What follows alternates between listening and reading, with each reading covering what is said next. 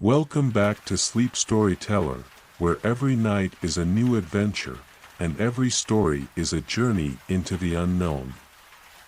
I'm so glad you're here, ready to relax, unwind, and let the gentle sound of rain guide you into a peaceful slumber. As we begin tonight's story, I invite you to close your eyes, take a deep breath, and let the world outside fade away.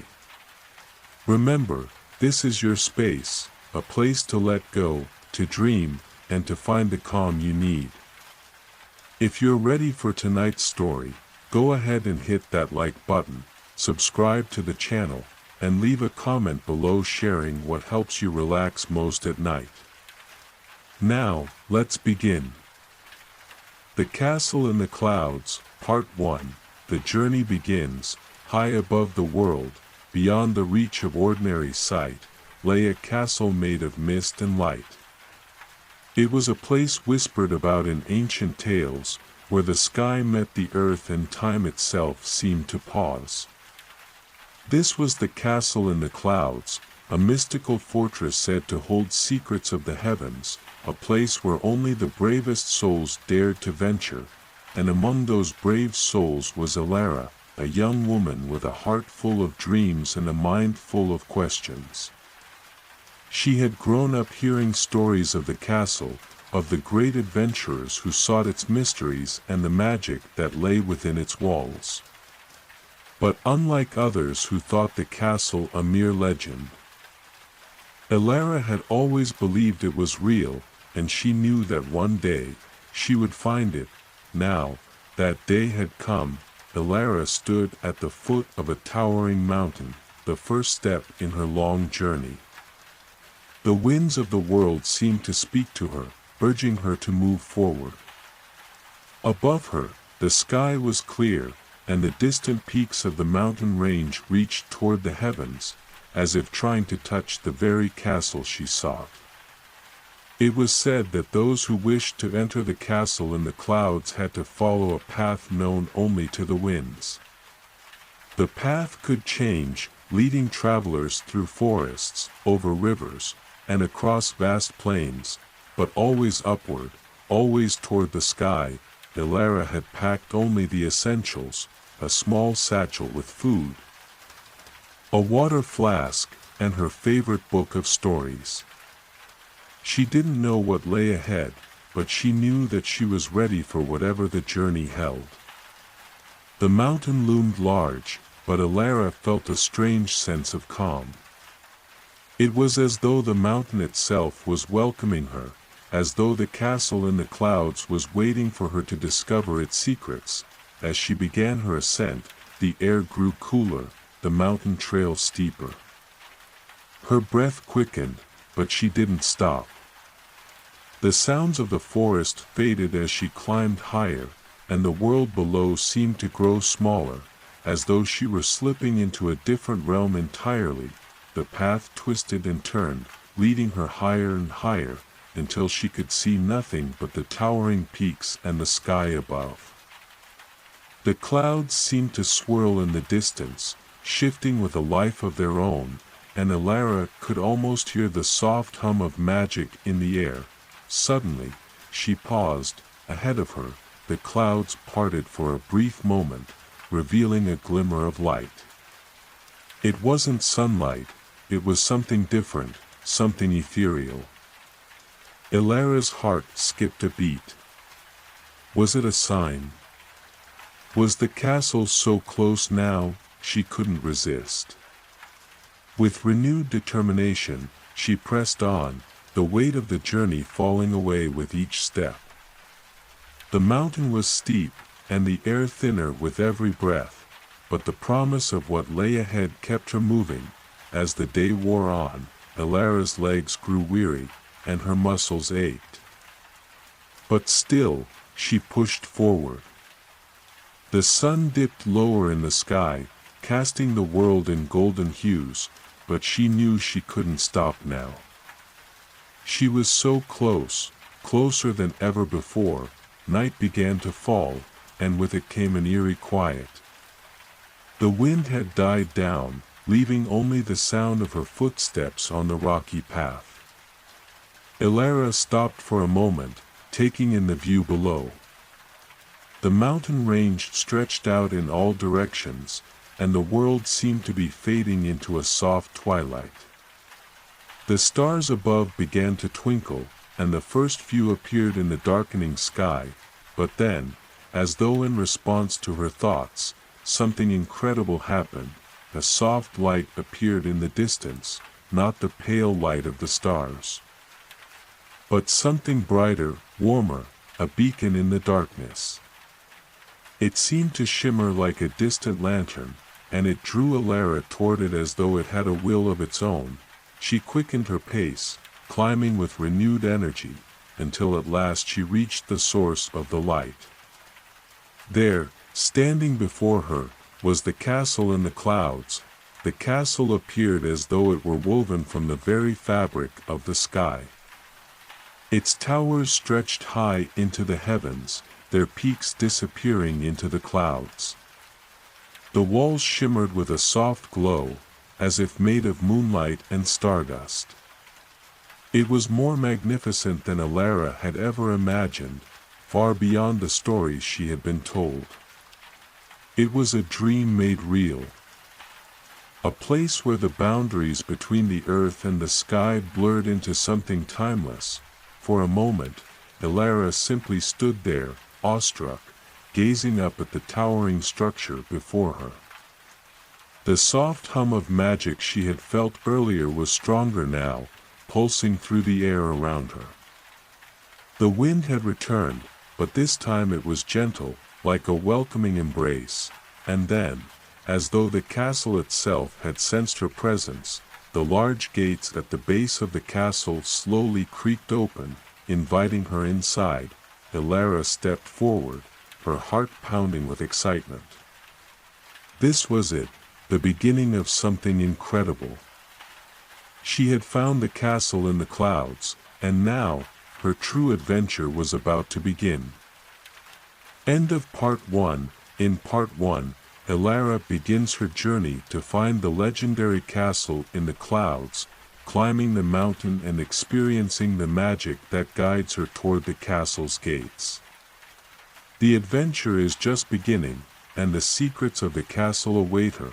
Part 2, The Gates of Mystery. Elara stood before the castle's towering gates, her heart racing with a mixture of awe and anticipation.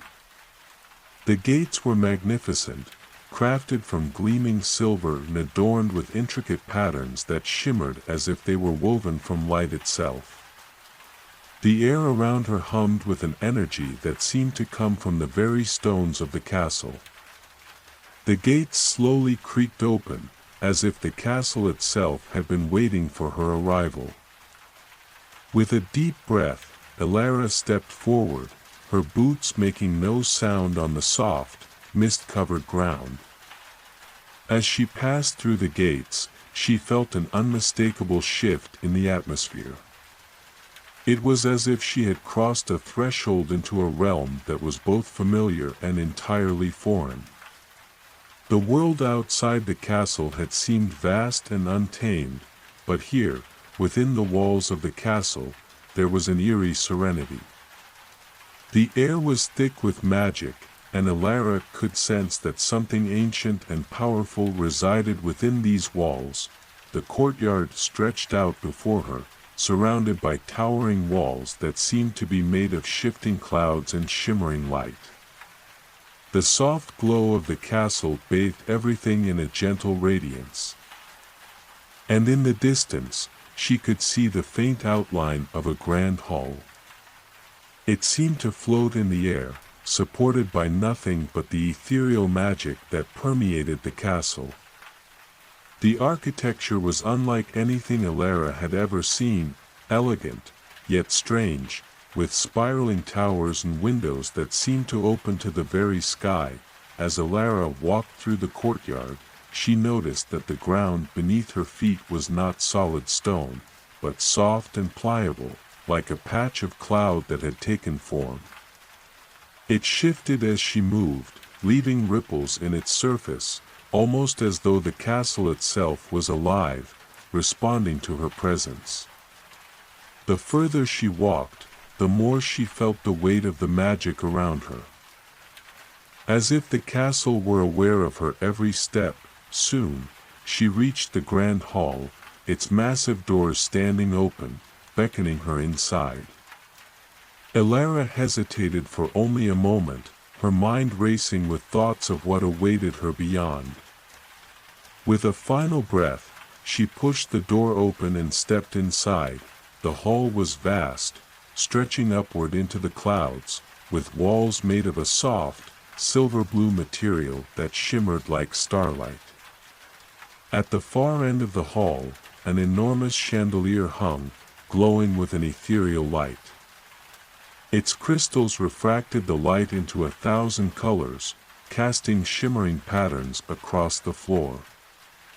The air was cool and smelled faintly of jasmine and something deeper, something ancient.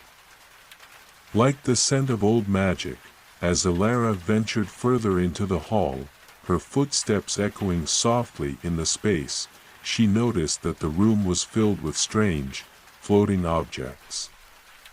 Books, scrolls, and intricate artifacts hovered in midair, suspended by an unseen force. Some glowed faintly, while others seemed to pulse with a quiet energy, as if they held secrets too precious to be touched. Suddenly, a voice rang out, soft but clear, from the far end of the hall. "You have come far, Elara," it said, its tone neither welcoming nor threatening. "But your journey is far from over." Elara froze, her breath catching in her throat. She looked around, but she could see no one. The voice seemed to come from everywhere, echoing off the walls and vibrating through her very bones. It was a voice of ancient wisdom, timeless and deep, yet unmistakably present. "Who are you?" Elara called out, her voice trembling slightly. She was no longer sure if she was still in the world she knew. The castle in the clouds was not just a place, it was something far beyond her understanding. "You will know me soon enough," the voice replied, its tone warm yet distant. "But for now, you must prove yourself worthy of the knowledge this place holds. Many have sought to enter, but few have succeeded. The castle will not reveal its secrets to just anyone." Elara's heart quickened. She had known from the moment she set foot on the mountain that this journey would not be easy. But she had not expected this. The castle was testing her. It was no simple matter of crossing the threshold, she would have to prove herself in ways she could not yet understand. The voice continued, "The trials ahead will challenge you in ways you cannot imagine. They will test your courage, your heart, and your very soul. But remember this, Elara, the castle is not a place to be conquered. It is a place to be understood. Only then will you see what it truly offers." The lights in the hall seemed to flicker, casting the room in shadows. Elara took a deep breath, feeling a surge of determination. She had come this far, and she would not turn back now. She had believed in the castle in the clouds since she was a child. And now, standing at the threshold of its mysteries, she knew that this was only the beginning. "I am ready," she said, her voice steady despite the fear gnawing at her. She stepped forward, the strange floating objects around her seeming to react to her movements, drawing her closer to the center of the hall. The air grew heavier, the magic more palpable. The voice spoke once more, this time with a sense of finality. "Very well. Your first trial begins now." With that, the ground beneath her feet shifted, and Elara found herself standing before a massive, shimmering mirror. The surface of the mirror rippled like water, its edges glowing softly in the dim light. Elara's reflection stared back at her, but it wasn't just her reflection. The face staring back at her was not the young woman she knew, but a version of herself older, wiser, and with eyes filled with untold knowledge. This reflection smiled faintly, as if it knew something Elara did not. To move forward, the voice intoned, "You must face yourself. Only then can you pass through the first trial." Elara's heart raced as she stared at her reflection. She had no idea what this trial would entail, but she knew one thing for certain: it was not just about defeating something external.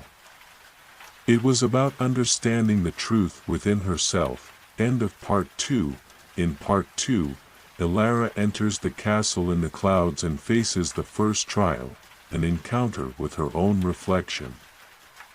The castle begins to test her in ways she had not anticipated, revealing the journey is as much about self-discovery as it is about the mysteries of the castle. Part 3. The Mirror's Truth. Elara stood frozen before the mirror, her reflection staring back at her with eyes that seemed to hold 1,000 lifetimes of knowledge. The room around her had fallen silent, the only sound the soft hum of magic in the air. She could feel her heart pounding in her chest, and yet, there was something strangely calming about the stillness. The mirror, though beautiful, had an unsettling quality. It was not just a reflection, but a doorway into something deeper. The voice from earlier, soft yet commanding, broke the silence. To pass the first trial, it said, you must face what lies within. What do you see in the reflection before you? Elara swallowed hard, her throat dry. She studied the version of herself in the mirror. The face staring back at her was familiar, yet different, more confident, more composed, as if the weight of the world had been replaced by an understanding of it.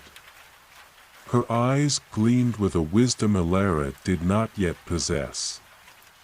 The older version of herself wore a faint smile, a knowing smile that suggested she had already overcome the trials ahead. Elara's mind raced. What did this reflection represent? Was it a vision of who she could become, or was it a warning? The longer she stared into the mirror, the more she felt the reflection pull her in, drawing her closer to the person she was meant to be. But she had to ask herself, did she want to become that person? The voice came again, gentle yet firm. You must confront your own fears, Elara. What part of yourself do you fear most? What truth do you hide from others, and from yourself? Elara's breath caught in her throat. The question hit her like a wave, crashing against the walls of her mind. What truth did she hide? She had always been the dreamer, the one who believed in stories of the impossible. She had sought the castle, convinced it held the answers she needed. But was that enough? Was the person staring back at her the one who could truly unlock the mysteries of the world? Or was she simply running from something deeper, something she hadn't yet understood about herself? The reflection in the mirror seemed to speak directly to her, the lips moving in sync with her thoughts. You fear that you are not enough, that you will fail, that the magic of this place, of this journey, will be beyond your reach. Elara recoiled, the word striking a deep, hidden place within her. She had never allowed herself to admit such a fear, even to herself. She had always believed that if she followed her heart, if she believed in the impossible, the answers would come. But now, in the face of this version of herself, Elara realized that she had been carrying the weight of self-doubt all along. The reflection's smile deepened, as though understanding her struggle. You must embrace who you are, flaws and all, the reflection spoke softly, only then can you move forward. Elara took a step back, her mind swirling. The reflection, with all its wisdom, seemed to be urging her to accept herself, to let go of the fear that had clung to her heart for so long. It wasn't the castle, nor the magic, that would grant her the answers. It was the understanding of her own heart, the acceptance of her own journey. As Elara stood there, contemplating the words of her reflection, something deep inside her began to shift. The fear, though still present, no longer controlled her. She felt a wave of clarity wash over her, as though a fog had lifted from her mind. For the first time, she saw herself, not as someone seeking answers, but as someone who already held the power to find them. The reflection in the mirror began to fade, its image dissolving like mist in the wind. As it disappeared, the voice returned, softer now, as though pleased with her progress. You have passed the first trial, Elara, it said. The journey ahead will not be easy, but now you understand what lies within you. It is not about what you seek outside, but what you discover within yourself. With this knowledge, you are ready for the next challenge. Elara exhaled a breath she hadn't realized she was holding. She had faced her fear, her self-doubt, and had found the strength to continue. It was no longer about finding the castle's secrets. It was about understanding herself, and through that understanding, unlocking the true magic of the journey.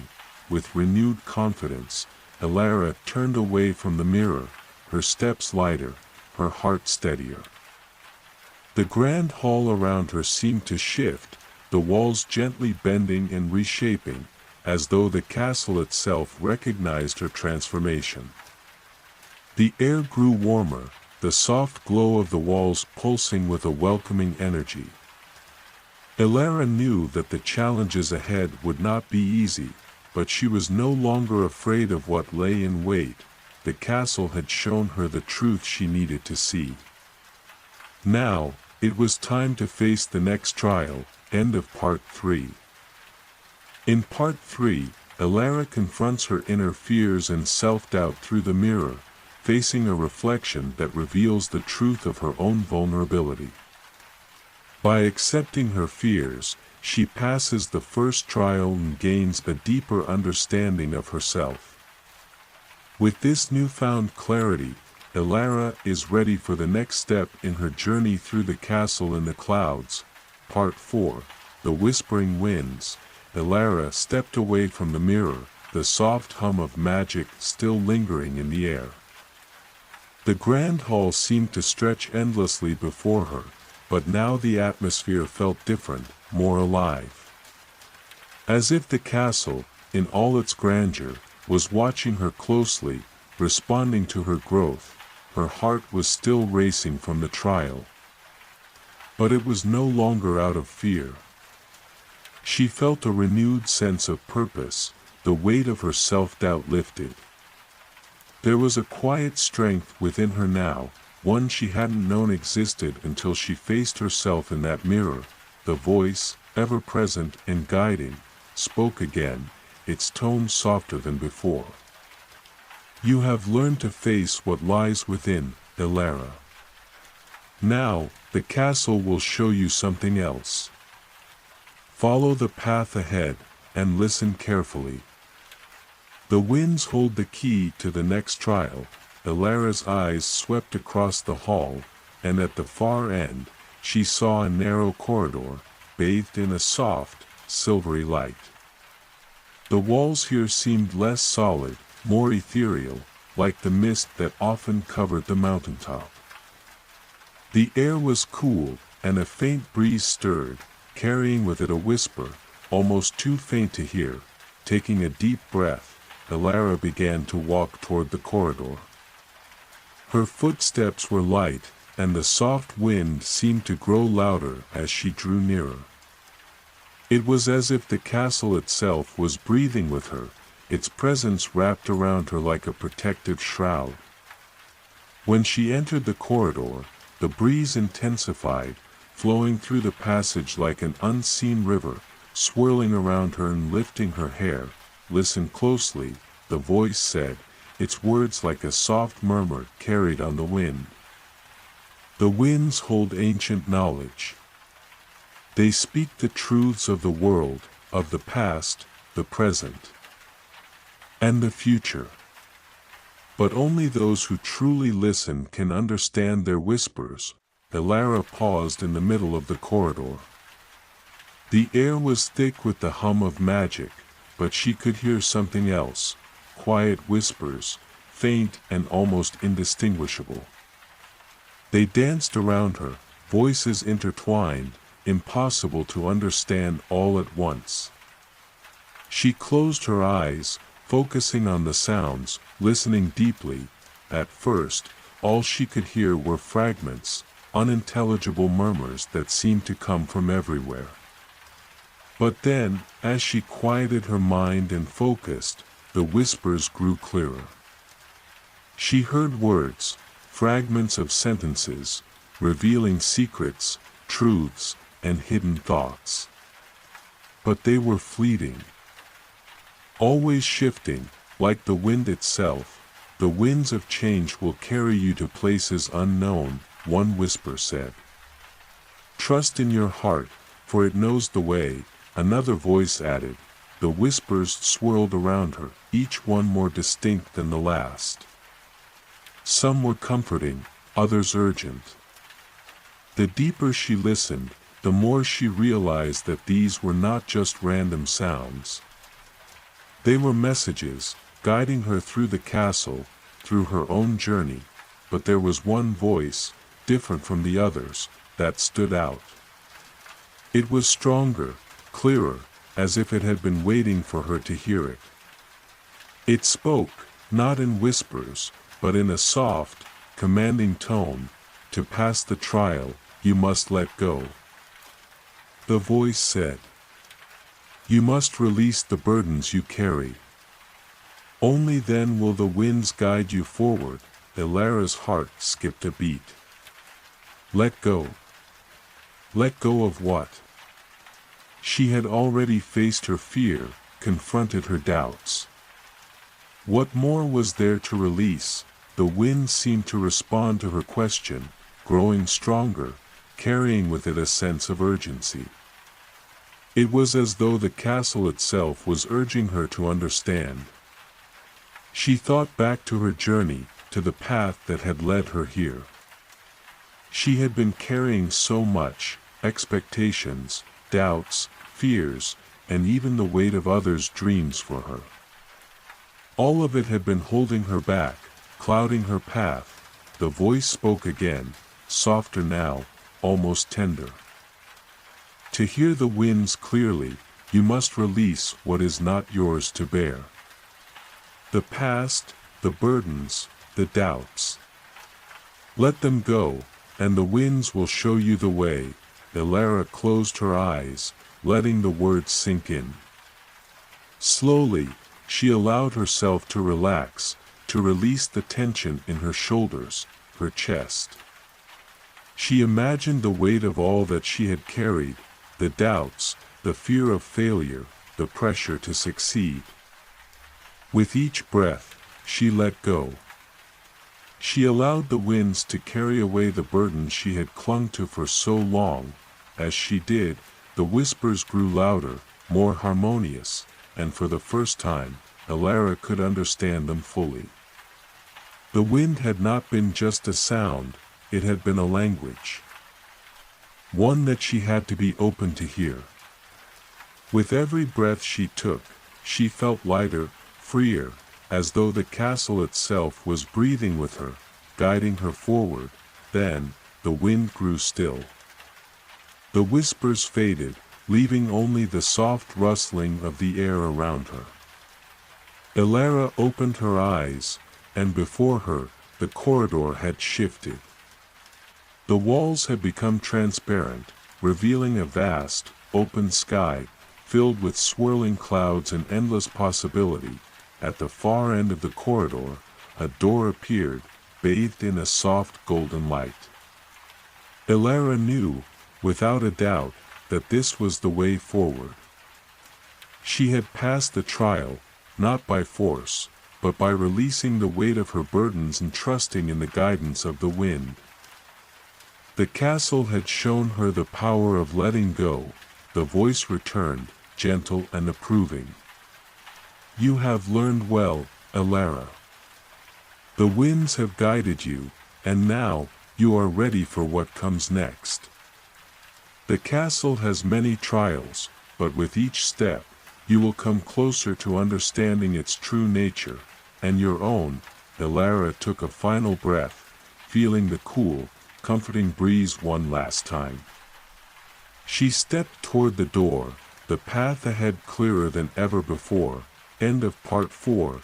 In Part 4, Elara faces the challenge of listening to the whispering winds, which hold ancient wisdom and guidance. Through this trial, she learns to let go of her burdens, doubts, fears, and expectations, and in doing so, the winds lead her to the next step in her journey. Part 5. The Garden of Lost Time. Elara stood before the golden door, its soft light inviting her forward. The air around her still hummed with the lingering power of the wind, but as her hand reached for the door's handle, she felt something else, an almost tangible stillness.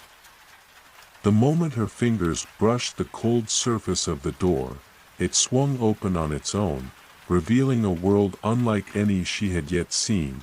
Beyond the door lay a vast garden, but this was no ordinary garden.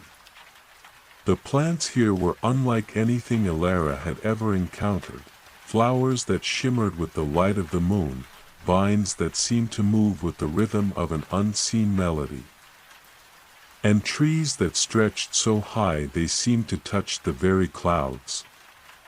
But what caught Elara's attention the most were the clocks, large, intricate timepieces scattered throughout the garden, their hands ticking softly as if they were alive. Time itself seemed to be moving differently in this place. The sunlight flickered between day and night, the sky shifting between hues of gold and twilight in the span of a single breath.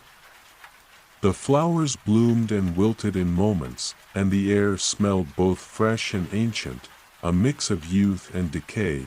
Elara took a cautious step forward, the sound of her boots muffled by the soft earth beneath her feet. As she ventured deeper into the garden, the ticking of the clocks grew louder, filling the air with a steady rhythm. She glanced around, noticing that some of the clocks were frozen, their hands locked in place, while others spun wildly, time moving in a chaotic frenzy. The voice, which had guided her thus far, spoke once more. "Welcome to the Garden of Lost Time, Elara. Here, you will face a different challenge.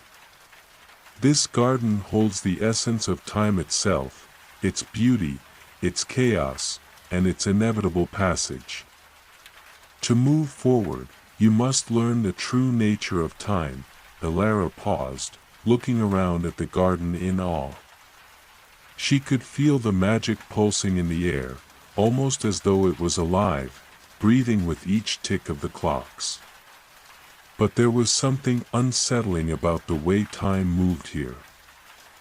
It was as though the garden held memories of moments long past, and yet, at the same time, it held the promise of an uncertain future. As Elara walked, she noticed that some of the clocks seemed to call to her. They stood at strange angles, their hands turning backward, as though trying to pull her into the past. Others raced forward, their ticking faster than normal, as though urging her to hurry, to catch up with a future that was slipping away.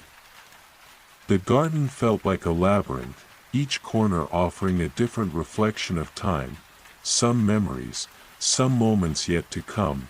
She continued deeper into the garden, her footsteps echoing in the stillness.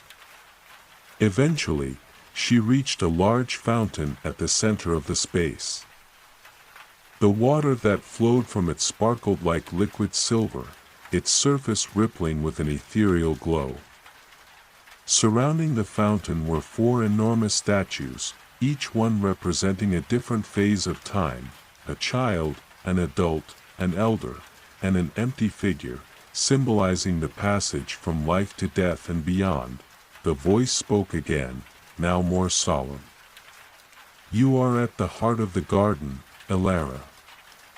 The fountain holds the essence of time, but it is not just a symbol, it is a reflection of your journey. Each phase of life, from the innocence of childhood to the wisdom of age, carries with it its own lesson. But time, in its endless flow, is also fleeting. You must decide what you carry with you and what you leave behind." Elara approached the fountain, kneeling beside its shimmering waters. She stared at her reflection, watching as it rippled and shifted. In the water, she saw herself as a child, full of wonder and curiosity. Then, the reflection changed to an image of her as an adult, strong, determined, yet burdened by the weight of responsibility. The final image showed her as an elder, wise and calm, but with a deep sadness in her eyes, as though she had witnessed the loss of something important. A feeling of heaviness settled over her as she stared at the images. Time, in all its beauty and inevitability, had shaped her into who she was. But the question remained: what would she choose to carry forward? The innocence of her childhood, the determination of her youth, or the wisdom of age? She closed her eyes, letting the stillness of the garden wash over her. The ticking of the clock seemed to slow, each beat growing softer until they blended with the sound of her own heartbeat. Elara took a deep breath, allowing herself to be present in this moment. The future was uncertain, and the past could never be changed. But in this moment, she realized that the most important thing was the present. The choices she made now would shape her future, and the wisdom she had gained from her past could guide her forward, but only if she let go of the weight of regret. The voice spoke one last time, its tone gentle but firm. "You have learned the lesson of time, Elara. The past and the future are out of your control. But the present, the choices you make now, are where your power lies. Take this lesson with you, and you will be ready for the next challenge." As the voice faded, Elara felt a deep sense of peace settle within her. The garden, with all its whispers of lost moments and fleeting seconds, had shown her the truth. Time was a river, ever flowing, and all she could do was navigate its currents with grace and intention. With one final glance at the fountain, Elara stood and turned to leave. The clocks had quieted, their ticking now a distant memory, and the path ahead was clear. The golden light from the door beckoned once again, a sign that it was time to move on. End of Part 5. In Part 5, Elara journeys through the Garden of Lost Time, where she confronts the fleeting nature of time itself. She learns that the key to moving forward lies in embracing the present, letting go of past regrets, and understanding that the future is shaped by the choices made now. Part 6, The Skyward Ascent. Elara's heart was light with the lessons she had learned in the Garden of Lost Time. The whispers of the past had faded into the distance, and though she carried the weight of all that had passed, she now understood that it was the present, this moment, that mattered most. As she stood before the golden door once more, she felt a surge of determination. The path ahead, though uncertain, was hers to shape. She stepped through the door, the light from the garden fading behind her, and found herself at the base of a towering staircase that spiraled upward into the clouds. The stone steps were cool beneath her feet, and the air around her was filled with the scent of distant rain and sweet wind. It was as though she were standing on the edge of the world, the sky and earth blending in a delicate harmony. At the top of the staircase, hidden within the clouds, lay the castle she had seen from the distance, a vast, ancient structure that seemed to float effortlessly among the heavens. Its walls were made of shimmering stone, and its turrets rose like fingers reaching toward the stars. A soft, otherworldly light emanated from within, casting the entire castle in an ethereal glow. Elara took a deep breath and began her ascent. Each step she took felt like she was climbing towards something beyond herself. The higher she went, the stronger the wind became, swirling around her like a gentle but persistent presence. The sound of the wind was soft, like a lullaby, yet it carried with it the weight of all the stories, all the journeys, that had ever taken place. As Elara climbed, she noticed that the staircase seemed to stretch infinitely into the clouds. There was no end, no sense of time. It felt as though she were walking through a dream, where the rules of reality no longer applied. The air grew thinner, and the temperature began to drop, but Elara's resolve never wavered. With each step, she felt herself growing stronger, her spirit fueled by the lessons she had learned along her journey. The wind whispered to her, carrying with it the voices of those who had come before, their whispers mingling with the steady rhythm of her steps. Each voice seemed to say the same thing: "You are ready." Finally, after what seemed like an eternity, Elara reached the top. She stood before the castle's grand entrance, a pair of massive wooden doors adorned with intricate carvings. The carvings depicted scenes of celestial beauty, stars, moons, and clouds swirling in patterns that seemed to tell a story. It was a story that Elara could almost understand, as if the images themselves were familiar, their meaning woven into the very fabric of her being. With a steady hand, Elara pushed open the doors. Inside, the castle was bathed in soft golden light. The air was filled with the hum of ancient magic, and the walls were lined with towering bookshelves, each one overflowing with tomes that whispered softly to her as she passed.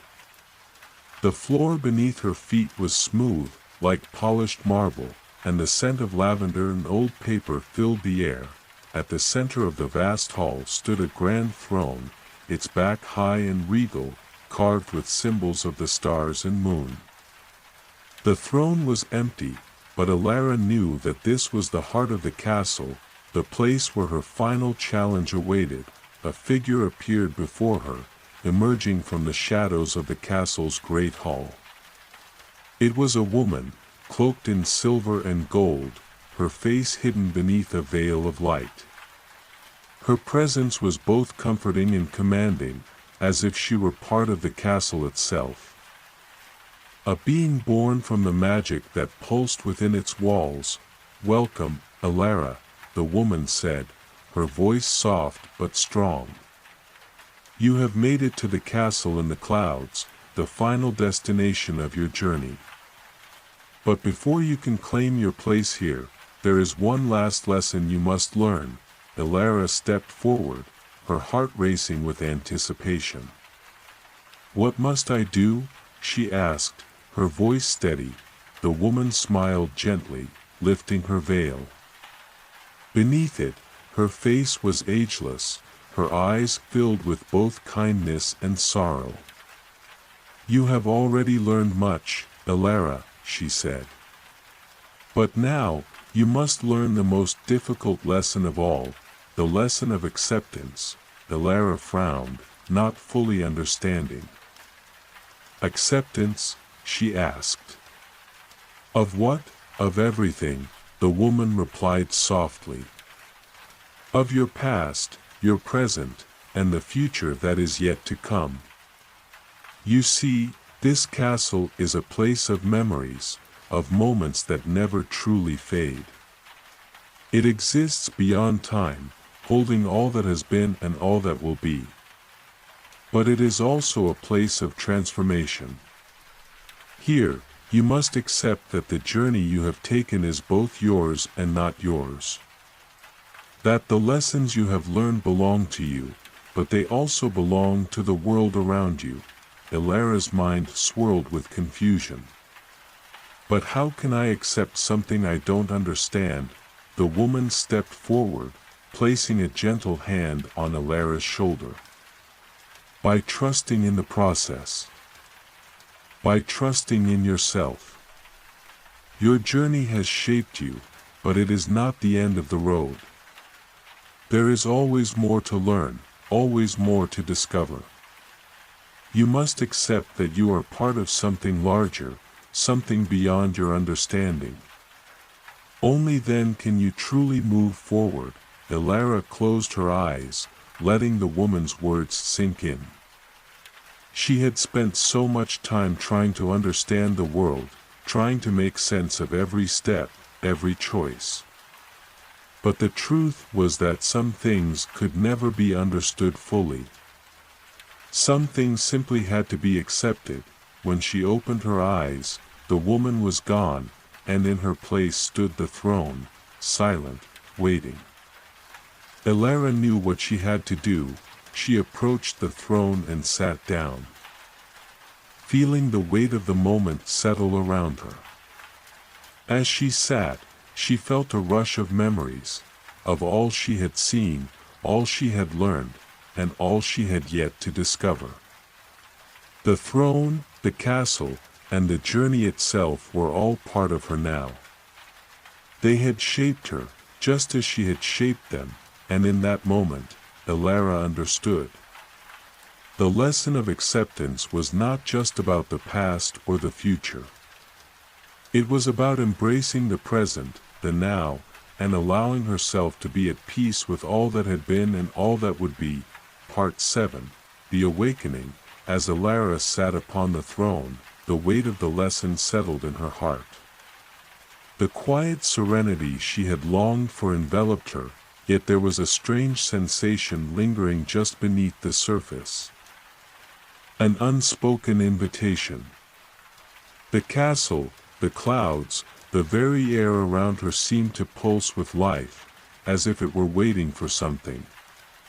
And then, the faintest whisper reached her ears, like a breath carried on the wind.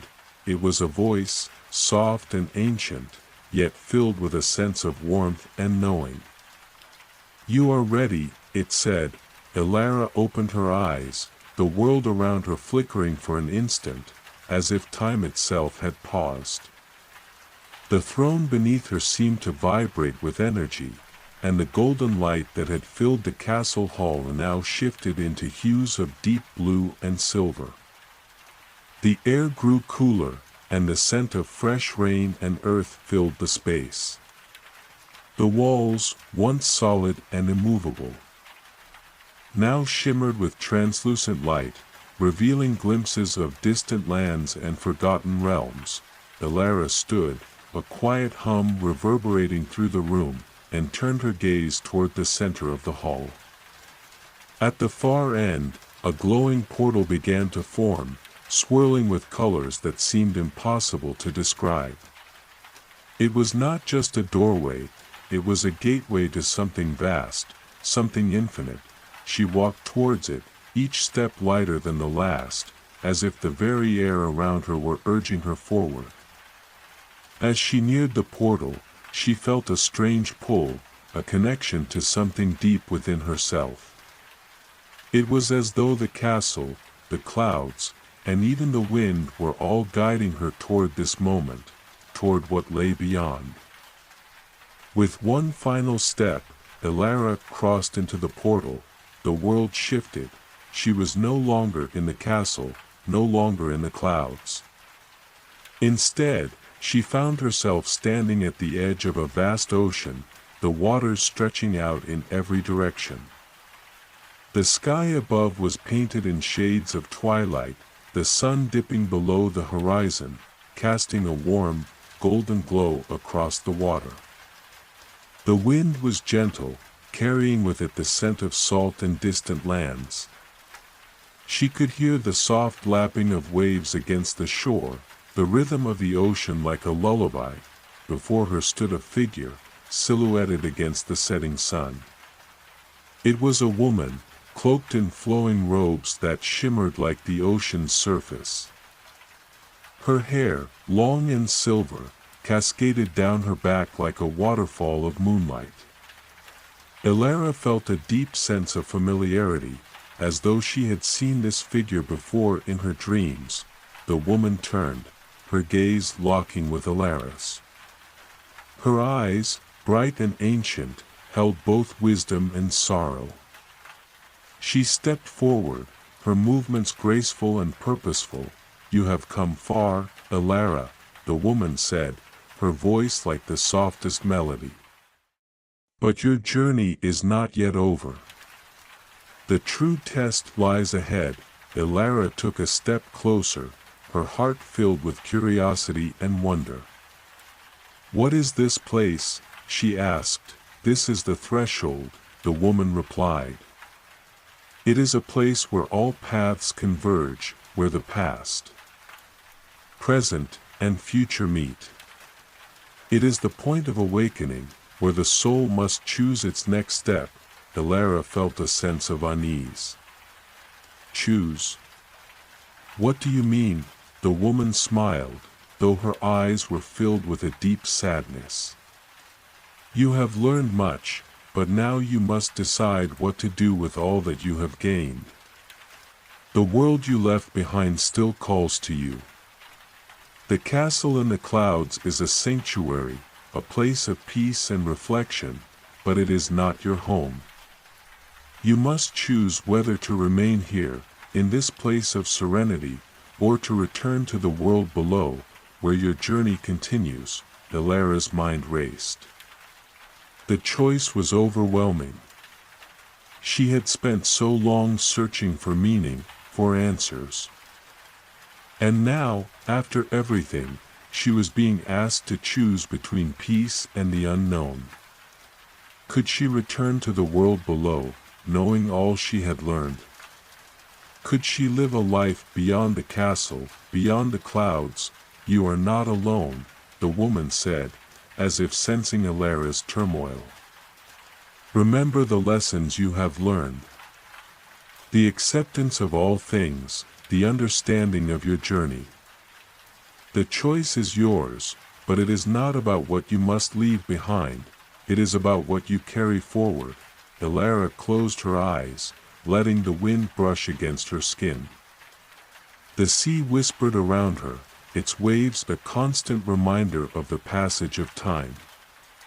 She thought of the castle, of the lessons learned in the garden of lost time, of the magic that had carried her through.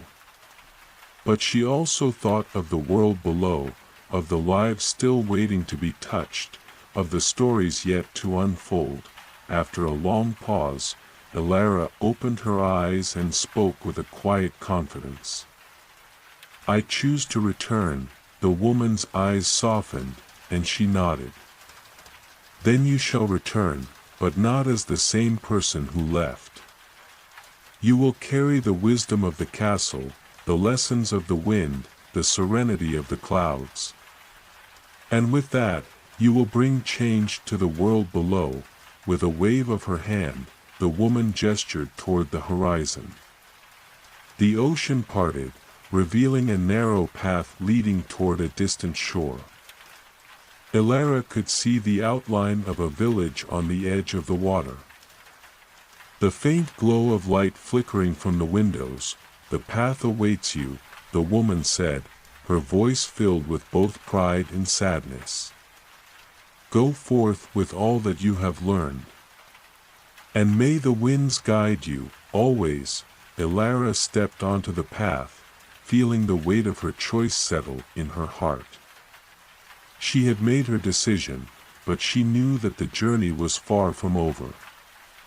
There would always be more to learn, more to discover. And now, she was ready to face whatever came next. As she walked along the path, the waves lapped gently at her feet, and the wind whispered in her ears. The sky above was endless, and the world ahead was full of possibility. The journey had only just begun. Part 8. The Path Forward. As Elara walked along the narrow path leading away from the ocean, the world around her began to shift once again. The fog that had gently parted with each step now lingered at the edges of the path, casting everything in a dreamlike haze.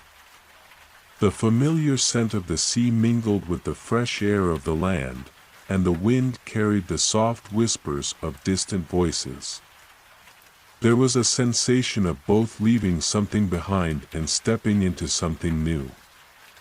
The journey was unfolding, and yet, Elara could not help but feel the weight of what she had chosen to leave behind. The path ahead stretched through a dense forest of towering trees, their leaves shimmering in the soft light of the setting sun. The way was lit by faint glows of bioluminescent flowers that dotted the edges of the trail, their colors shifting with the rhythm of Elara's movements.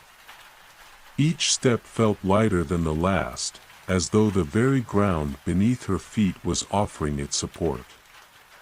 The air was thick with the sounds of the forest, the rustling of leaves, the occasional call of distant creatures, and the soft, rhythmic hum of the world around her.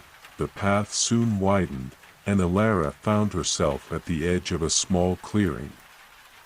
At its center stood a single stone well, its edges worn by time, yet still standing strong.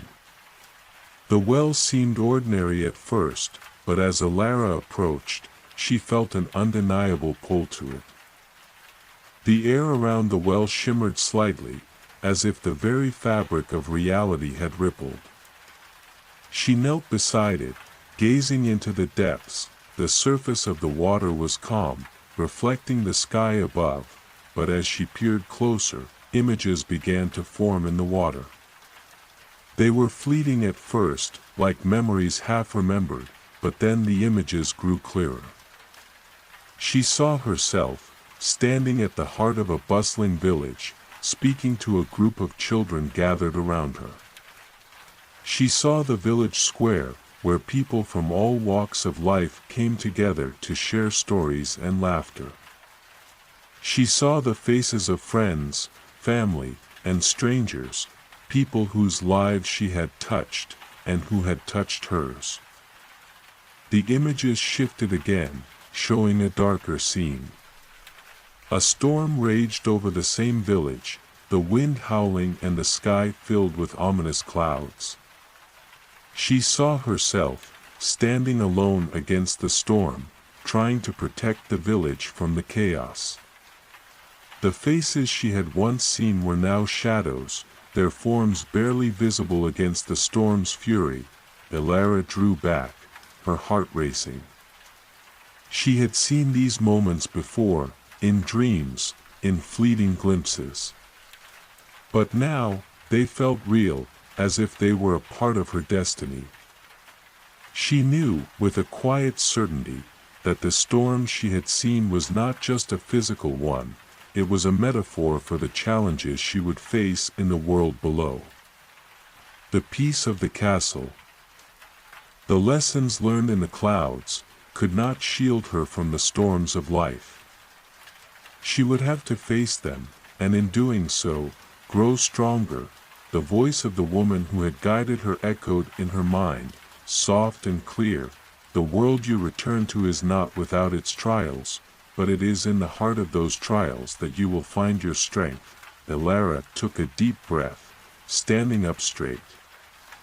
The path ahead was uncertain, but she was no longer afraid. The lessons of the castle, the serenity of the clouds, and the wisdom of the ocean were within her.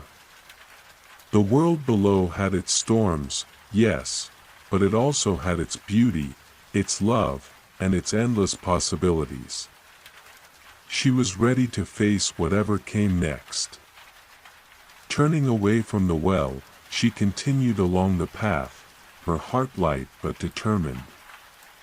The landscape before her shifted once more, and as the final rays of sunlight disappeared beneath the horizon, Elara felt a new sense of purpose surge within her.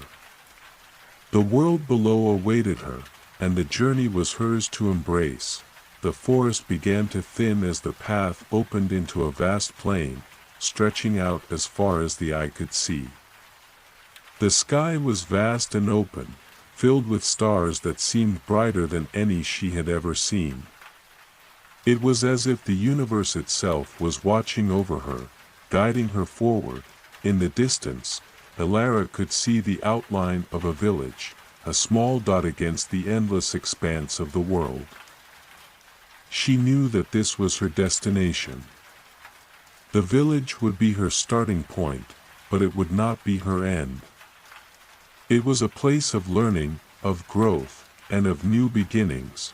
As she walked toward the village, the wind whispered through the trees, carrying with it the promise of what was to come.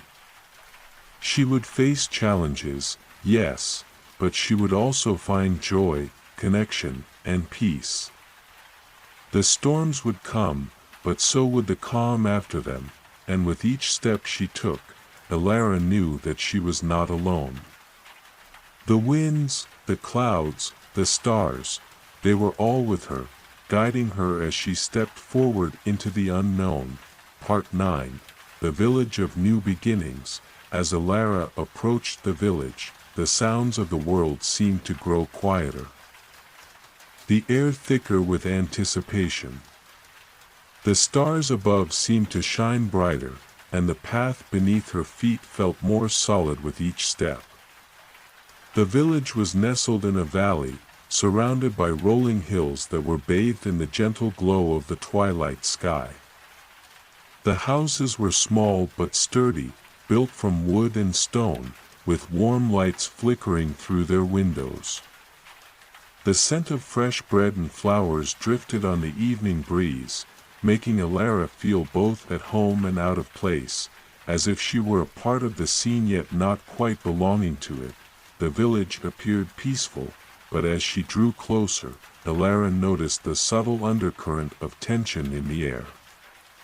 People moved about quietly, their faces soft with weariness, as though they carried burdens that were not immediately visible. There was a sense of something unspoken, a quiet sorrow that lingered beneath the surface, just out of reach.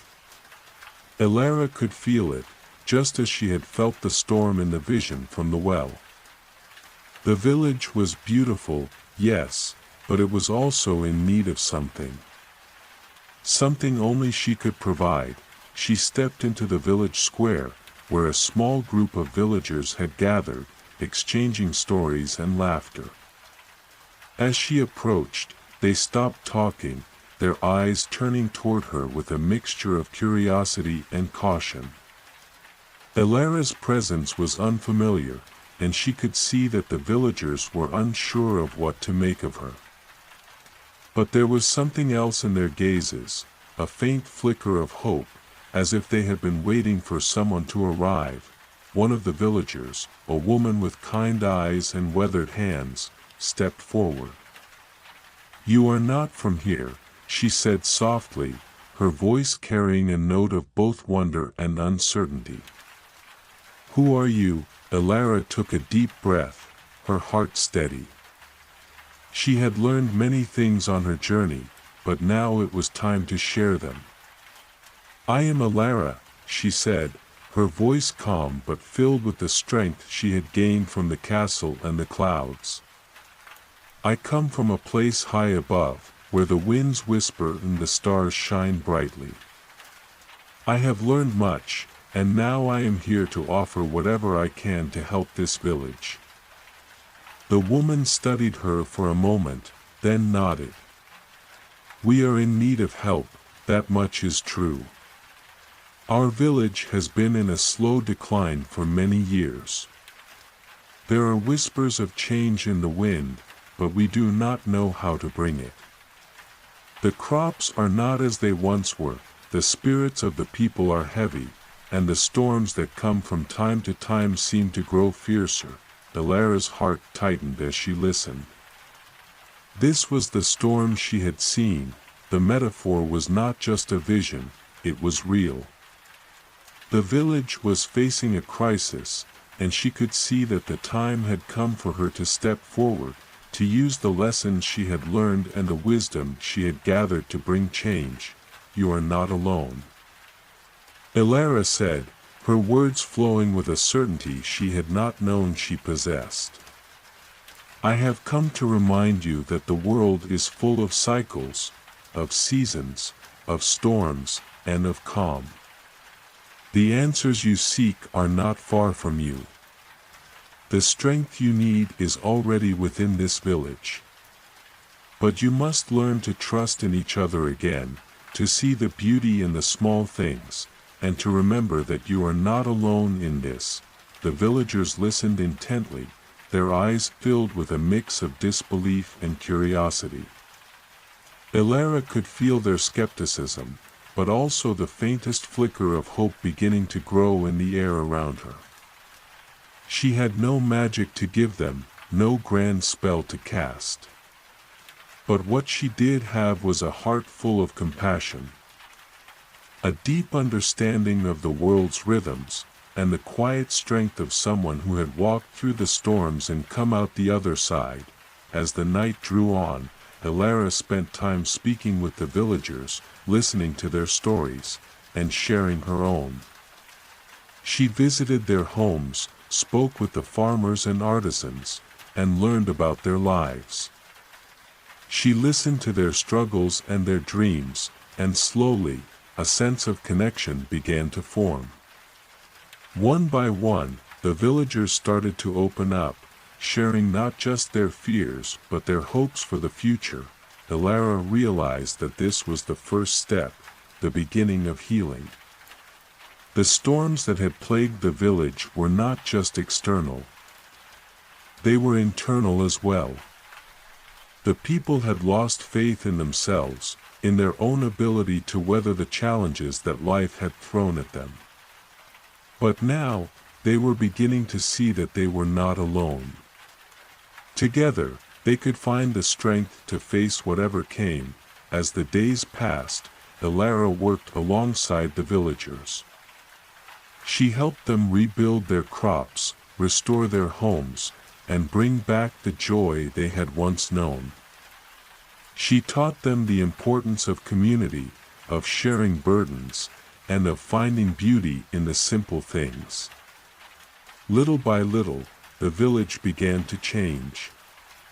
The crops flourished, the storms became less frequent, and the spirits of the people lifted. The sense of unease that had hung over the village began to fade. Replaced by a quiet optimism, one evening, as Elara stood at the edge of the village, looking out over the rolling hills, she felt a sense of peace settle in her heart. The storm had passed, but more importantly, the village had learned how to weather the next one, together. She had brought them hope, but it was they who had found the strength within themselves to create the change they needed. The village was no longer just a place she had come to help, it was a place she had become a part of, woven into its very fabric. And though her journey was far from over, Elara knew that she had found her place in the world below. The castle in the clouds had taught her many things, but it was the people of this village who had shown her that true peace and strength came not from isolation, but from connection. As the stars above began to twinkle in the night sky, Elara smiled. The world was vast, and there were still many journeys ahead. But for now, she was exactly where she needed to be. Part 10. the seeds of a new dawn. The days passed in a steady rhythm, and the village began to bloom under Alara's gentle guidance. The crops grew taller and healthier, the air lighter with laughter and shared moments, and the villagers' faces no longer wore the weight of quiet despair. There was a newfound sense of community, a unity that had been missing for far too long. Each person had rediscovered their role, their purpose, and their connection to the land, to each other, and to the world around them. Alara, too, had changed. Her heart, once heavy with uncertainty about the world below, was now full of quiet joy. The lessons she had learned in the castle and the clouds had given her a depth of wisdom she had not yet fully understood. But here, in this village, she was beginning to see how those lessons were meant to take root, to bloom, and to spread. The peace she had sought in the clouds was now something she was living, not in solitude, but among others. One afternoon, as she walked through the village, Alara noticed a group of children gathering near the central square, where a new garden had been planted. The garden, which had once been nothing more than a barren patch of land, was now a vibrant tapestry of flowers, herbs, and vegetables. The children were laughing, their faces bright with excitement as they tended to the plants. It was a simple scene, but in that moment, Alara realized that this was where the true magic lay, not in grand gestures, but in the small, everyday acts of care and connection. She approached the children, her heart warm with the sight of their joy. One of the youngest, a little girl with bright eyes and a messy braid, ran up to her, holding a small flower in her hand. "Look, Alara. Look at what we grew," the girl said, her voice filled with wonder. "It's a magic flower, just like the ones you told us about. You said if we all worked together, we could grow anything." Alara knelt down beside her, smiling. "That's right," she said softly, her voice full of pride. "Together, you've created something beautiful. And this flower, it's not just magic because of how it looks.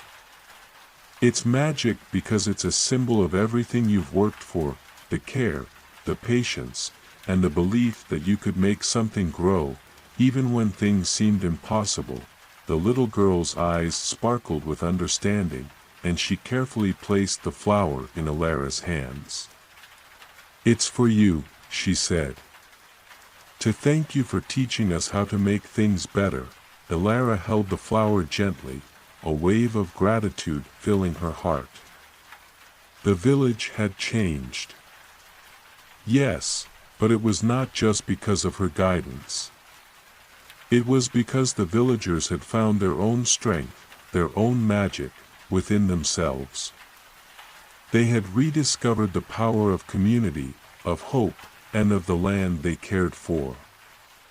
It was their collective spirit, their shared belief in each other, that had transformed the village, and it would be that spirit that would carry them forward. Later that evening, Alara sat on the edge of the village square, watching the sun dip below the horizon.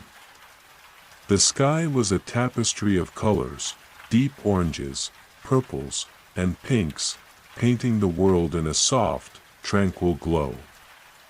The villagers gathered together for their evening meal, sharing stories and laughter beneath the stars.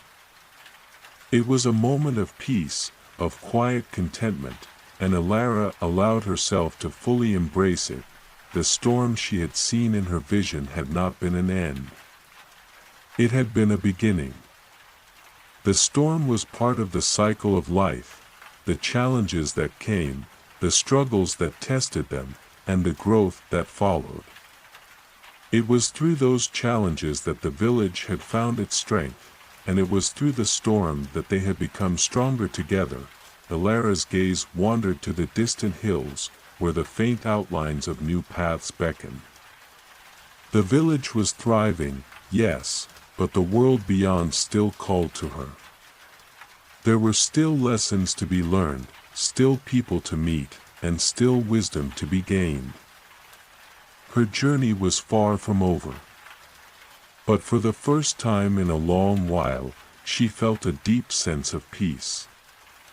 The village was no longer in need of saving, it was in need of nurturing, of continuing to grow and to care for each other.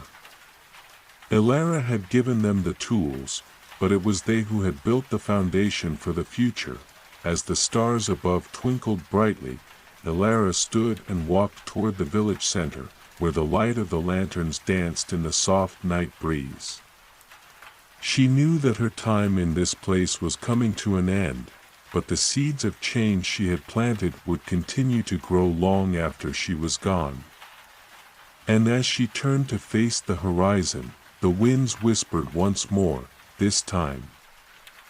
Not with the weight of uncertainty, but with the promise of what lay ahead. The world was vast, and there were still many journeys to take, many storms to weather, and many people to meet.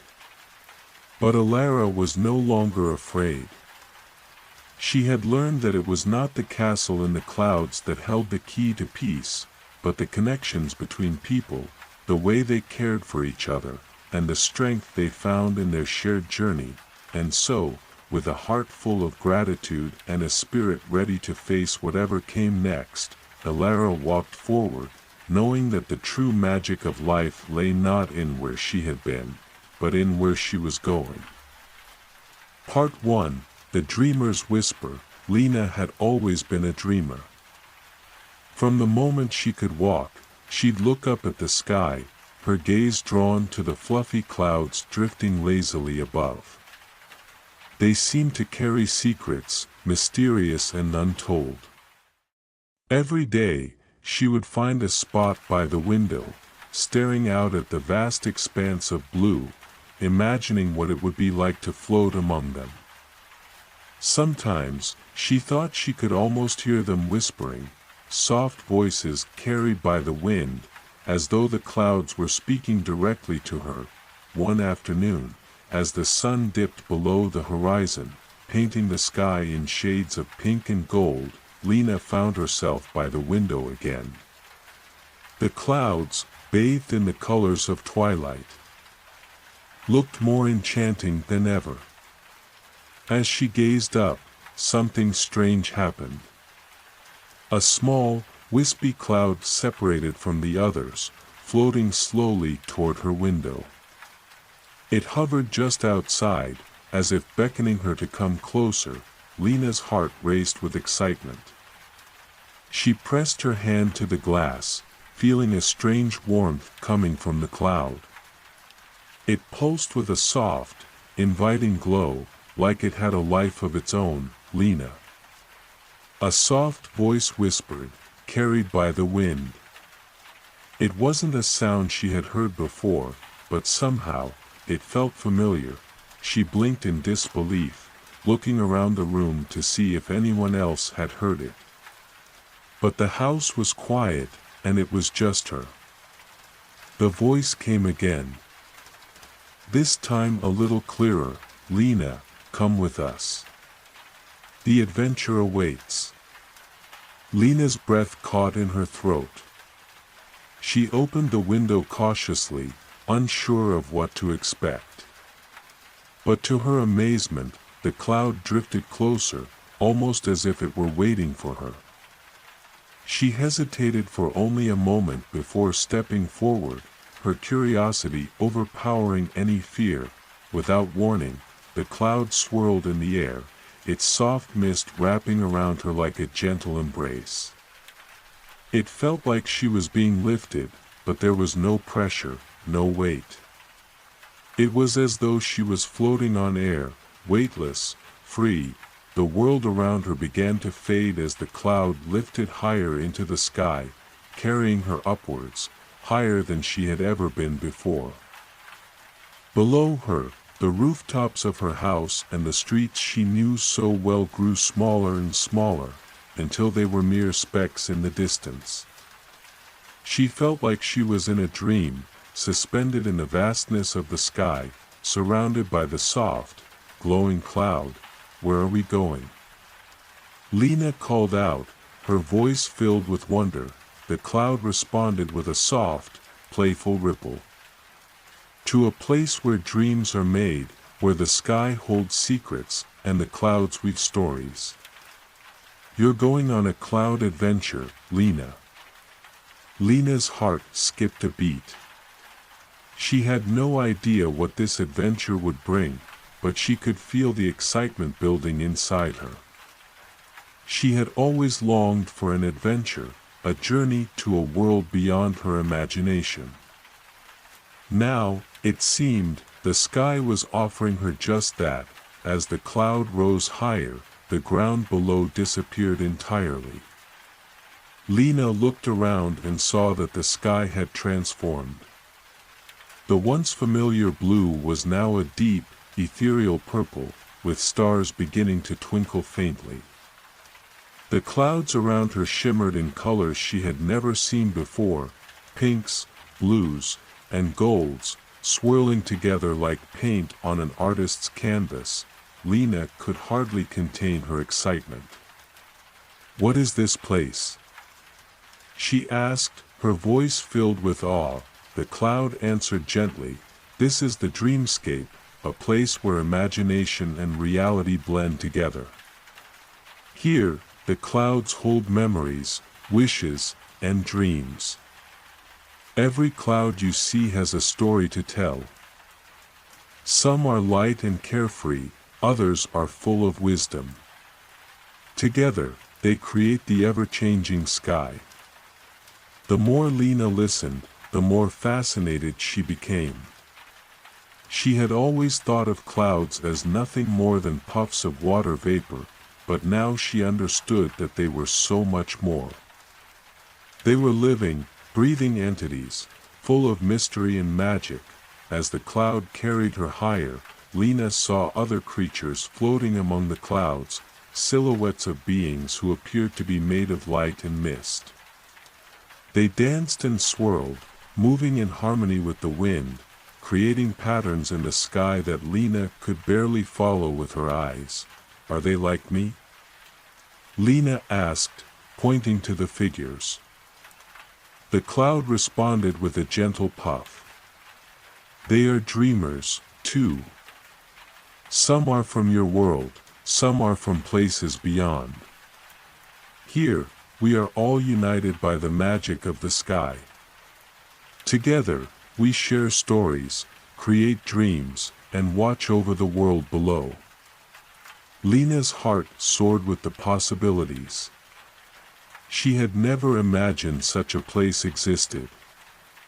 She had always dreamed of flying, of exploring the world above the clouds, but now she realized that the sky was far more than just an empty space.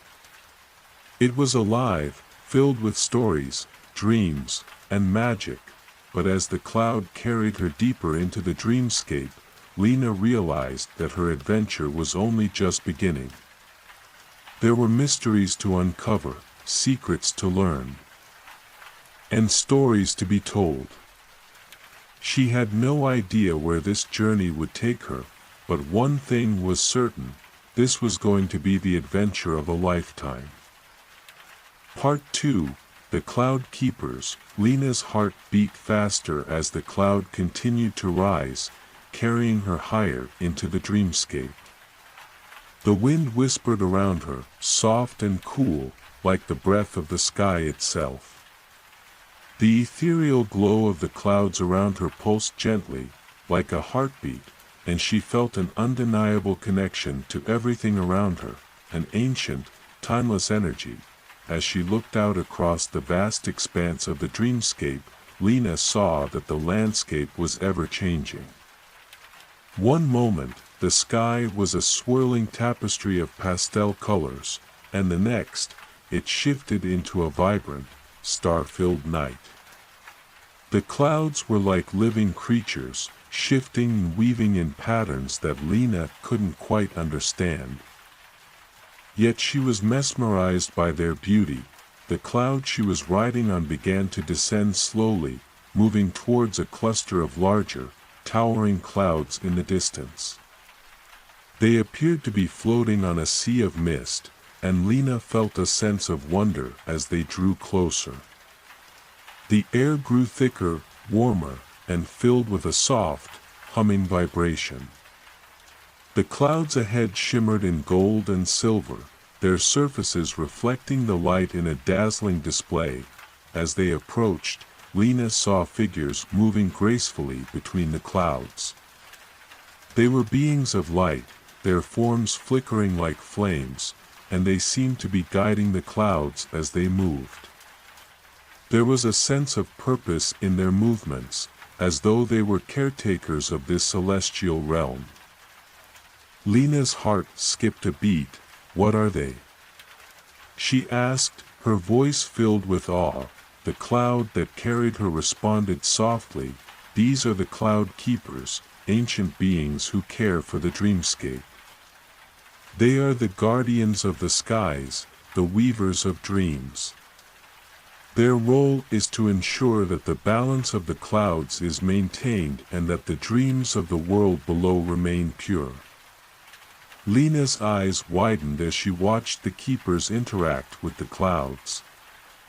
They moved with fluidity, their hands outstretched as they guided the clouds into intricate patterns.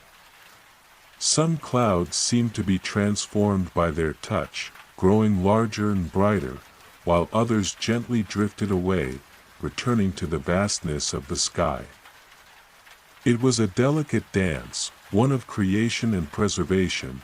The cloud beneath Lena slowed as they neared the center of this celestial realm. The keepers, sensing her arrival, turned their glowing eyes toward her. Their expressions were calm and wise, and their presence filled the air with a sense of serenity. "Welcome, young dreamer," one keeper said in a voice that sounded like a distant song. "You have come to the heart of the dreamscape. Few are chosen to witness its wonders, and fewer still are those who can truly understand its meaning." Lena felt a deep sense of reverence as she looked at the keeper. "I don't understand," she replied. I'm just a girl who's always dreamed of the sky. I never imagined this place could be real." The keeper smiled gently, a warmth radiating from their form. "That is the way of the dreamscape. It is born from the dreams of those who believe, and those who are open to its magic. You are here because your heart is filled with wonder, and the sky has heard your dreams." The keeper extended their hand, and a soft, glowing mist appeared, swirling around their fingers. "There is something important that you must learn, Lena," the keeper continued. "You see, the clouds are not just made of water and vapor. They are woven from the thoughts, wishes, and memories of the world below. The dreamscape exists because of the dreams of all living creatures. Every dream, every hope, every wish, leaves an imprint in the sky. And it is the cloud keepers who ensure that these dreams are protected." Lena listened intently, her mind racing with questions. "So, the dreams of people create the clouds?" The keeper nodded. "Yes. And the clouds are the bridge between the waking world and the world of dreams. But there is more. Some dreams are stronger than others. Some dreams become so powerful that they take on a life of their own, becoming swirling, glowing clouds that can carry their own magic." Lena's eyes sparkled with curiosity. "And can I create a cloud like that?" The keeper's smile deepened, a glimmer of knowing in their eyes. "In time, you may learn to weave your own dreams into the fabric of the sky. But first, you must understand the true nature of the dreamscape. It is not just a place of wonder. It is a place of responsibility. For every dream, there is a balance. And for every wish, there is a consequence. Lena felt a shiver run through her. What do you mean? The keeper's expression turned solemn. There are dreams that are pure, filled with hope and light. But there are also darker dreams, dreams born of fear, anger, and regret. These dreams can cloud the skies, causing chaos and confusion. The dreamscape must remain balanced, or the clouds will lose their ability to protect the dreams of the world below. Lena thought about this for a moment. So, the dreamscape is like a guardian of all dreams? Exactly, said the keeper. And now that you are here, Lena, it is your role to help keep that balance. You have the gift of seeing the world through the eyes of a dreamer. You are capable of understanding the true nature of dreams, both light and dark. Lena felt a wave of responsibility wash over her. She had never imagined that her curiosity about the clouds would lead her to such an important task. But at the same time, there was something exciting about the challenge ahead. She had always known there was more to the world than what met the eye, and now she was being given the opportunity to play a part in something much greater than herself. The keeper placed a gentle hand on her shoulder. We will teach you, Lena. The dreamscape has chosen you for this adventure, and you will learn to navigate its wonders. But remember, you must always listen to your heart. The clouds can reveal many truths, but they can also hide many secrets. As the keeper's words echoed in her mind, Lena felt a surge of determination. She was ready to learn, to discover the mysteries of the dreamscape, and to help protect the balance of dreams. The adventure had only just begun. Part 3, The Weaving of Dreams. Lena stood in awe, surrounded by the shimmering clouds and the soft, glowing beings who called the dreamscape home. The cloud keepers were silent for a moment, as if allowing Lena to absorb the weight of their words.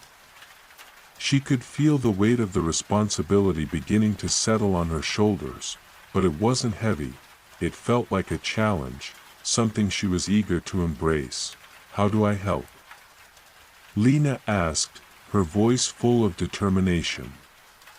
What do I need to do? The keeper who had spoken to her smiled gently, their light flickering like the soft glow of a distant star. You must first learn the art of weaving dreams. It is the core of the dreamscape. The magic that connects the sky to the hearts of those below. Dreams are like threads in a great tapestry, and it is your role to guide them. Lena nodded, intrigued but still unsure of how it all worked. How do I weave a dream? What do I do with them once they're woven? The keeper extended their hand, and a small cloud appeared in the air between them, a soft, puffy orb of glowing white. It seemed alive, pulsing with light as it floated gently towards Lena. This is a dream thread, the keeper explained.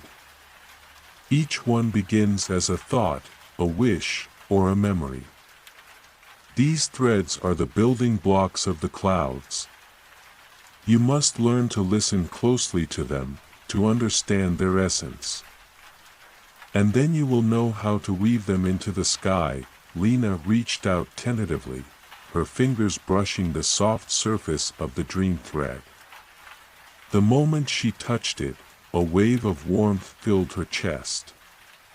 She closed her eyes, feeling the thread pulse beneath her fingertips. It was like touching a memory, a fleeting thought, something both familiar and yet new, the keeper continued, every dream carries a piece of its creator's soul. A dream born from joy will shine brightly, like a sunlit cloud. A dream born from fear or sorrow can cloud the sky, darkening it. Your task, Lena, is to ensure the dreams are woven with care, that they remain balanced. Lena nodded, understanding now that this wasn't just about creating dreams, it was about protecting them. Ensuring they didn't become something darker than they were meant to be. But how do I know if a dream is dark or light? She asked, her voice filled with curiosity.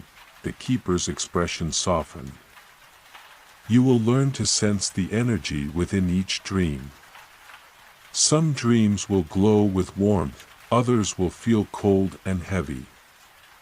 As you learn to weave, you will begin to understand the subtle differences.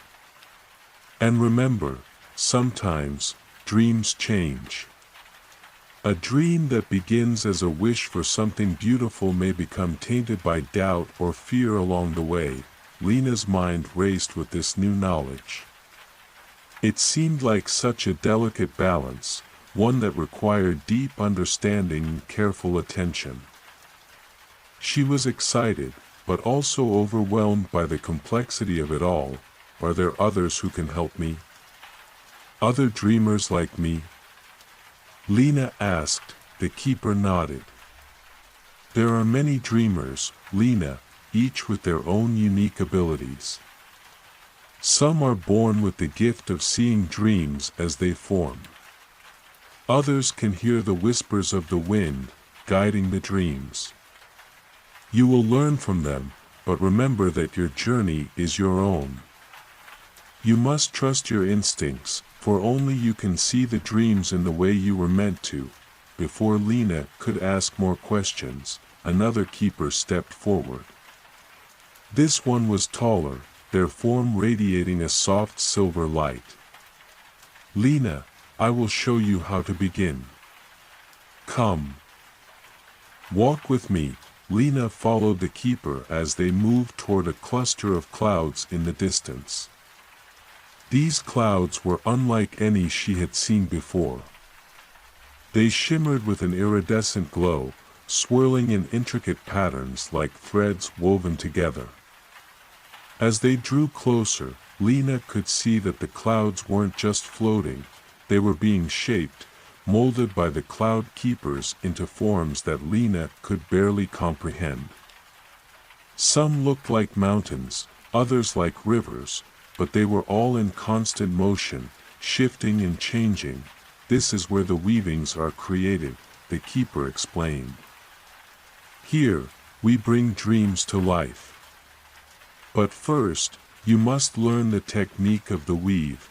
The keeper reached out, their hands glowing as they touched the clouds.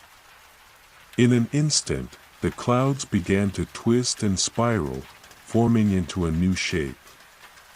It was a delicate process, and Lena could see that each movement required great care and precision. The keeper's hands moved in a fluid dance, guiding the cloud into a beautiful, intricate pattern. Now, it is your turn, the keeper said, turning to Lena. Close your eyes, and think of a dream, a wish, a memory, or something you desire to create. It does not have to be complicated. Let the feeling of it fill your heart, and when you are ready, reach out and touch the cloud. The dream thread will guide you. Lena felt a surge of excitement. She thought about all the dreams she had held in her heart, adventures, wonders, the joy of discovery. She focused on one particular wish, a simple one, to bring peace to a friend who was struggling with fear. She closed her eyes and reached out to the nearest cloud. The moment her fingers touched it, the cloud pulsed beneath her touch, as though it recognized her intent. The dream thread inside seemed to respond to her, weaving itself into a delicate shape. Slowly, she began to guide the cloud, feeling the threads shift and twist in her hands. It was like holding a ribbon of light, and with every movement, she felt the cloud take on more form, more substance. When she opened her eyes, the cloud before her had transformed into a soft, glowing shape. It resembled a peaceful garden, with gentle flowers and a flowing stream. The dream thread had woven itself into a vision of calm and serenity, just like the peace she had wished for. Lena gasped in awe, her heart swelling with pride. She had done it. She had woven a dream. The keeper smiled. You have begun, Lena. And now, you will learn to refine your skills. The more you practice, the more you will understand the balance of dreams and how to keep them safe. As Lena looked at the glowing garden she had created, she felt a sense of purpose that she had never felt before. She was a part of something much larger than herself, a protector of dreams, a weaver of light. And this was only the beginning. Part 4. The Darkening Cloud. Lena stood in the center of the dreamscape, surrounded by the glowing clouds she had begun to weave. The peaceful garden she had created shimmered softly, a testament to the dream she had carefully crafted with her heart full of compassion. It was a dream of hope, a simple wish to bring peace to a troubled friend, and the sky seemed to embrace it, weaving it into the fabric of the clouds. The keeper who had guided her stepped back, their expression soft but expectant. You have done well, Lena, they said, their voice like a whisper carried on the wind. You've started to understand the delicate balance of dreams. Lena felt a sense of accomplishment. Her first attempt had been successful, but there was a lingering question in her mind. But what happens if a dream is not balanced? What happens if it goes wrong? The keeper's smile faded slightly, and they looked up at the sky, their eyes thoughtful. That is the darker side of the dreamscape, they said slowly. Every dream, even those born of good intentions, has the potential to change. Dreams are not static.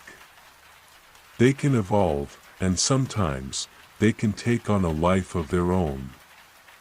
If a dream becomes tainted by fear, regret, or sorrow, it can become something darker, a cloud that does not bring light, but shadow. Lena felt a shiver run down her spine. But how can I stop it from happening? She asked urgently. How do I prevent a dream from becoming dark? The keeper looked at her, their expression serious. You must always be vigilant, Lena. Dreams are fragile. When you weave them, you must ensure they are nurtured with care. A small seed of doubt, a moment of fear, can change the course of a dream. And if left unchecked, these dark clouds can grow, spreading across the sky, clouding the dreams of others. Lena's heart began to race. She hadn't thought about the possibility of dreams turning bad. The weight of the responsibility she had taken on was growing heavier, but she wasn't about to back down. She had to learn more. She had to understand how to protect the dreamscape from the shadows. As if sensing her thoughts, the keeper gave a soft sigh. There are places in the dreamscape where the dark clouds gather, where lost dreams and forgotten wishes are stored. It is there that we must go now. To learn more, to see the shadows for ourselves. Lena's stomach fluttered with uncertainty, but her curiosity and determination pushed her forward. What will we find there? The keeper paused before answering. You will see how fragile dreams can be. How one moment of fear, one moment of regret, can alter the course of a life. And you will learn how to restore balance. With that, the keeper motioned for Lena to follow. She hesitated for just a moment before stepping forward, her heart racing with anticipation and a touch of fear. She had only just begun to understand the beauty of the dreamscape, but now she was about to face its darker side. The cloud they traveled on shifted direction, moving toward the horizon where the colors of the sky deepened into a murky gray. The air grew colder, and the gentle glow of the dreamscape dimmed as they entered the shadowed area. Lena could feel the change, a heaviness in the atmosphere that seemed to press against her chest. The further they traveled, the darker the clouds became. They were no longer soft and fluffy, but thick and swirling, like storm clouds on the verge of breaking. The wind howled around them, carrying with it a sense of unease. The keeper's light flickered like a candle in a gust of wind, barely holding its glow. "This is the wasted sky," the keeper explained softly, their voice barely audible above the howling wind. "It is where lost dreams go when they are left unheeded or forgotten. Here, the dreams that have become dark linger, waiting to be transformed or destroyed." Lena looked around, her eyes wide. The clouds here were not like the peaceful ones she had woven. They were twisted and jagged, their edges flickering with dark energy. Some of the clouds appeared to be fading into nothingness, their shapes dissolving as if the dreams they had once carried were being consumed by the darkness. "Can we fix them?" Lena asked, her voice trembling. "Can we help them?" The keeper nodded gravely. "Some dreams can be restored, but not all. If a dream has been corrupted beyond repair, it must be released back into the sky, where it can fade away. But many dreams still have a chance. That is why we must act quickly, before the darkness spreads too far." Lena swallowed, feeling a mix of fear and determination. She couldn't let these lost dreams remain in the shadows. "How do we start?" The keeper motioned toward a particularly dark cloud in the distance, one that seemed to pulse with a deep, unsettling energy. "That cloud is a dream that has become lost. We will begin there. You must approach it with care. It is a dream that once held light, but now it is consumed by sorrow and regret." Lena's heart raced as they approached the cloud. She could feel the weight of the darkness in the air, the sadness and longing that radiated from it. It was like a heavy fog, clouding her thoughts, filling her mind with doubt. What happened to this dream? Lena whispered, her voice full of compassion. The keeper answered softly, "This was once the dream of a child, full of hope and joy. But something happened, a loss, a fear, and the dream turned dark. The sadness and regret fed into it, turning it into this shadow." Lena looked at the dark cloud, her mind swirling with thoughts. She remembered her own dreams, her wish for adventure, for helping others. How could something so pure turn into this? How could a dream, once filled with light, become so dark? "You must weave light back into it, Lena," the keeper said, their voice steady. "Use the light of your heart, your hope, to break the shadow. The dream must be reminded of its original purpose. You must remind it of the light it once held." Lena took a deep breath, closing her eyes. She reached out with her hands, feeling the darkness surrounding the cloud, but she focused on the warmth in her heart, the light she had woven into her first dream. Slowly, she began to weave, carefully and gently, sending waves of light into the dark cloud. At first, nothing happened. The darkness seemed impenetrable, like an unyielding wall. But then, slowly, Lena felt a shift. A faint glow began to appear at the center of the cloud, and the darkness started to recede. The cloud pulsed softly, like a heartbeat, and the air around them lightened. Lena's heart swelled with hope. "It's working," she whispered. The keeper nodded, their eyes shining with pride. "Yes, Lena. You are learning. Remember, every dream, no matter how dark, can be healed. But it requires patience, compassion, and the willingness to see the light even in the darkest places." Lena stood before the now glowing cloud, a sense of fulfillment washing over her. She had brought light back to a lost dream. But she knew this was only the beginning. There were many more dark clouds to restore, many more lost dreams to find, and with each one she healed, she was one step closer to understanding the true magic of the dreamscape. Part 5. The Storm Within. Lena stood silently before the glowing cloud she had healed, watching as it shimmered softly in the dimming light of the wasted sky. She could feel the warmth of her success, the sense of peace that came with knowing she had helped bring a lost dream back to life. Yet, as the keeper had warned her, there were many more shadows to face, and not all dreams could be so easily restored. The wasted sky stretched out before her like an endless sea of dark clouds, some swirling violently, others hanging lifeless and heavy. She felt a deep ache in her chest, a weight that seemed to pull at her heart.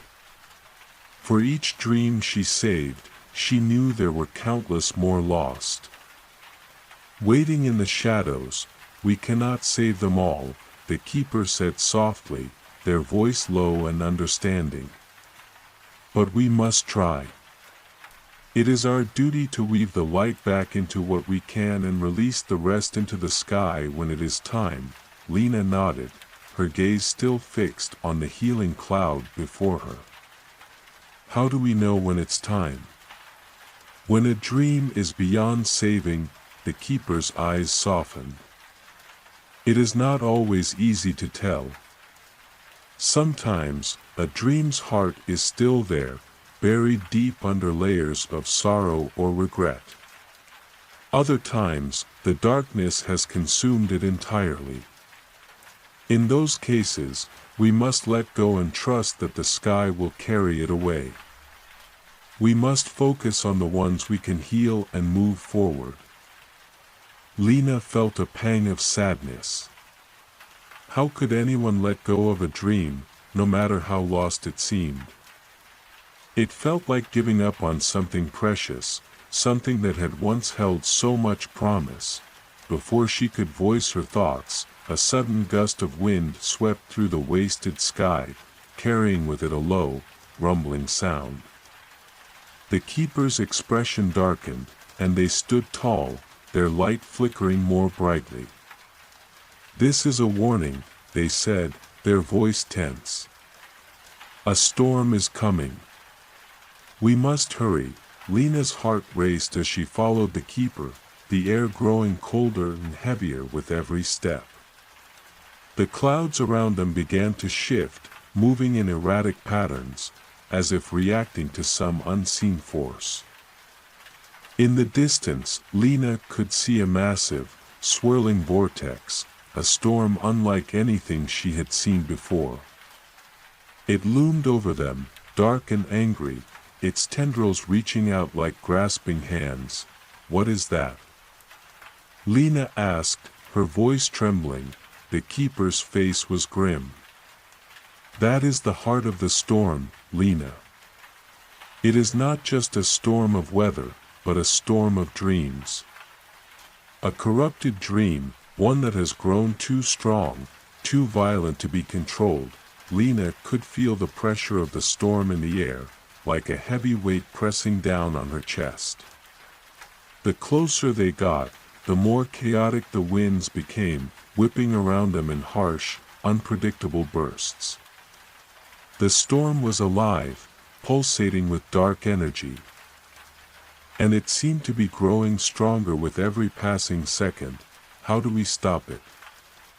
Lena shouted over the wind, fear rising in her chest. The keeper paused, their face filled with both determination and sorrow. We cannot stop it, Lena. Not completely. This storm is the result of a dream that has been lost to fear, to anger, to hatred. We can only try to calm it, to weaken its power before it spreads further. Lena's heart clenched. She had never seen a dream like this, a dream so twisted by darkness. It felt wrong, like something that should never have existed in the first place. Yet, she knew that even in its corruption, it had once been something with a purpose. A hope, a desire. How do we calm it? Lena asked, her voice shaking. The keeper stepped forward, their light shining brighter than ever. We must weave the light of understanding into the heart of the storm. Dreams are born from emotions, and when those emotions are left unchecked, they can grow into something uncontrollable. But every storm has a heart, a core that can still be reached. If you focus on it, Lena, if you can connect with that core, you may be able to calm the storm. Lena felt a flicker of hope. She could do this. She had already woven peace into a dark dream. She could do it again. The keeper motioned for Lena to follow them into the swirling chaos of the storm. As they moved closer, the wind howled, and the dark clouds seemed to close in on them. Lena could feel the anger and fear swirling around her, but she kept her focus. She remembered the warmth she had felt when she wove her first dream, the peace, the calm, the light. She reached out, her hands trembling, and touched the nearest cloud. The moment she made contact, the storm seemed to react, the dark energy swirling around her in a furious spiral. But Lena refused to pull away. She focused on the core of the storm, searching for the faintest trace of light that might still exist within it, and then, she felt it, a flicker, a spark of something pure, something vulnerable. The core of the dream, buried deep within the storm, still held on to a glimmer of hope. Lena's heart surged with compassion as she reached for it, pouring all the light and love she could muster into that single spark. For a moment, nothing happened. The storm raged on, furious and untamed. But then, slowly, the winds began to die down. The dark clouds that had been swirling violently around her started to lose their power, drifting apart like mist in the morning sun. Lena's breath caught in her throat as the storm began to calm. The dark energy that had once been so overwhelming was now dissipating, replaced by a soft, glowing light that spread across the sky. The heart of the storm had been touched, calmed, by the light Lena had woven into it. The keeper smiled, their expression filled with pride. You did it, Lena. You reached the heart of the storm. You reminded it of its original purpose. Lena looked around in awe. The sky, once filled with dark clouds, now shimmered with a gentle, peaceful light.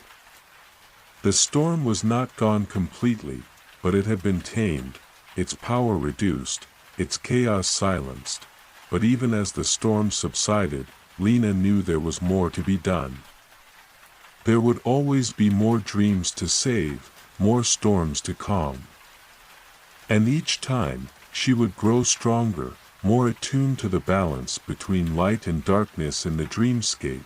As she looked up at the calm sky, Lena felt a deep sense of peace settle within her. She had faced the storm. She had learned that even the darkest dreams could be healed with patience, compassion, and light, and she was ready for whatever came next. Part 6. The Whispering Shadows. Lena stood at the edge of the now calm storm, watching as the last of the dark clouds faded into the soft glow of the dreamscape. The winds had quieted, and the sky was once again peaceful, though there was a lingering weight in the air, a reminder that the darkness was never far away. The keeper stood beside her, their expression both proud and somber. "You've done well, Lena," they said, their voice soft but steady. "But this is only one battle. There are more storms to face, more dreams to save. And not all of them will be as easy to calm." Lena nodded, still feeling the aftereffects of the storm in her chest. The power of the dark dream had been overwhelming. And yet, she had managed to touch its heart with the light of compassion. She knew the keeper was right, there was more to be done. But for now, there was a sense of accomplishment that she couldn't deny. "What happens now?" Lena asked, turning to the keeper.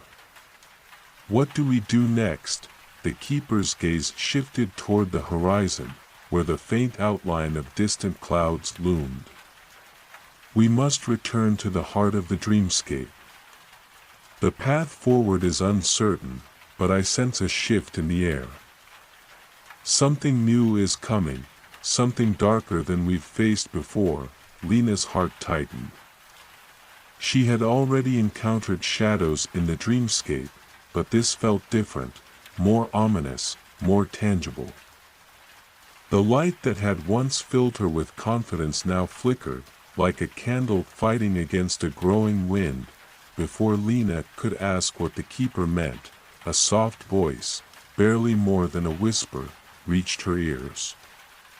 It was faint at first, like the rustling of leaves in the wind, but it grew louder, drawing her attention. "Do you hear that?" Lena asked, her eyes scanning the sky. The keeper's face darkened. "I do."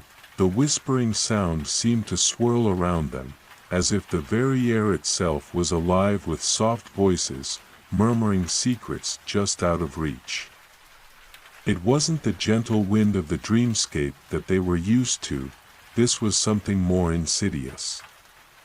The whispers were faint but persistent, laced with sorrow, anger, and fear. They seemed to come from every direction, echoing through the sky like a distant chant. The keeper's expression hardened. "Those are the whispering shadows. They are not like the storms we've faced. They are the remnants of forgotten dreams, dreams that were abandoned or lost long ago, without ever being touched by light. They exist in the spaces between dreams, lingering in the shadows where no one dares to look." Lena shuddered. "Forgotten dreams? What do they want?" The keeper's voice dropped to a murmur. "They feed on the silence of neglect, the loneliness of abandonment. They do not have a heart, a core of light, like the storms we've faced. They are shadows, pure and simple. And they do not wish to be saved. They simply wish to be heard." Lena's breath caught in her throat. "But if they want to be heard, why don't we listen to them?" The keeper's eyes grew sad. "To listen is to invite the shadows into our hearts. These whispers are not like the dreams we've woven, Lena. They do not hold hope, joy, or light. They hold only sorrow and despair. If we listen, we risk losing ourselves to the darkness, just as the dreams that created them did." Lena felt the weight of the words settle deep into her bones. The whispering shadows were not just a physical presence in the dreamscape, they were a warning. A reminder that even in a world filled with dreams, there were those who fell through the cracks, forgotten and alone, but there had to be a way to help them. There had to be a way to give them a chance to find light again. Lena turned to the keeper, her voice trembling with determination. Isn't there anything we can do for them? Can we help them find light like we've done with the others? The keeper looked at her with a mixture of sadness and understanding. Perhaps. But it is a difficult and dangerous path. The whispering shadows have existed for a long time. They are not like the other dreams we've encountered. If we try to reach them, we must be prepared for the consequences. Their whispers are like a lure, drawing us deeper into the shadows. We must be careful not to lose ourselves. Lena stood silently for a moment, the weight of the decision pressing down on her. She had already faced storms and dark clouds. She had learned how to bring light to lost dreams. But the whispering shadows were different. They weren't storms of emotion, they were the remnants of forgotten dreams, abandoned in the dark corners of the dreamscape. But even in the shadows, she saw the possibility of hope. I have to try, Lena said finally, her voice steady. I can't just leave them like this. Maybe they're forgotten now, but they didn't start out this way. They were dreams once. Maybe there's still a chance for them, the keeper sighed. A look of resigned understanding on their face. Very well. But remember, Lena, you are not just dealing with the remnants of forgotten dreams. You are dealing with shadows that have been waiting, growing stronger in their silence. The longer they are ignored, the harder it will be to reach them. Lena nodded, feeling the weight of her decision. She didn't know what would happen next, but she knew she had to try. She could not leave the whispering shadows to continue fading into nothingness. There had to be a way to bring them back to the light, to remind them of the dreams they once were. The wind around them grew colder, and the whispers grew louder, swirling in an eerie crescendo. Lena closed her eyes, reaching out with her heart, trying to connect with the shadows. She could feel their presence, their emptiness, like a cold void pulling at her thoughts. As she reached further into the darkness, she felt a sudden shift, a tremor in the air.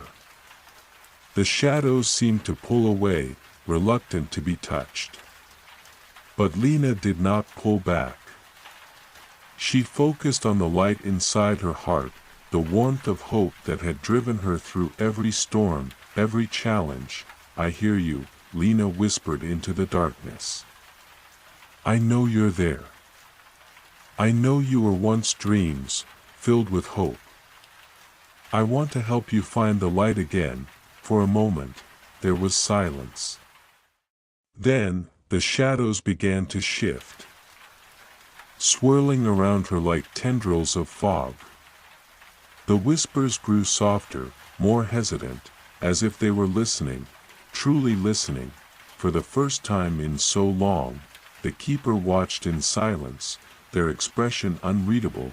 Lena took a deep breath and reached further into the darkness, weaving light into the very fabric of the shadows. Slowly, the whispers began to change. The sorrowful voices grew quieter, replaced by a new sound, one that felt like a breath, a sigh of relief. The shadows began to change. They weren't gone yet, but the darkness that had once defined them seemed to lessen, ever so slightly. Lena felt a glimmer of hope. She could help them. She could bring them back. Part 7. The Heart of the Shadows. Lena stood in the swirling mist of the whispering shadows, her heart pounding with the weight of what she was attempting. The voices around her had softened, but the shadows still hung heavy in the air, thick with sorrow and longing. Every whisper seemed to echo from a distant past, a time when these shadows had once been bright dreams, filled with hope and purpose. Lena could feel the pull of the darkness, the way the shadows reached out, trying to wrap themselves around her, to drag her into their silent world of forgotten despair. But she held firm, her hands steady as she continued to weave light into the air, casting it like a net into the swirling dark. "I'm here," she whispered, her voice soft but full of determination. "I'm here to help you find your light again." For a moment, there was only the sound of the wind, a soft and mournful wail that carried the weight of lost time. Then, a single whisper broke through, sharper than the rest, like a voice reaching out through the fog. "Why? Do you listen?" Lena's breath caught in her throat. It wasn't the same as the other whispers. It was clear, filled with something like curiosity, but also fear. The shadows were beginning to stir, taking shape, as though they had heard her words and were now watching her closely. "I listen because I care," Lena said, her voice unwavering. "I know you were once dreams, just like the ones I've helped before. You were filled with hope, and you can be again." Another whisper, this time more hesitant, floated through the air. "But we are lost. Forgotten. No one remembers us. We have no place." Lena's heart ached for them.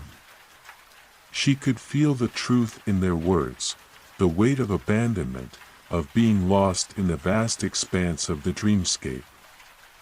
Dreams that had been left behind, discarded in the shadowy corners of the world, without anyone to guide them back. "You're not forgotten," Lena replied softly. "I see you. And I believe you can find your way back. Every dream has a purpose, even if it's hidden in the darkness. I can help you find it again." The shadows seemed to hesitate, swirling around her like an unseen storm. They were listening, but they were afraid. Fear was what had turned them into these restless, whispering forms. Fear of being too broken to be restored, fear of being left to fade away completely. Lena took a deep breath, reaching deeper into herself, into the light that she had carried through every storm, every challenge. She could feel it inside her, warm and steady, a beacon against the darkness. She focused on the shadows, on the broken dreams, and began to weave light into them, thread by thread, like a delicate tapestry. Slowly, the shadows began to shift.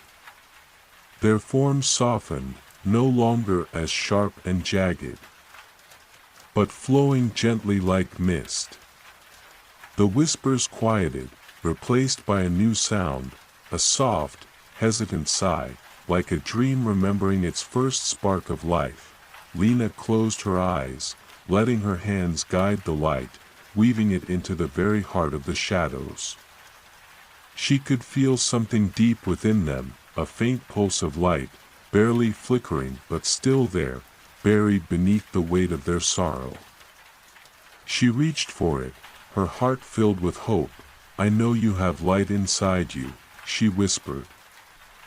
"I know you can find your way back." The shadows shifted again, swirling around her in a soft dance. They were listening, feeling the warmth of the light she was offering, and for the first time in what seemed like forever, they were no longer pulling away. They were reaching back, touching the light in search of something they had lost long ago. Lena's breath caught in her throat as the shadows began to change, slowly but unmistakably. Their forms became less formless, more solid, more defined. The darkness that had once surrounded them began to lift, revealing hints of the dreams they had once been, a faint glow, like the first stirrings of a sunrise, the keeper stood at a distance, watching in silence, their expression unreadable. Lena could feel their gaze on her, but she didn't look back. She couldn't. She was too focused on the shadows, on the light she was weaving into them, the fragile thread of hope that was beginning to glow brighter.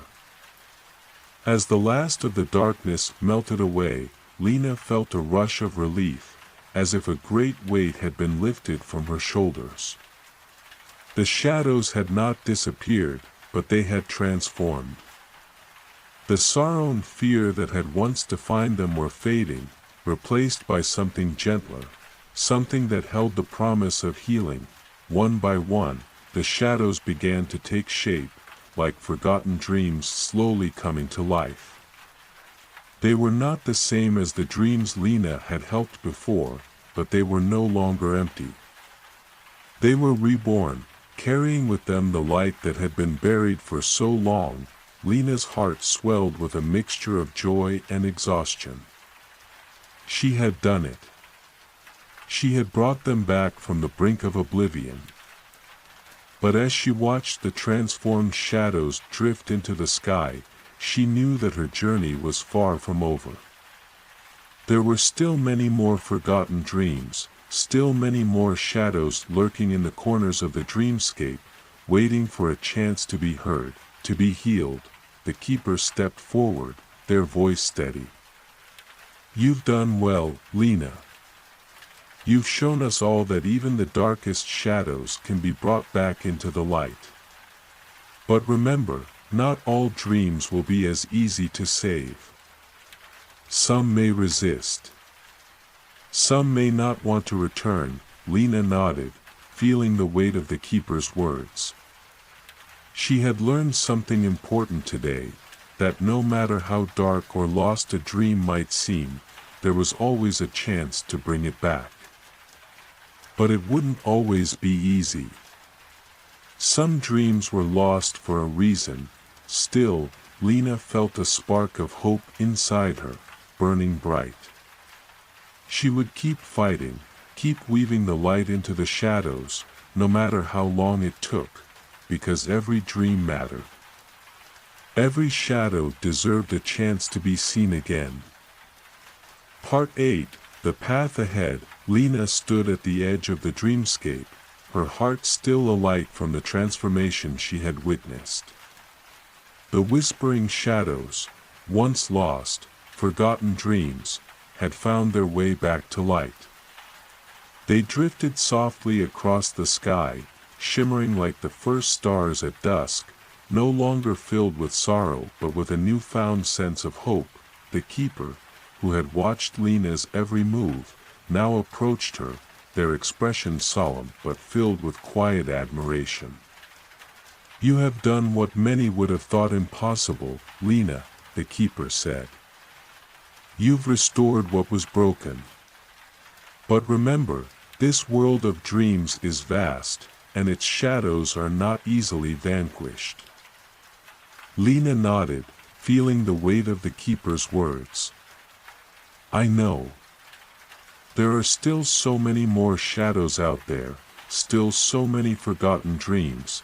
The keeper's gaze turned toward the horizon, where the dreamscape stretched out like an endless sea of possibilities. "Indeed. And each one is a story, a memory that yearns to be heard. The path ahead will not always be clear.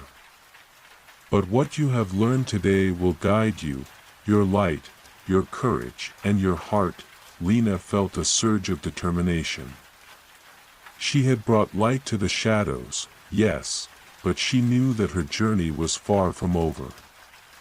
The dreamscape was vast and ever-changing, and while she had faced one of its darkest corners, there were still mysteries and challenges waiting. "I won't give up," Lena said, her voice steady. "I'll find them all. Every lost dream, every forgotten shadow, and I'll help them, just like I helped these ones." The keeper nodded, a small, knowing smile touching their lips. "I have no doubt that you will." But remember, Lena, you must be careful. The dreamscape is a delicate balance. There is always light, but there is always darkness, too. Some dreams may resist your light, and some may even try to drag you into their own shadows. You must be prepared. Lena looked out across the dreamscape, feeling both a sense of awe and trepidation. The vast world before her felt so much larger than she had imagined. She had been so focused on the whispering shadows. But now she saw that there were many more places in the dreamscape that needed her help. Some of them might be just as dark, just as forgotten, as the shadows she had healed, but she was ready. She had faced darkness before and emerged with her heart still shining. She could do it again. With a deep breath, Lena turned to the keeper. "What's next? Where do we go from here?" The keeper's expression grew serious. "There is a place in the dreamscape where even the brightest light struggled to reach, the hollow of lost wishes. It is a place where dreams are not just forgotten, but twisted. Wishes that were never realized, hopes that were shattered. It is a place of deep sorrow, and many who venture there do not return the same." Lena's heart skipped a beat. "You mean there's something darker than the whispering shadows?" The keeper nodded. "The hollow of lost wishes is unlike any place you've encountered. It is a place where dreams die, not gently, but in agony. The wishes of those who hoped and hoped, only to have their dreams crushed. It is a place where despair thrives, and light is not just hard to find, it is often extinguished before it even takes hold." Lena felt a cold shiver run down her spine. The whispering shadows had been difficult, but at least they still carried the potential for light. The hollow of lost wishes sounded far more dangerous, darker, deeper, and far more hopeless, but we can't ignore it. "Can we?" Lena asked quietly, looking up at the keeper. The keeper's eyes softened. "No, we cannot. The hollow of lost wishes calls to those like you, those who believe that even the most broken dreams can be healed. But you must be cautious. The deeper you go into that place, the harder it will be to find your way back. It is a world of forgotten desires, abandoned hopes, and restless spirits." Lena stood still for a moment, weighing the keeper's words. She had already seen the power of light, the way it could reach even the deepest shadows. But this was something different. This was not just a place of forgotten dreams, but a place of shattered ones. It would be a trial like no other. But in her heart, Lena knew there was no turning back. She had already come so far. And if there was even a chance to restore the lost wishes, to heal the broken dreams, she had to try. "I'm ready," Lena said, her voice steady. "I'll face whatever comes. We can't leave these dreams to rot in despair." The keeper regarded her for a long moment, then nodded. "Very well. But know this, Lena, once you enter the hollow, you may face more than just shadows. You will face the very essence of loss itself. It will test you in ways you cannot imagine. But if anyone can restore what has been lost, it is you." Lena took a deep breath, her resolve hardening. She had faced storms and shadows, had healed lost dreams and brought light to the darkest corners of the dreamscape. But the hollow of lost wishes was a new challenge, one that would test everything she had learned. The keeper stretched out their hand, and with a single gesture, the path before them shifted. The sky darkened, and the gentle breeze that had once filled the dreamscape turned cold. Lena felt a pull, as though the very fabric of the world was tugging at her, urging her forward into the unknown. With a final look at the keeper, Lena stepped forward, her heart filled with determination. The hollow of lost wishes awaited, and she would face it head-on, no matter the cost. Part 9. The Hollow of Lost Wishes. Lena's steps echoed in the cold silence as she ventured deeper into the hollow of lost wishes. The air grew heavier with every stride, thick with the weight of forgotten desires, broken promises, and unfulfilled dreams. The once bright and open dreamscape had transformed into a shadowy labyrinth, the colors dull and muted, as if even the very essence of hope had been drained from the world. The path ahead was winding and uncertain, shrouded in an eerie mist that seemed to pulse with an ancient sorrow. The wind no longer whispered, instead, it carried faint, sorrowful cries, voices of dreams and wishes that had been abandoned and left to wither.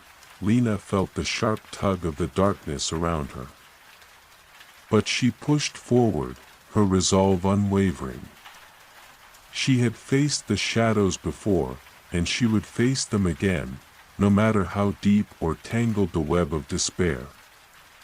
The light within her flickered, steady and strong, as a beacon of hope in the midst of this desolation. "Stay focused," she whispered to herself. "I can do this. I have to do this." The further she walked, the stronger the pull of the hollow became. She could feel the weight of all the unspoken wishes, the dreams that had been dashed to pieces over the years, suffocating in the silence. The deeper she went, the more the sorrow pressed in on her, as if the very air was soaked with the grief of all the wishes never realized. Suddenly, a figure emerged from the fog, a silhouette, bent and broken. Its form was shrouded in shadow, indistinct yet hauntingly familiar.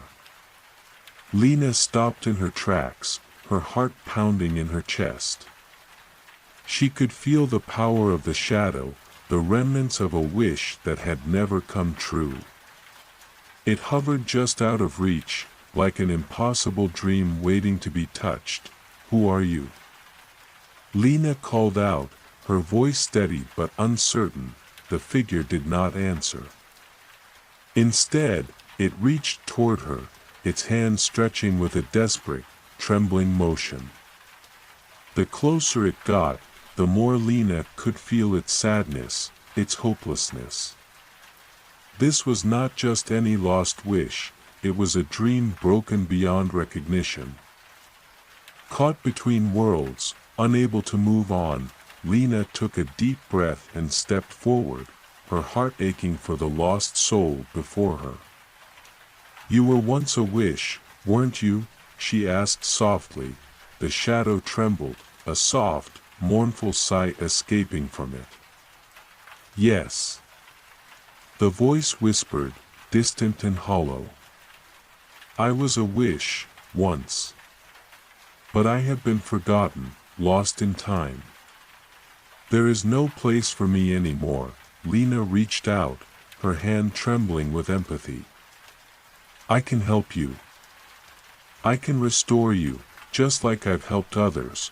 The figure recoiled, its form shifting and distorting. "No. It's too late for me. I have been forgotten for too long. No one remembers my dream. My wish is broken." Beyond repair, Lena's heart sank as she watched the shadow writhe in pain. She could feel its fear, its hopelessness, pulsing through the air like an unbearable weight. But she refused to give in. She couldn't let this wish, this broken dream, slip away into the darkness. "Not without a fight." "You're wrong," Lena said softly, her voice filled with the strength of all the light inside her. Every wish matters. No dream is too broken to be healed. You may feel lost, but that doesn't mean you're forgotten. I see you, the shadow hesitated, the sorrow in its form swirling like a storm. You don't understand. My dream was crushed, forgotten by time. I've waited too long. It's impossible to remember what I once was. Lena stepped closer, her heart full of compassion. I understand more than you think. I know what it's like to feel lost, to feel like you've been forgotten. But it's never too late to find your way back. Your wish, your dream, it's still here, deep inside you. I can help you remember. The shadow seemed to falter for a moment, as if Lena's words had touched something deep inside. But just as quickly, it recoiled again, sinking into the darkness around them. It's no use. I am lost.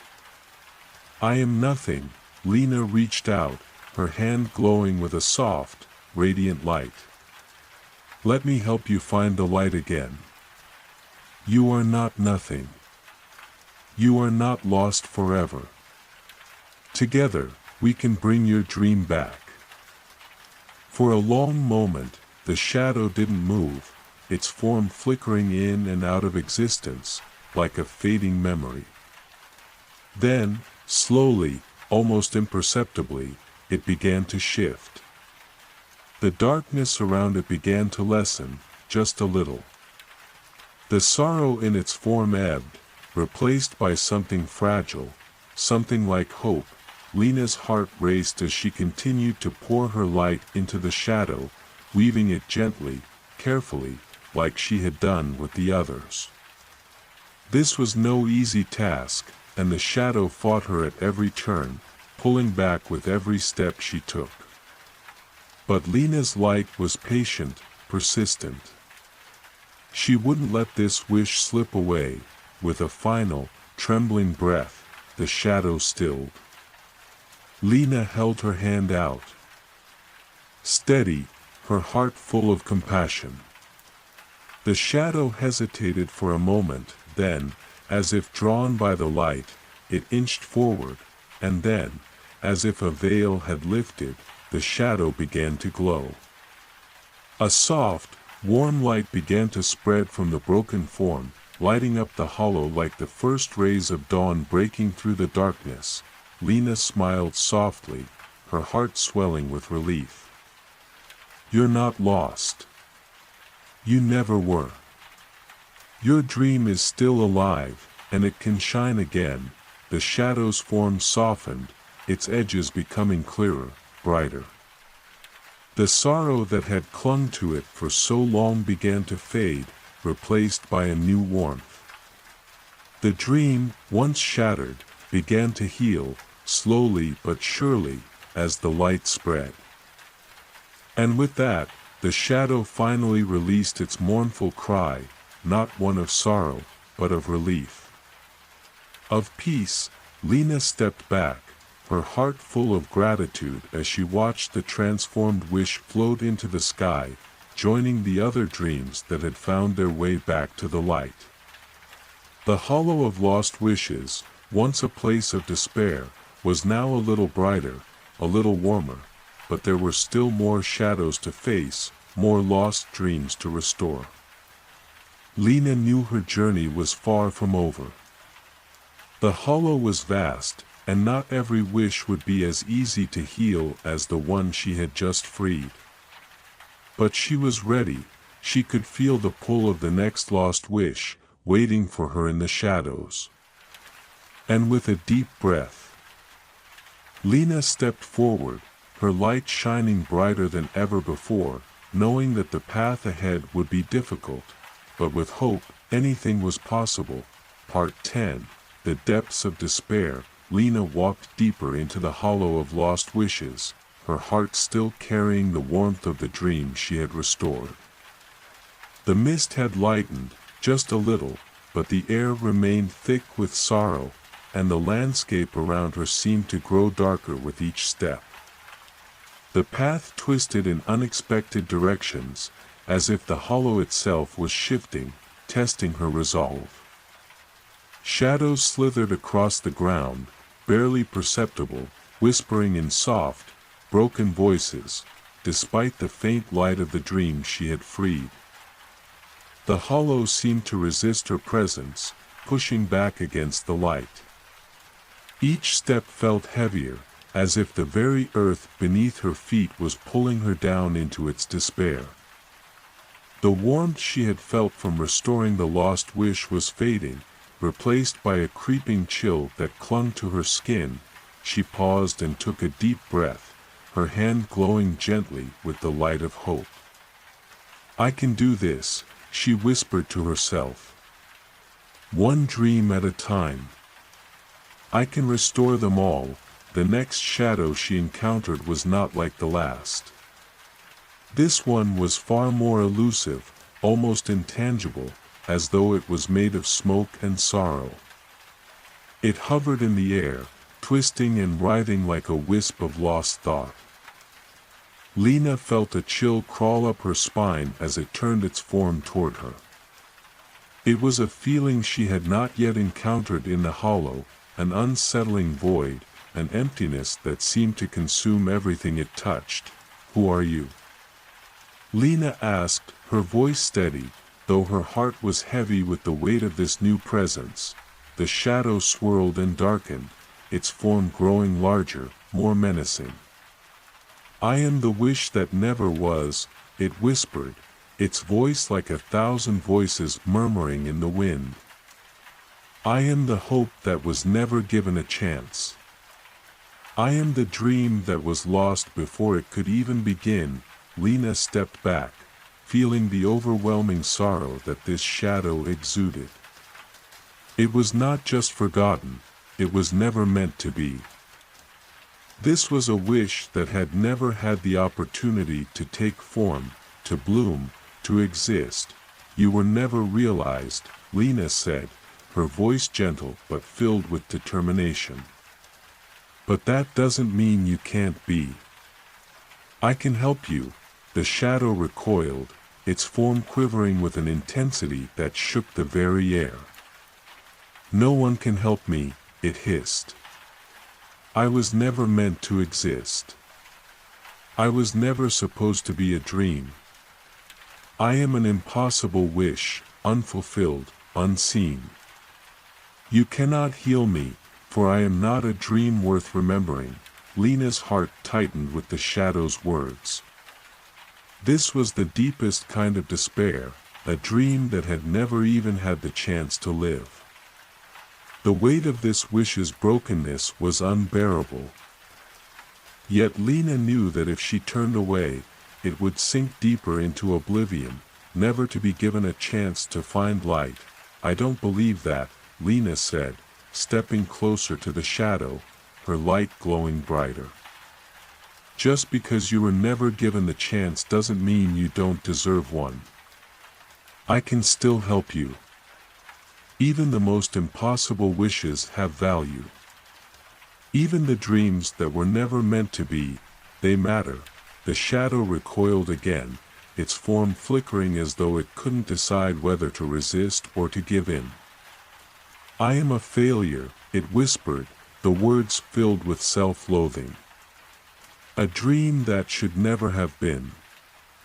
There is nothing left for me but darkness." Lena's voice softened, filled with empathy. "No dream is a failure. No wish is a mistake.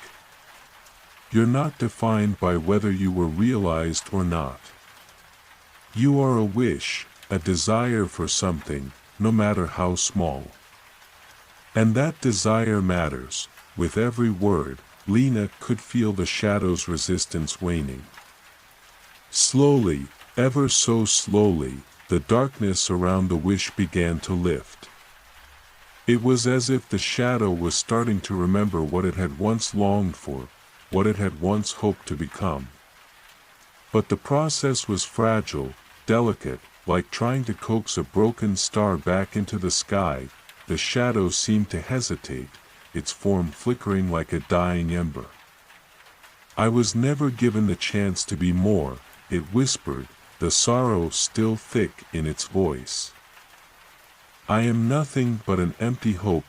"No," Lena said firmly, stepping forward, her heart full of compassion.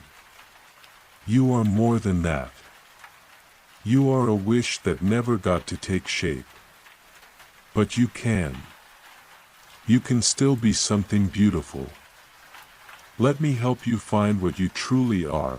For a long moment, there was nothing but silence. Then, with a soft, almost imperceptible sound, the shadow stopped writhing. Its edges softened, and a faint glow began to emerge from within it. It was a fragile light, barely there, but it was enough. Lena reached out, her hand trembling as she held it close to the wish, her light mingling with its own. "You were always meant to be," she said softly. "You are not a failure. You are not nothing. You are a dream waiting to be." Slowly, slowly, the shadow began to solidify. It wasn't the brilliant, radiant light of a fully realized dream, but it was something else, something more than it had been before. A light, however small, began to shine from within it, a spark of hope that had never been given the chance to exist before. The wish, once impossible, was now something real. And as Lena watched, it began to rise, floating gently upward, joining the other dreams that had found their place in the sky. Lena exhaled a long, steady breath, her heart swelling with relief. She had done it again, restored another lost dream. Even the impossible wishes could be given a chance to shine. And the hollow, once filled with darkness and despair, now carried a little more light, but she knew her journey wasn't over. There were still more lost wishes, more forgotten dreams waiting in the depths of the hollow. Some would be difficult to reach, some would fight her every step of the way, but Lena had learned one thing on this journey: no dream, no matter how lost, was beyond saving. With renewed determination, she took another step forward, the path ahead uncertain, but her light shining bright. Part 1: The Gateway to the Garden. Lena had always been drawn to the quiet, hidden places of the world. The forests that whispered in the wind, the meadows that stretched endlessly under the golden light of dawn, these were the places where she found peace, where the weight of the world could almost be forgotten. But there was one place she had heard of, only in whispered tales, that had always intrigued her: the dreamy garden. The garden, according to legend, was a secret space where time itself seemed to slow, where flowers bloomed with colors that no one could truly describe, and where the air was filled with the scent of 1,000 memories. Some said the garden was a place of dreams, while others believed it was a portal to another world, a place where wishes were granted, and every path led to a new, enchanted adventure. Lena had always wondered if the garden truly existed, or if it was just a story people told to pass the time. But one quiet evening, as she sat beneath a large oak tree by the edge of the meadow, she felt something stir within her.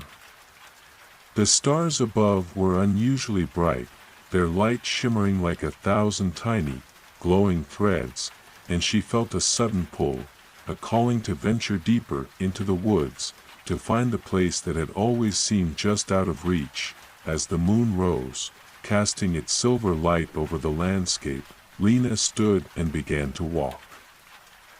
Her footsteps were light, as though the earth itself was welcoming her, guiding her toward the path she had never noticed before.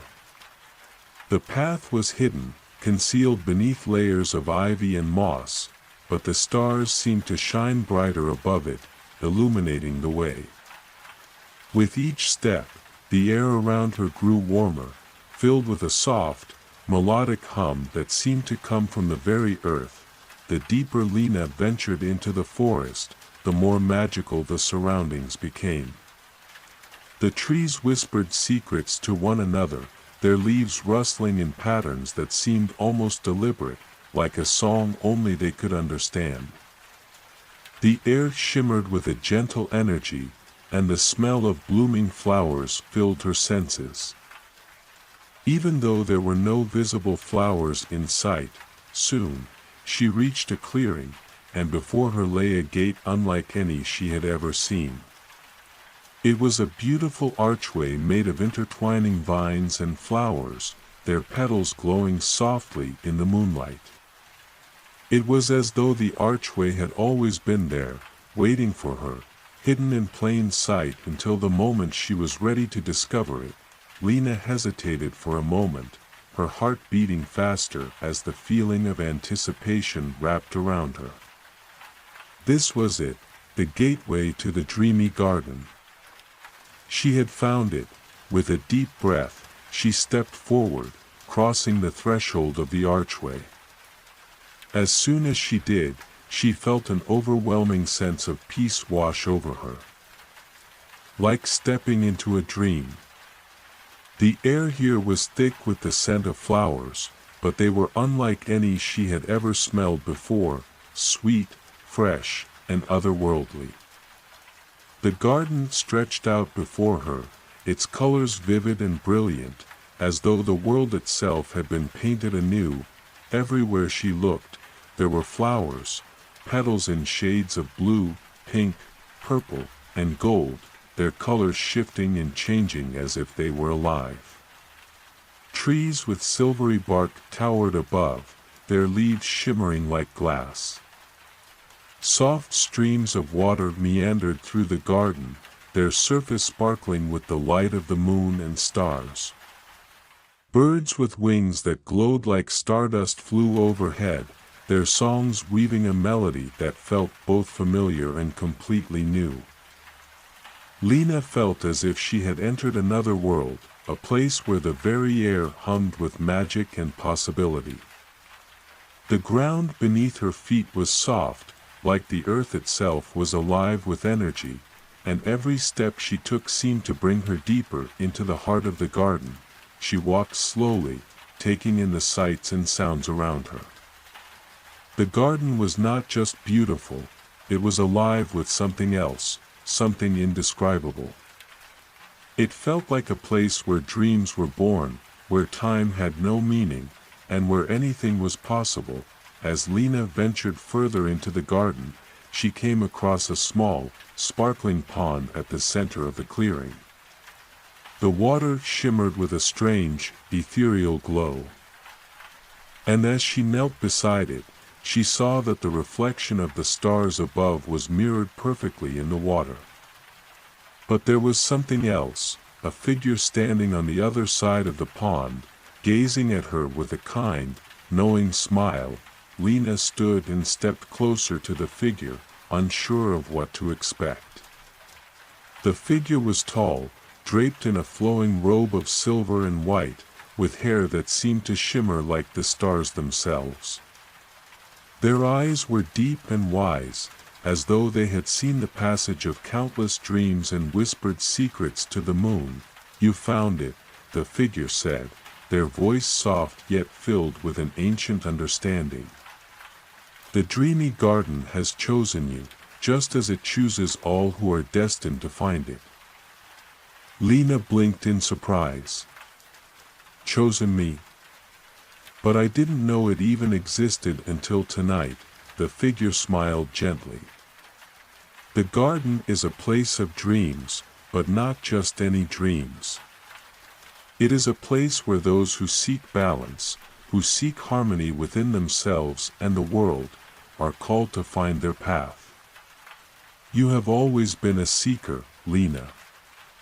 The garden has watched you, and now, it is time for you to see it for what it truly is." Lena felt a strange warmth in her chest, as though the figure's words resonated deep within her. The dreamy garden was more than just a place of beauty, it was a place of discovery, a place that held answers for those brave enough to seek them. What is my path? Lena asked. Her voice barely above a whisper, the figure's gaze softened. That, dear one, is for you to discover. The garden will show you what you need to see, but only when you are ready. The answers lie within you, just as the garden lies within the dream of the stars. Trust in yourself, Lena. The garden will help you find your way. As the figure's words settled in her heart, Lena felt the garden shift around her, as if it were waiting for her to take the next step. And so, with renewed determination, she stood tall, ready to embrace whatever mysteries the dreamy garden had in store for her. Part 2, The Secrets of the Garden. Lena stood at the edge of the shimmering pond, the figure before her radiating an otherworldly calm. The figure's presence was like a beacon in the dreamy garden, drawing Lena in with an unspoken invitation. The air around them seemed to pulse with energy, and the garden itself, with its colors shifting and flowers blooming in strange rhythms, seemed to respond to the very act of Lena's presence. The figure's voice, soft as a breeze, carried wisdom older than time itself. The garden shows itself only to those who seek more than just answers. It reveals itself to those whose hearts are open, those who are ready to understand the deeper connections between the world of dreams and the world of waking. Lena looked up, her eyes meeting the figure's. I don't understand. Why me? What is it that I'm supposed to find here? The figure smiled, their eyes twinkling like the stars above. The dreamy garden does not show its secrets to those who seek them with doubt in their hearts. It chooses those who have long searched for something they cannot name. And you, Lena, have been searching for a long time. You are not here by chance. Lena's heart fluttered. She had always felt like she didn't quite belong, like there was something greater she was meant to do, something more she was meant to understand about the world around her. But what could this garden possibly have to teach her? Your journey here, your steps into the garden, have begun to unlock a deeper part of you, the figure continued. This place is a living reflection of your heart and mind. Here, you will confront your innermost fears, your greatest desires, and your unspoken truths. The garden will guide you, but only if you trust in what you feel, not just what you see. Lena felt a sense of awe at the figure's words, though they made her heart race. Was she ready to face her innermost self? The thought of confronting the unknown stirred a mix of excitement and apprehension within her. What truths would the garden show her? And would she be able to accept them? The figure gestured gently toward the garden. Follow the path, they said. Each step you take will reveal more about the journey you must undertake. The garden holds many wonders and many lessons. But remember, Lena, it is not the beauty of the garden that matters most, it is the lessons it teaches. Lena nodded, feeling a quiet resolve settle in her chest. With a deep breath, she stepped away from the pond, her feet lightly touching the soft ground of the garden. As she walked, she could feel the magic of the place wrapping around her like a warm embrace. The air was thick with the scent of unfamiliar flowers, and the trees seemed to lean in toward her, their branches swaying as though they were listening to the very rhythm of her thoughts. She walked through a dense thicket of wildflowers, each one blooming in impossible colors, vivid blues, deep purples, and fiery oranges. The petals seemed to glow with an inner light, shifting and pulsating with every step she took. The flowers whispered to her as she passed, their voices soft and melodic, like the distant hum of a lullaby. The path before her was winding and seemed to stretch endlessly, leading her deeper into the heart of the garden. As she moved forward, she began to notice that the sounds of the garden, once soft and peaceful, started to change. There was a deeper, more resonant hum, almost like the very heartbeat of the earth itself. Ahead, the trees grew thicker, their trunks more twisted and gnarled. The air grew cooler, and the once soft glow of the flowers dimmed, replaced by a strange, ethereal fog that curled around her feet like a living thing. The path seemed darker now, and Lena felt an odd tension in the air. The farther she went, the more she felt as though the garden was testing her, pushing her to face something deep within herself.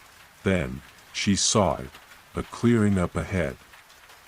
At the center of the clearing stood an ancient tree, its branches twisted and covered in silver leaves that glistened like stars.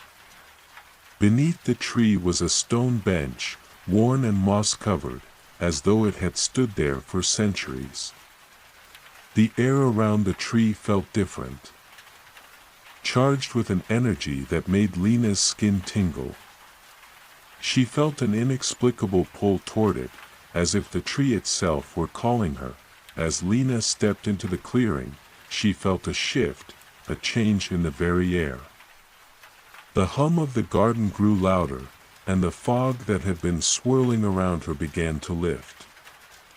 The tree seemed to come alive, its branches swaying despite the stillness of the air. The figure appeared again, standing at the edge of the clearing, watching her. "This is the heart of the garden," they said softly. "This is where you will learn the most about yourself." Lena approached the tree, feeling both nervous and curious. The tree's branches reached down, as though to welcome her, and she instinctively sat on the stone bench beneath it. The moment she sat down, the world around her seemed to pause. The garden fell silent, and for the first time since entering, Lena felt a deep sense of stillness. "Look into the tree," the figure instructed, their voice barely a whisper. Lena hesitated for a moment, then turned her gaze toward the gnarled bark. At first, there was nothing remarkable about it, just the ancient grooves and twisted patterns that came with age. But as she focused, something began to shift. The tree seemed to glow faintly, and in the shimmering light, Lena saw images, visions of her life, of her fears and desires, of moments she had long forgotten. There, in the depths of the tree's reflection, she saw her childhood home, her parents' faces, warm and smiling. But beneath their smiles was a flicker of sadness that Lena had never noticed before. She saw moments of joy, yes, but also moments of doubt, of confusion. And she saw herself, standing at the edge of the unknown, always searching for something but never sure what. The tree's reflection began to change again, this time showing her a darker side of herself, her insecurities, her fears of failure, of never being enough. She saw herself standing before a great storm, hesitant to face it, unsure if she had the strength to go forward. Lena's breath caught in her throat. This was the heart of the garden, where all things hidden were revealed. The tree was showing her the depths of her own soul, her fears and her potential.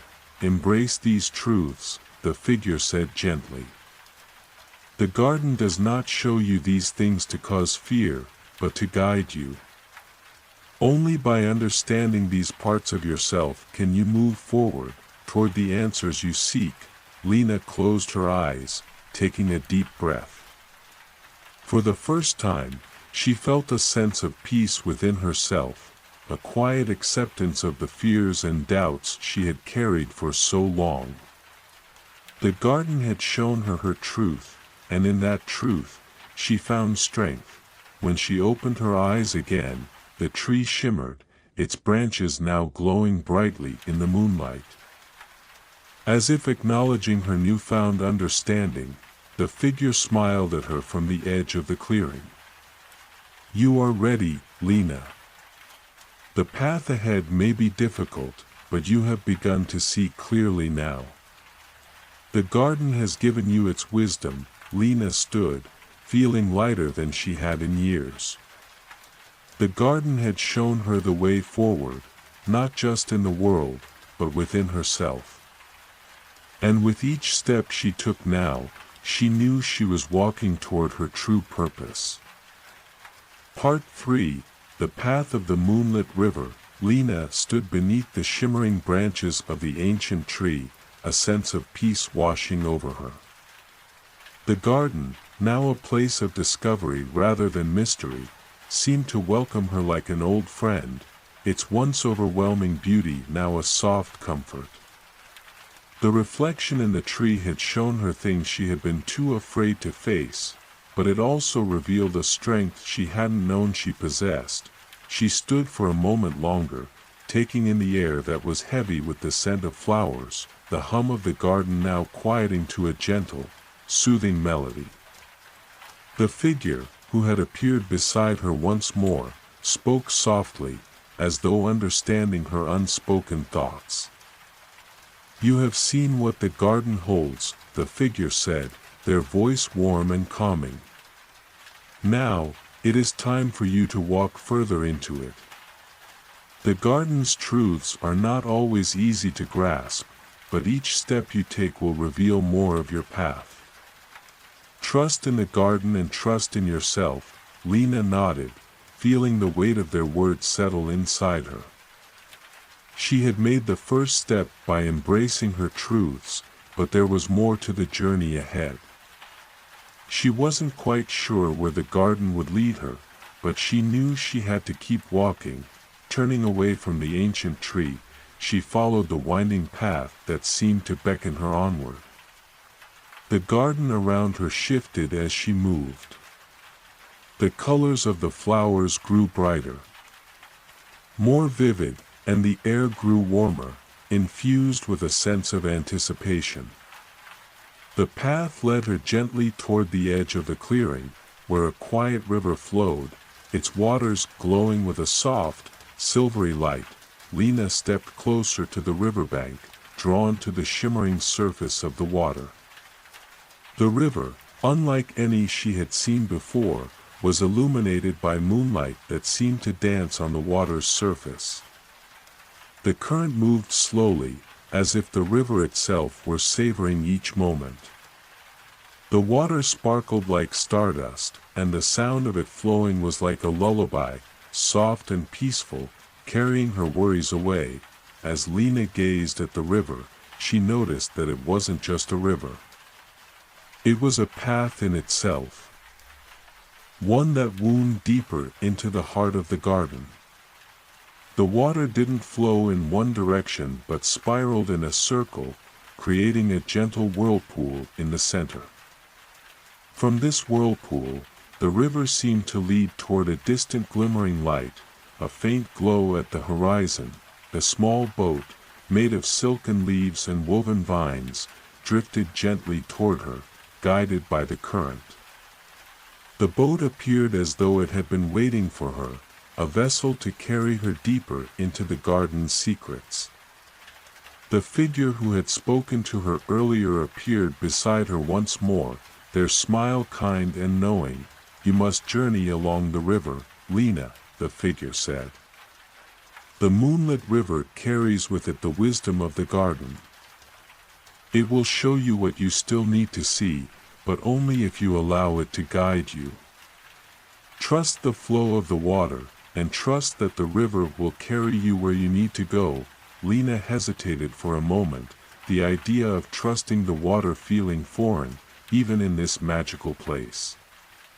But she felt a deep pull, a quiet yearning to discover more about herself and the world she had stepped into. With a gentle sigh, She stepped into the boat, its soft surface cradling her as she settled in. As she sat, the boat began to drift along the river, carried by the current, the silken vines swaying gently in the breeze. The trees lining the riverbank whispered softly, their leaves rustling in a language only the garden could understand. The water sparkled beneath her, and the moon above seemed to shine even brighter, illuminating the path ahead.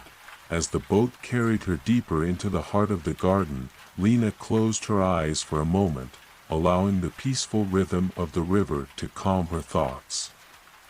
She could feel the garden's magic wrapping around her, lifting her spirit, and for the first time, she felt like she was exactly where she was meant to be. The boat rounded a bend in the river, and before her appeared a small island. At its center stood a single stone tower, tall and slender, its walls covered in ivy and glowing softly with the same moonlit shimmer as the river. It seemed like a place out of a dream. A place that beckoned with mystery and promise. The boat slowly glided toward the island, its gentle movement carrying Lena across the still waters. As they neared the shore, Lena could see that the tower was not just a place of stone, it was alive, pulsating with a gentle, glowing energy that seemed to come from deep within its walls. When the boat finally touched the shore, Lena stood, stepping onto the soft earth of the island. She gazed up at the tower, feeling its magnetic pull. The tower stood like a silent sentinel, waiting, as if it had always been meant to house her next discovery. A soft voice, like the rustle of leaves in the breeze, whispered in her ear. "Enter the tower, Lena.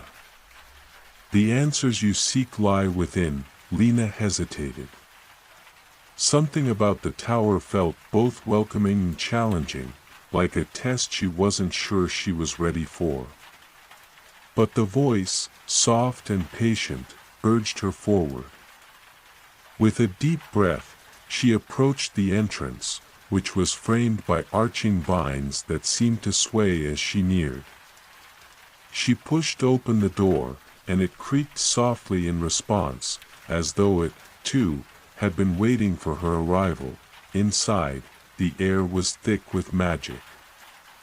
The tower was not just a stone structure, it was alive with the energy of the garden, and it seemed to hum with possibilities. The walls were lined with shelves filled with books, jars of glowing dust, and crystals that shimmered like the stars themselves. At the center of the room stood a pedestal, upon which rested a single glowing orb, its light pulsing softly in the dim room. Lena approached the pedestal, drawn to the orb like a moth to a flame. As she reached out to touch it, a voice spoke, this time not from the garden, but from deep within herself.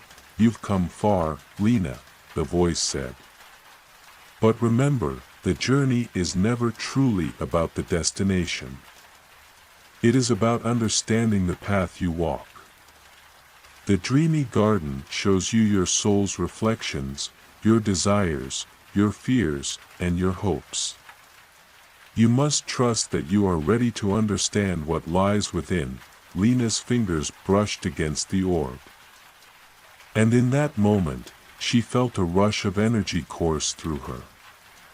The visions of the garden, the path she had walked, and the truths she had uncovered seemed to collide within her mind. The orb glowed brighter, and Lena felt as if the very essence of the garden was speaking to her, guiding her toward her next step. The garden had shown her what she needed to understand, but the journey was far from over. The path ahead was still unfolding, like the river she had traveled on, twisting, mysterious, but full of promise. And now, she knew she had the strength to face whatever awaited her. Part 4, The Wisdom of the Tower. Lena stood before the glowing orb, her fingers still lightly touching its surface. The moment her skin made contact, a wave of warmth surged through her, as though the entire garden were breathing with her. She felt connected to everything, the trees, the flowers, the river, and even the stars above. The orb pulsed gently, and the room around her began to change, its walls dissolving into the soft glow of the garden. For a moment, Lena felt disoriented, as if she were drifting through a dream that had no boundaries. The pedestal and the tower disappeared, and she found herself once again on the moonlit river, the boat gently floating beneath her. The water shimmered as if alive with secrets, its surface reflecting not just the moon, but 1,000 other worlds she couldn't quite comprehend, yet somehow felt connected to. It was as if the river itself was showing her the vastness of existence, revealing the infinite possibilities of her journey. A soft voice echoed through the stillness, as though coming from the river itself. To continue, Lena, you must learn to listen, not only with your ears, but with your heart. The garden is a reflection of your soul. Each step you take here leads you to a deeper understanding of who you truly are. But the garden does not offer all of its truths at once. You must seek them. Patiently and with an open heart, the boat glided on, moving toward another bend in the river. Lena could see something ahead, a light, soft but distinct, like a lantern flickering in the distance. As the boat moved closer, the air around her grew warmer, more inviting, and a sense of calm enveloped her. The light was coming from a small clearing up ahead, where the river widened into a gentle pool.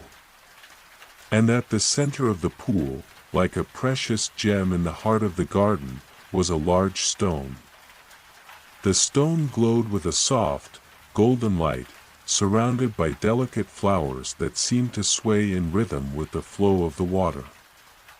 Their petals, a mix of vibrant reds, pinks, and golds, shimmered in the moonlight. The boat gently came to a stop at the edge of the clearing. Lena stepped out, the soft ground beneath her feet feeling cool and firm, like the earth itself was welcoming her. She looked toward the stone, drawn to its warm, comforting glow. The light it emitted felt like a whisper, a call to something deep within her, a call to understand, to listen, to learn. As she approached the stone, the air grew still. The flowers around her stopped swaying, and even the river seemed to quiet. The stone before her was smooth, its surface etched with intricate patterns that danced in the golden light. It looked ancient, as though it had been here for eons, a silent witness to the changes of the garden. Lena's fingers traced the surface of the stone, and as she did, the patterns began to shift. The light from the stone brightened, and for a moment, Lena was surrounded by a vision. The stone was not just a stone, it was a memory, a living part of the garden's soul, and in that moment, it shared its story with her. She saw a time long before the garden had been born, when the land was empty and still. Slowly, life began to blossom, as the first trees and flowers emerged from the earth. The stone had witnessed it all, watched the garden take shape, grow, and change. It had seen creatures born and fade away, seasons pass in endless cycles, and the quiet moments when the garden's magic rested. Waiting for the next dreamer to come and awaken it, the vision shifted again, showing Lena the garden through the eyes of a young soul, a child who had wandered in much like she had, seeking something beyond the ordinary world. The child had touched the stone, just as Lena had, and in that moment, the stone had whispered its wisdom.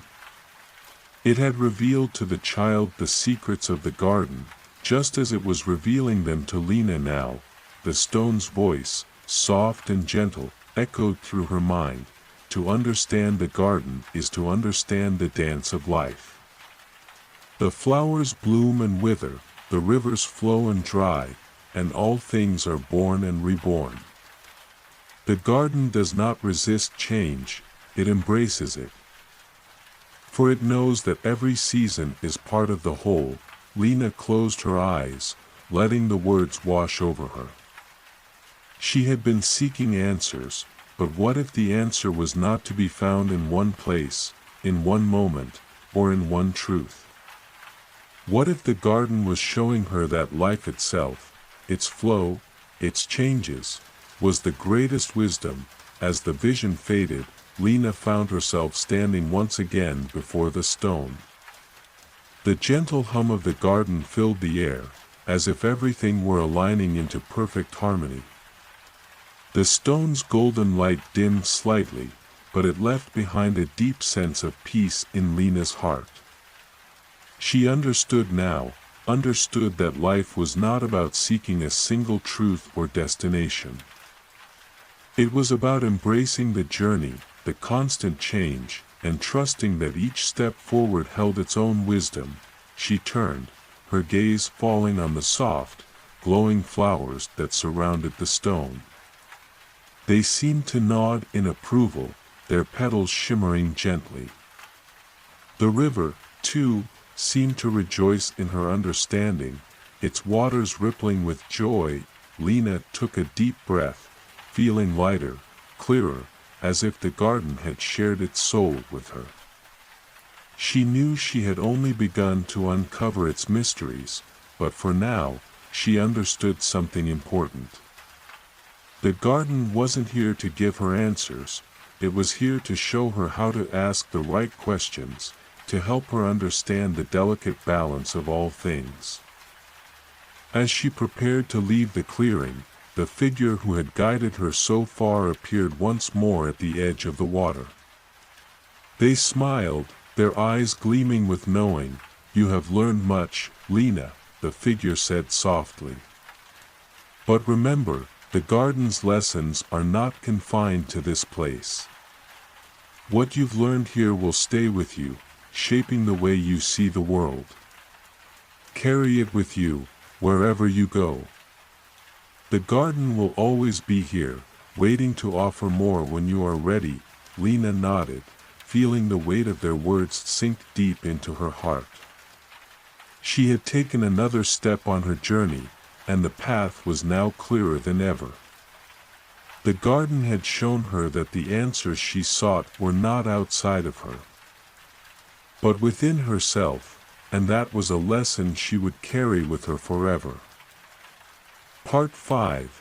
The Sacred Grove of Echoes. Lena left the glowing stone behind, the soft light of the garden still warm in her heart. She felt as though the garden had transformed her, shifting her understanding of herself and the world around her.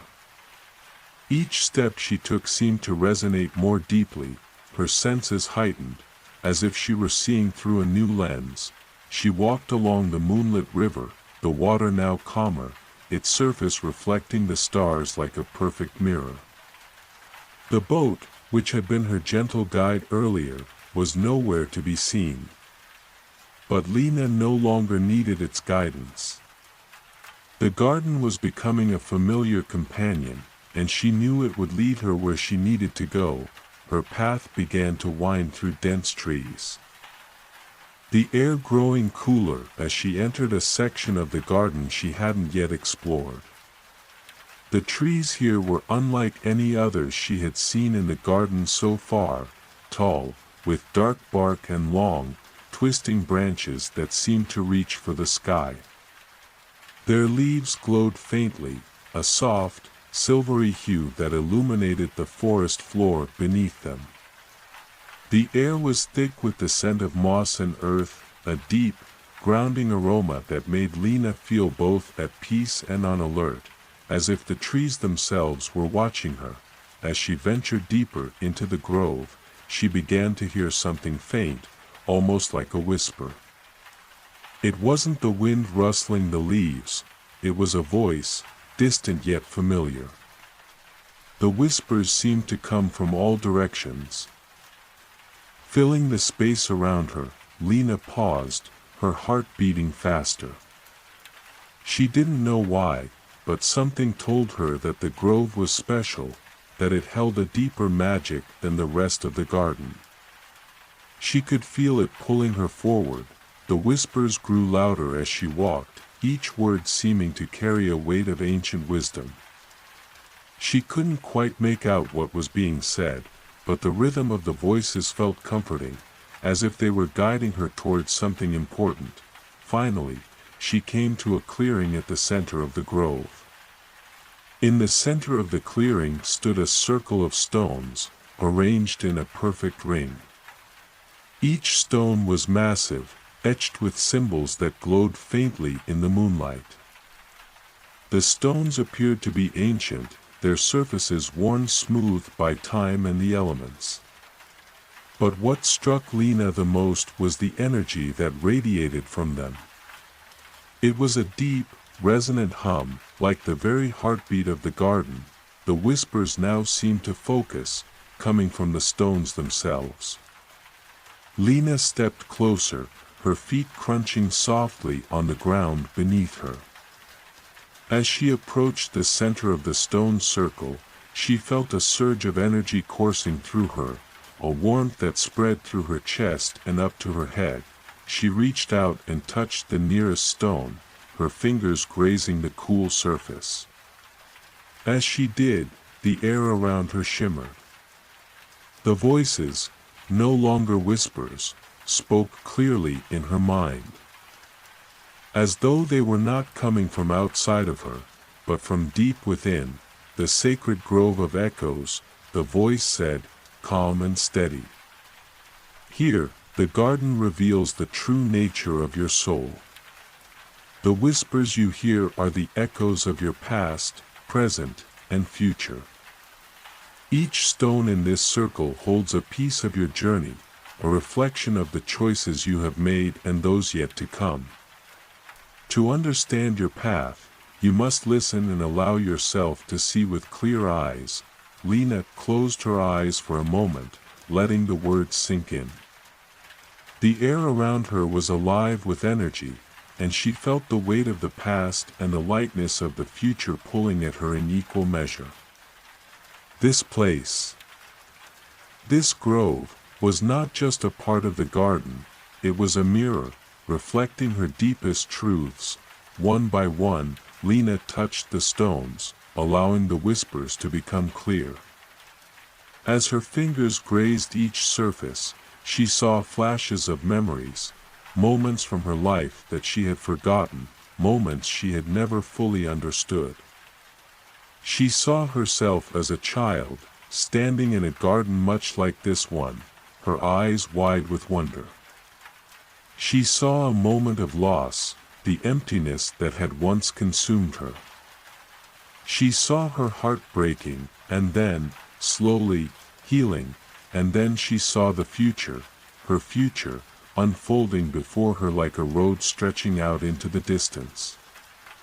There were moments of joy, of love, of peace. But there were also moments of challenge, moments where she would need to choose, where the path ahead would not be clear. And yet, through it all, there was a constant, the garden. It would always be there, offering its wisdom, its comfort, and its guidance. As the visions faded, Lena opened her eyes. She stood in the circle, the stones surrounding her like silent sentinels. The whispers had quieted, but she felt a deep sense of understanding. The echoes of her past had guided her, and the possibilities of the future were within her grasp. The voice spoke once more, its tone gentle yet powerful. Now you know, Lena. The journey is not about finding answers, but about embracing the journey itself. Every step, every choice, every moment is a part of the whole. You are a part of this garden, and the garden is a part of you. Lena nodded slowly, feeling a deep peace settle within her. The garden had shown her that the answers she sought were not about the future, they were about embracing the present, about understanding the lessons of the past, and about trusting in herself to navigate whatever came next. The stone circle began to glow softly, its energy now calm and steady. Lena stepped back, feeling the ground beneath her feet, the earth grounding her in the present moment. The sacred grove of echoes had given her the clarity she needed, and as she walked away from the stones, she felt the garden's energy supporting her every step. She could hear the soft murmur of the river once more in the distance, calling her to continue her journey. And as she moved toward it, the garden felt more like a part of her than ever before, an endless source of wisdom, love, and light. Part 6. The Moonlit Bridge of Dreams. Lena walked slowly, her mind still brimming with the echoes of the sacred grove. The air around her seemed to hum with a soft, rhythmic pulse, as if the garden itself were breathing alongside her. With each step, she felt more grounded, more connected to the magic of the world around her. The journey had become less about seeking and more about experiencing, the unfolding of her own spirit as it intertwined with the garden's. As she walked through the quiet expanse of the garden, the path before her began to shift. The trees parted gently, revealing a large, winding river that glittered with an ethereal, silver light. At the center of the river, a bridge stretched gracefully from one bank to the other, its arch glowing under the soft light of the moon. Lena's heart quickened as she approached. The bridge was like no other she had seen before. It seemed to shimmer and shift, its surface appearing both solid and fluid at the same time. The railing was made of delicate vines, their leaves glistening with dew, and the stones beneath her feet hummed with an ancient energy, as though they, too, had stories to tell. She stepped onto the bridge, her breath catching in her throat. As she crossed, she felt the ground beneath her feet shift. The bridge seemed to pulse with each step, and the river below mirrored her movements, its surface rippling in a graceful dance. The soft whispers of the garden faded into the background, replaced by the sound of a gentle, melodic tune. It came from the river, no, from the bridge itself, as though the stones, the vines, and the water were singing together, their voices blending in perfect harmony. The song was soothing, almost hypnotic, and Lena felt herself becoming lighter with each note, her worries and questions slipping away. As she moved farther along the bridge, the air around her began to change. The moonlight above seemed to grow brighter, casting a silvery glow across the landscape. But it wasn't just the moonlight, there was something else, something more mystical, something that made everything glow with an otherworldly beauty. The trees, the flowers, the very air itself seemed to shimmer in the presence of this light. The further she walked, the more she felt a sense of peace, of belonging. The bridge was not just a physical path, it was a connection between worlds. It seemed to be offering her something far greater than a way forward. It was offering a glimpse into the realm of dreams. Lena's steps grew slower as she approached the end of the bridge. There, just beyond the curve, she saw a figure waiting for her. No, not just a figure, but an essence, a presence that seemed to be both familiar and distant. It was a person, but not quite a person. The figure shimmered in the moonlight, like an embodiment of the garden itself. As Lena drew nearer, the figure smiled, and their eyes, deep and infinite, as though they had seen all of time, met hers. "Welcome, Lena," the figure said in a voice that resonated through her very being. "You have come far, but there is one final lesson for you to learn, one final step on this journey. You are at the threshold of the dream world, where all things are possible. The figure extended a hand to her, its glow soft and warm. I am the dream keeper, they continued. I guide those who seek to understand the nature of dreams, the world that exists beyond the waking realm. You have already learned so much, but to truly understand the garden, you must first understand the dreams that shape it. Lena stood still, her heart beating in a slow, steady rhythm. She felt no fear, only a deep curiosity. She had come so far, and now she was standing at the edge of something both wonderful and unknown. The dreamkeeper's smile deepened. Dreams are the threads that weave the fabric of this garden, they explained. They shape the garden's magic, its flow, its very existence. But dreams are also a reflection of your own soul, your desires, your fears, and your hopes. When you understand your own dreams, you will understand the true nature of this place, and of yourself. Lena nodded, her mind racing. She had always been fascinated by dreams, by their mysterious nature, their ability to reveal truths that words could not. But now, standing before the dream keeper, she realized that dreams were not just fragments of her imagination. They were a language, a way of connecting with the deeper layers of the world around her. The dream keeper took a step back and gestured toward the moonlit sky above. Close your eyes, Lena, they said softly. Let the dreams come to you. Lena hesitated for a moment, but then, trusting in the guidance of the dream keeper, she closed her eyes. The world around her seemed to fall away, replaced by a vast expanse of darkness. But it was not empty.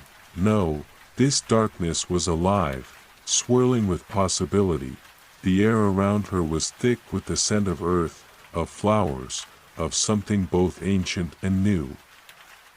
And in the distance, she could hear the soft rustling of leaves, the quiet murmur of a river, and the faintest hum of the garden's heartbeat. As she breathed deeply, she felt a shift inside her. The darkness was not frightening. It was a space of potential, a place where anything could happen.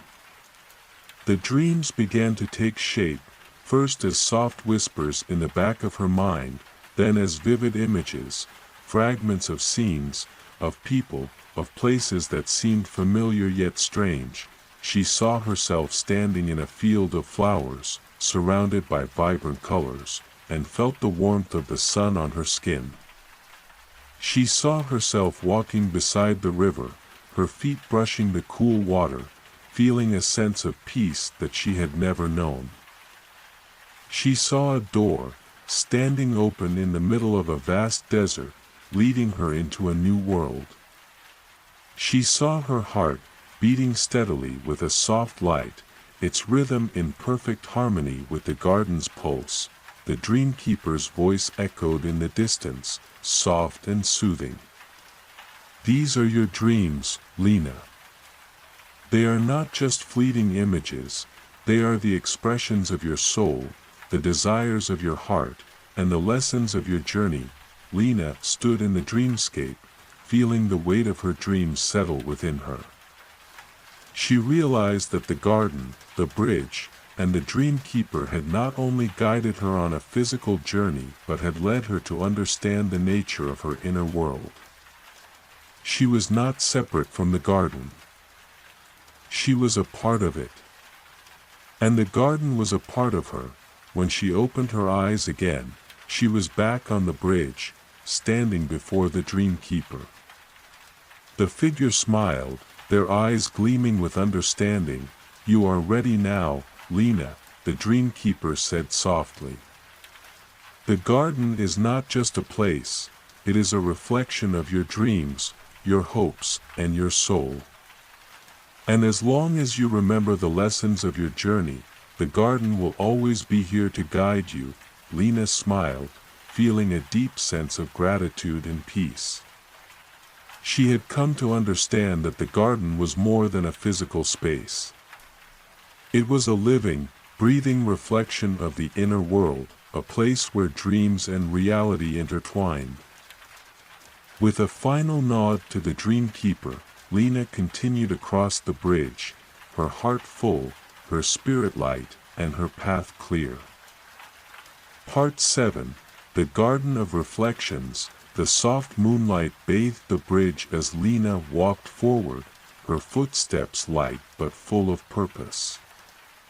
Her encounter with the dreamkeeper had shifted something within her, a deep understanding of herself, and the garden now flowed through her like a quiet river. She was no longer just an observer in this dreamlike world, she was a part of it, as it was a part of her. As she reached the end of the bridge, the path ahead opened into a new section of the garden. This part was different, more still, more serene. The air was thick with the scent of jasmine and sweet honeysuckle, and the ground beneath her feet was soft, like walking on clouds. The trees here had slender trunks and delicate, glowing leaves, each one shining faintly in the moonlight. It was as though the entire space had been created for quiet contemplation, a place where one could look inward and reflect on the journey taken. Lena felt drawn toward a clearing in the distance. As she walked, the garden seemed to shift around her, each step revealing something new, a hidden pond, a fountain where the water danced like liquid light, and flowers that bloomed with the softest of whispers. Yet, it was the clearing that caught her attention. In the center of the clearing stood a massive, mirror-like pool, its surface smooth and still as glass. The water shimmered with a soft, silver glow, and Lena felt an inexplicable pull toward it. She stepped closer, her heart thudding gently in her chest, as if the pool held some deeper secret, some revelation waiting to be discovered. As she knelt beside the water, she gazed into its depths, expecting to see her reflection. But what she saw was something far more profound. The image in the water was not simply of herself, it was a reflection of her soul, a mirror of her deepest desires, fears, and longings. It was as if the pool held the essence of who she truly was, not just the outward image that the world saw. At first, Lena saw flashes of memories, moments from her childhood, her family, and her life before she came to the garden. The memories felt vivid and alive. But as she looked deeper, she saw more. She saw the fears that had held her back, the doubts that clouded her thoughts, and the regrets that had lingered in her heart. They were all there, swirling gently in the water, their presence undeniable, but alongside these darker images were flashes of light, moments of joy, of love, of peace. She saw her connection to the garden, her growing understanding of herself, and the strength she had found through the journey. The reflection was not just one of her past, it was a tapestry of all that she had experienced, all that she had become. For the first time, Lena truly understood the meaning of the garden. It was not just a place of beauty and magic, it was a reflection of the soul. Each section of the garden, each tree, each flower, each stone, mirrored an aspect of her being. The sacred grove had shown her the echoes of her past, the dreamkeeper had guided her through the world of dreams, and now this garden, this sacred pool, was offering her a reflection of who she was and who she could become. Lena leaned closer to the water, feeling the cool mist rise from the surface, and allowed herself to fully embrace what she saw. She realized that the reflections weren't just memories, they were lessons. The fears, the doubts, the regrets, they were all part of her journey, shaping who she had become. But so were the moments of light, the joy, and the love. Together, they formed the whole of her experience.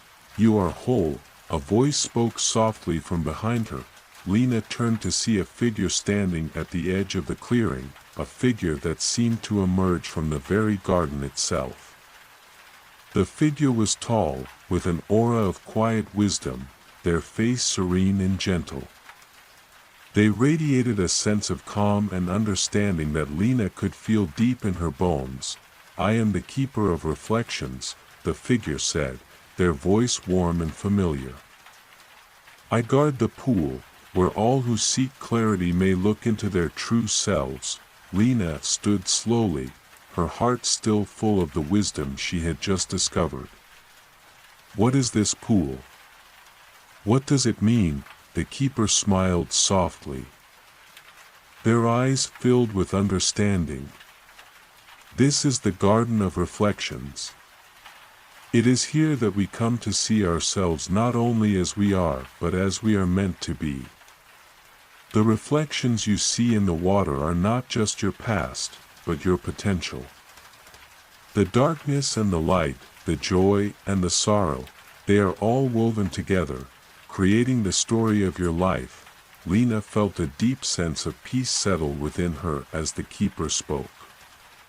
She had known, deep down, that she was not defined by her mistakes or her fears. She was the sum of everything, every moment, every choice, every feeling. She was a work in progress, constantly unfolding, constantly evolving. The keeper continued, "Every journey has its challenges, its moments of doubt and fear. But it is in embracing both the light and the dark that you come to understand your true self. The garden has shown you the path, but it is you who must walk it. And when you understand that, when you accept all that you are, you will find the peace and strength you seek." Lena nodded, her heart full. She felt a deep sense of gratitude for everything the garden had shown her. She had come seeking answers, but what she had found was something far greater. She had found herself. The keeper extended a hand, inviting Lena to walk with them. "The journey is not over, Lena. There are still more lessons to be learned, more mysteries to unfold. But now, you walk with the understanding that you are enough. Just as you are. The garden will always be here to guide you, but the path you take is yours to choose." Lena smiled, feeling lighter than she ever had before. She had been searching for something outside of herself, but now she understood that everything she needed was already within her. The garden had revealed the truth. She was whole, she was capable, and she was ready for whatever came next. As she walked beside the keeper, the garden around her seemed to bloom even more brightly, as if the very earth was rejoicing in her newfound understanding. The night sky above glittered with stars, and the air was thick with the promise of endless possibilities. Part 8, The Garden of Eternal Light. Lena walked alongside the keeper of reflections, feeling a new sense of clarity and purpose in her heart. The path they followed seemed to shimmer in the moonlight, winding through tall, slender trees with leaves that glittered like stardust. It was as though the garden itself was transforming before her eyes, each step revealing a deeper layer of beauty.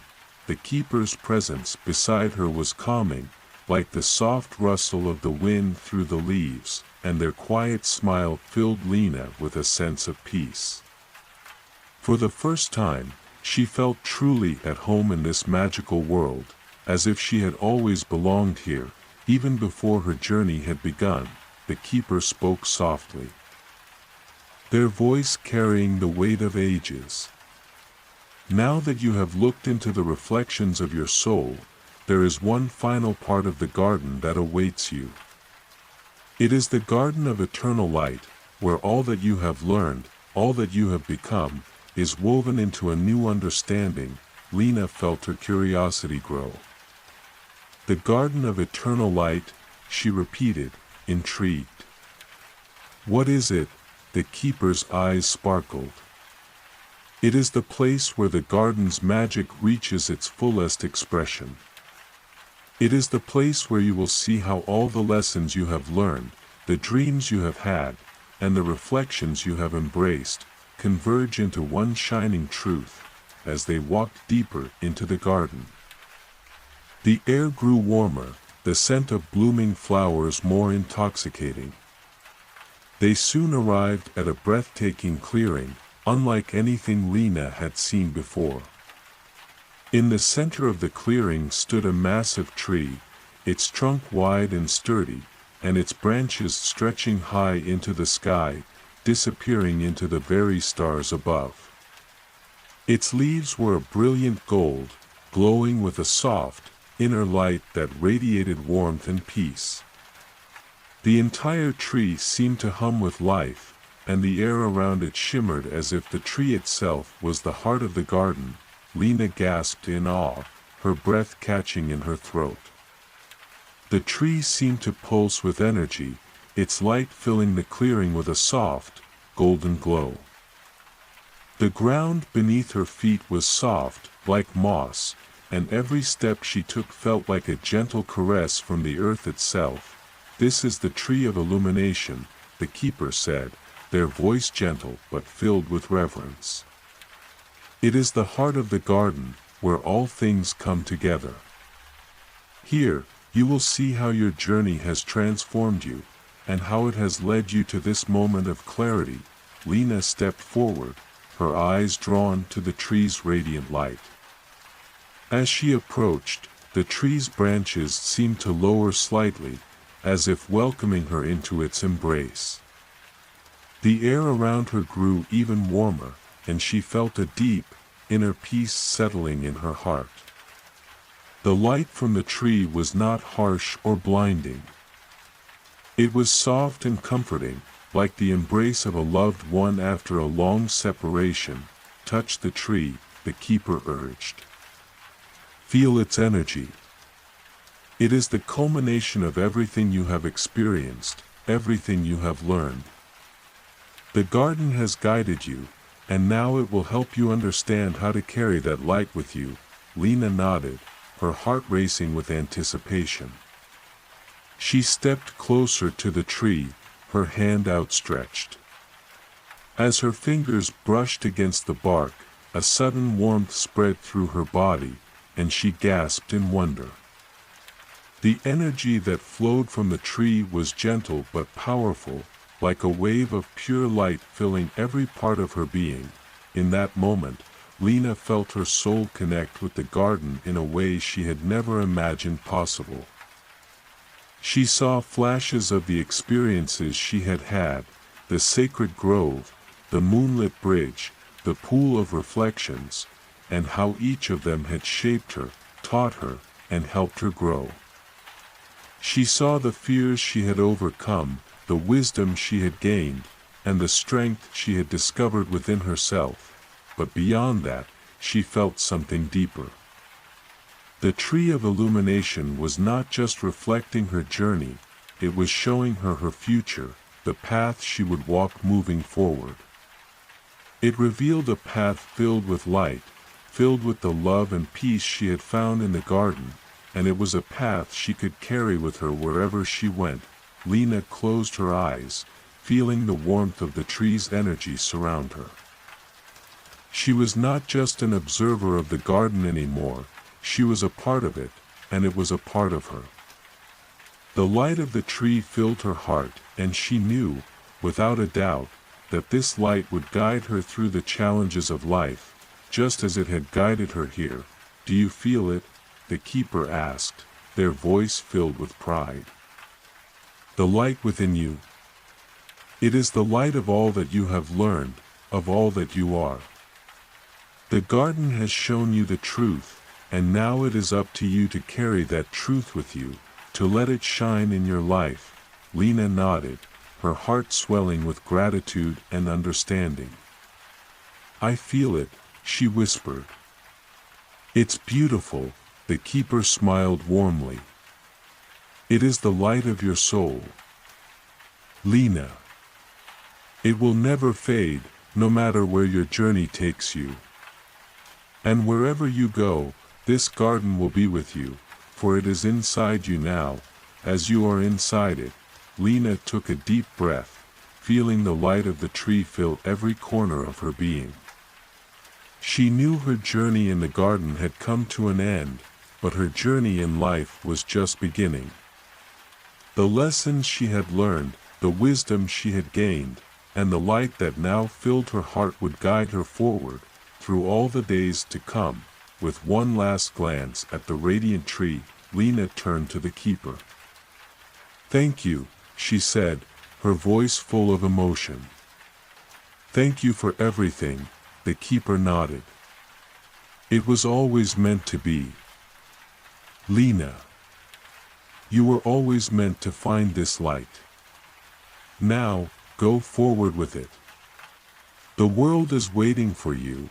With a final smile, Lena turned and began her walk back through the garden, the light of the tree of illumination shining within her, her heart full of peace, and her soul ready for whatever the future held.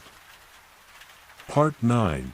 The Path Beyond the Garden. As Lena walked away from the tree of illumination, she felt a quiet sense of transformation within herself. The light she had absorbed from the garden, the lessons of the past, and the wisdom of the keeper all now lived inside her. The garden had shown her her true essence, and now, with every step she took, she felt more and more connected to the world around her. The path ahead was familiar, yet it felt different.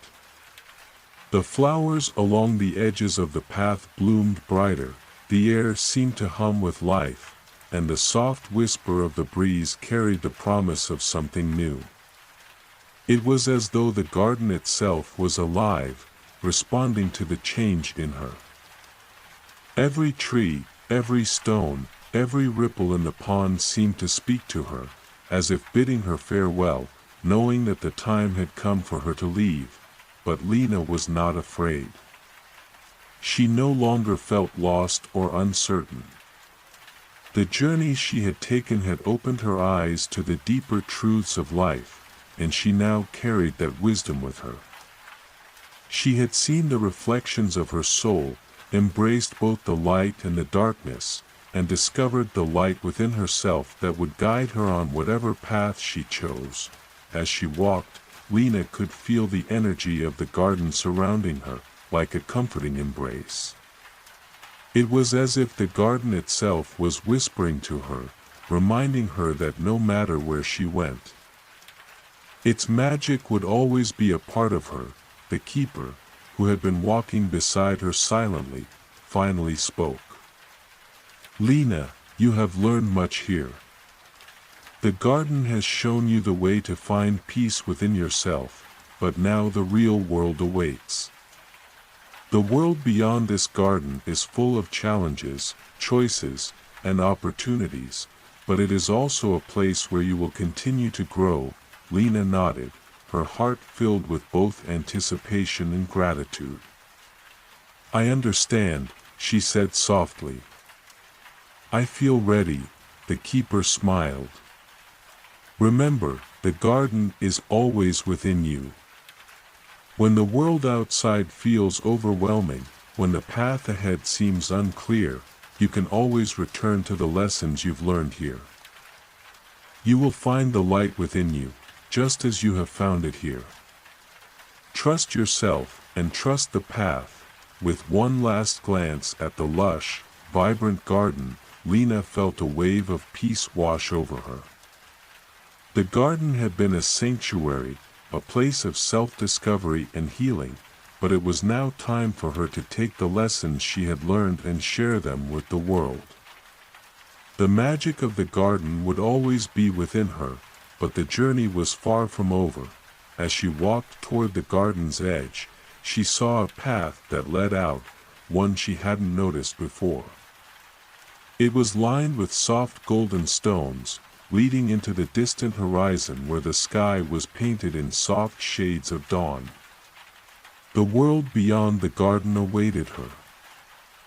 And she knew that it was there, on this new path, that she would continue to grow and discover her true purpose. The keeper stood quietly, watching as Lena took the first steps toward the new horizon. Their figures seemed to blend into the surroundings, almost as if they were part of the garden itself, though now, Lena, the keeper's voice echoed gently. "Your light will guide you, and you will find your way." Lena took a deep breath, feeling the energy of the garden within her. She turned one last time to the keeper, her heart filled with gratitude. "Thank you for everything. I will carry the garden's magic with me, always." With that, Lena stepped forward, onto the golden path. As she walked, the sun began to rise in the distance, casting a warm golden glow over the world. The garden behind her slowly faded from view, but its presence remained in her heart, a constant reminder of the lessons she had learned and the light she had discovered. With each step, Lena felt more confident, more certain that she was exactly where she needed to be. The world ahead was full of possibilities, and she was ready to embrace them all. The path was hers to walk, and the light from the garden would guide her every step of the way. The world outside the garden awaited her, and Lena was ready to shine. Part 10. The Light Within. Lena's steps were steady and sure as she walked down the golden path that stretched before her. The world beyond the garden was vast and unknown, yet she felt an unwavering sense of peace. The garden's magic still whispered within her, a soft hum that echoed through her heart, reminding her that she was not alone. The lessons it had taught her were now part of her very being, integrated into her thoughts, her feelings, and the way she moved through the world. The morning sun hung low on the horizon, casting a golden hue over the landscape. The air was crisp and fresh, filled with the scent of dew-kissed earth. As Lena walked, she felt the warmth of the sunlight on her skin, a reminder that the light she had discovered in the garden was not just an ethereal presence, it was real. It was alive, and it was part of her. It was the very same light that filled the world around her. For the first time in a long while, Lena felt truly connected to the world. The fears and doubts that had once clouded her heart were gone, replaced by a quiet certainty. She no longer felt the weight of the past bearing down on her. She had learned to accept her journey, to embrace both the light and the shadows, knowing that they were intertwined and made her whole. As she continued her walk, Lena noticed the small details of the world around her, the way the morning light danced on the dewdrops, the soft rustle of the leaves in the breeze, the distant song of birds greeting the dawn. It was as though the entire world was alive with possibility, waiting for her to discover the magic in the simplest of moments. Soon, she came upon a village nestled in the valley ahead. It was a place filled with simple homes, their chimneys rising like wisps of smoke against the clear blue sky. People moved through the streets, tending to their daily tasks, and children played in the fields. It was a peaceful place, a world untouched by the chaos and noise of larger cities. And for the first time, Lena felt a deep sense of belonging here, as if this was where her journey was meant to lead.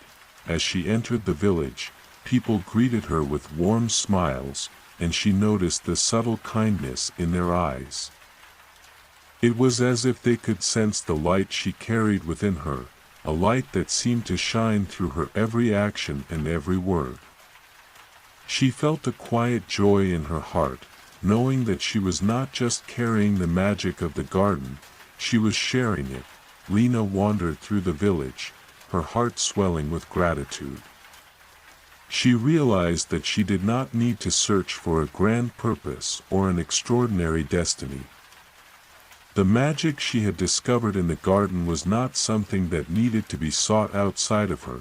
It was something she carried within herself, something she could share with others. In every small interaction, she paused by a small fountain in the center of the village square. The sound of the water soothing her soul. As she gazed into the clear, shimmering water, she saw not just her reflection, but the reflection of everything she had learned. She saw the garden, the keeper, the tree of illumination, and the light that now filled her from within. Lena closed her eyes and took a deep breath. The world felt full of possibility. There was no destination, no end to her journey. It was a path that would unfold with each passing day, one that she would walk with purpose, with the light of the garden as her guide. And in that moment, Lena understood something profound. The magic of the garden was not bound to that place alone. It was in the people she met, the connections she made, and the love she gave. It was in the small moments of joy and the quiet acts of kindness. It was in every breath she took and every step she made. The garden had shown her the truth. The light she had found was the light within all things, the light that connected everything and everyone. With a smile on her face and peace in her heart, Lena continued her walk through the village, her soul alight with the knowledge that the journey she had started in the garden would continue for the rest of her life. The light she had found in the garden was now hers to share with the world. The Echoes of Lost Souls, Part 1, The Forgotten Road. The wind howled through the dense forest, its mournful song carrying with it a chill that seeped into the bones. Tall trees loomed above, their branches twisting and bending like skeletal hands reaching for the sky. The ground beneath Kira's feet was uneven, covered in fallen leaves and thick roots that seemed to grasp at her ankles as she walked.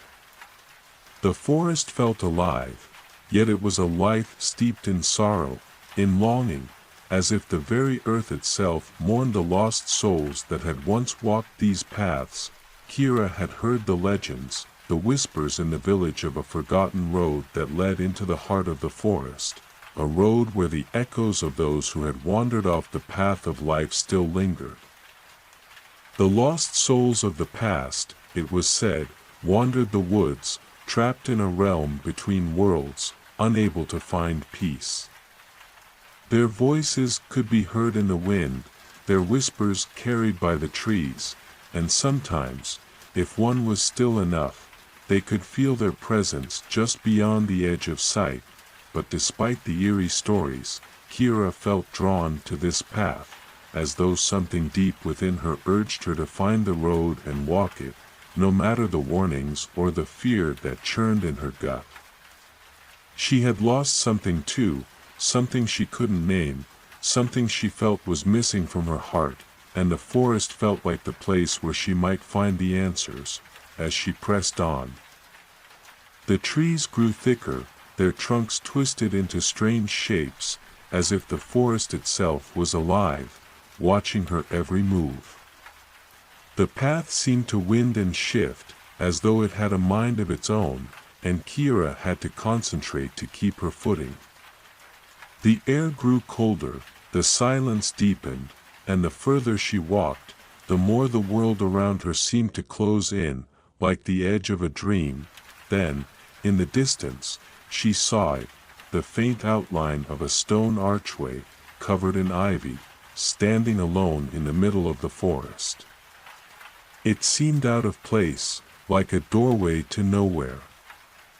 The archway was ancient, the stones worn and weathered, yet it pulsed with a strange energy, as though it held the key to a secret long forgotten. Kira hesitated for a moment, her breath caught in her throat. A sense of foreboding washed over her, but also a strange pull, as if the archway was calling her, beckoning her forward. She stepped closer, and as she did, the wind seemed to pick up, whispering in her ear, urging her on.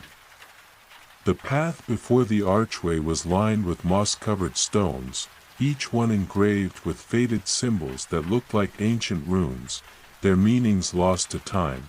As she crossed the threshold of the arch, the world around her shifted. The trees faded into the distance, and the air grew still, heavy with an unearthly silence. The ground beneath her feet was no longer the familiar earth of the forest but something smoother. Like marble, and it stretched out before her into a vast expanse. In the distance, faint shapes moved in the shadows. At first, they seemed like illusions, fleeting glimpses of movement in the corners of her vision.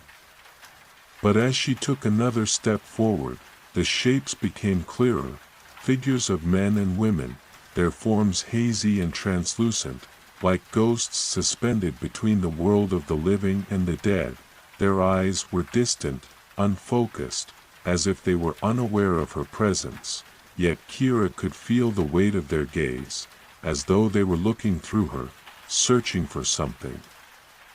The air around her grew heavy with their presence, and the whispers began, soft, murmuring voices that seemed to come from nowhere and everywhere all at once.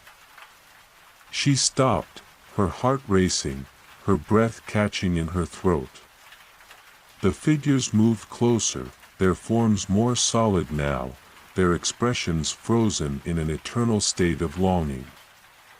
Their hands reached out, fingers stretching toward her, as if they wanted to communicate, to make contact. But Kira couldn't understand their words, only the desperate longing in their eyes. One of the figures, a woman with dark, flowing hair and an empty expression, stepped closer, her face filled with sorrow. Kira could feel the pull of the woman's gaze, a weight that seemed to settle into her chest. The woman's lips moved, and though no sound reached Kira's ears, the message was clear. "Find us," the figure whispered. Though it was not a voice she heard with her ears, but something deeper, within her very soul. "We are lost, waiting to be remembered." Kira took a step back, her mind reeling. The figures did not seem malevolent, but there was something incredibly sad about them, as though they were trapped in a moment, a place, forever. Another figure, this time a man, appeared at her side, his form flickering like a candle in the wind. His eyes, too, held a silent plea, and his words echoed in her mind, softer than a breath. "Remember us," he said. "Help us find the way home." Kira swallowed, her heart heavy with the weight of their sorrow. She wanted to run, to flee from the eerie figures. But she knew she couldn't. They needed something from her. She didn't know what, but deep down, she understood that she was the one who had found this place, and she was the one who could help them find peace. The wind picked up again, and the voices of the lost souls filled the air, swirling around Kira like a chorus of longing. Each whisper carried with it a fragment of a forgotten story, a fragment of a life that had once been lived and was now lost to time. The air seemed to grow colder, the shadows deeper, and Kira realized she was standing at the edge of something immense, something that had been waiting for her. The forgotten road had led her here, to the echoes of lost souls. And now, it was up to her to uncover the truth of their existence, to listen to their cries and find a way to bring them peace. The path forward was unclear, but the first step had already been taken. End of Part 1. In Part 1 of The Echoes of Lost Souls, Kira discovers a forgotten road that leads her to a mystical forest where the echoes of lost souls linger.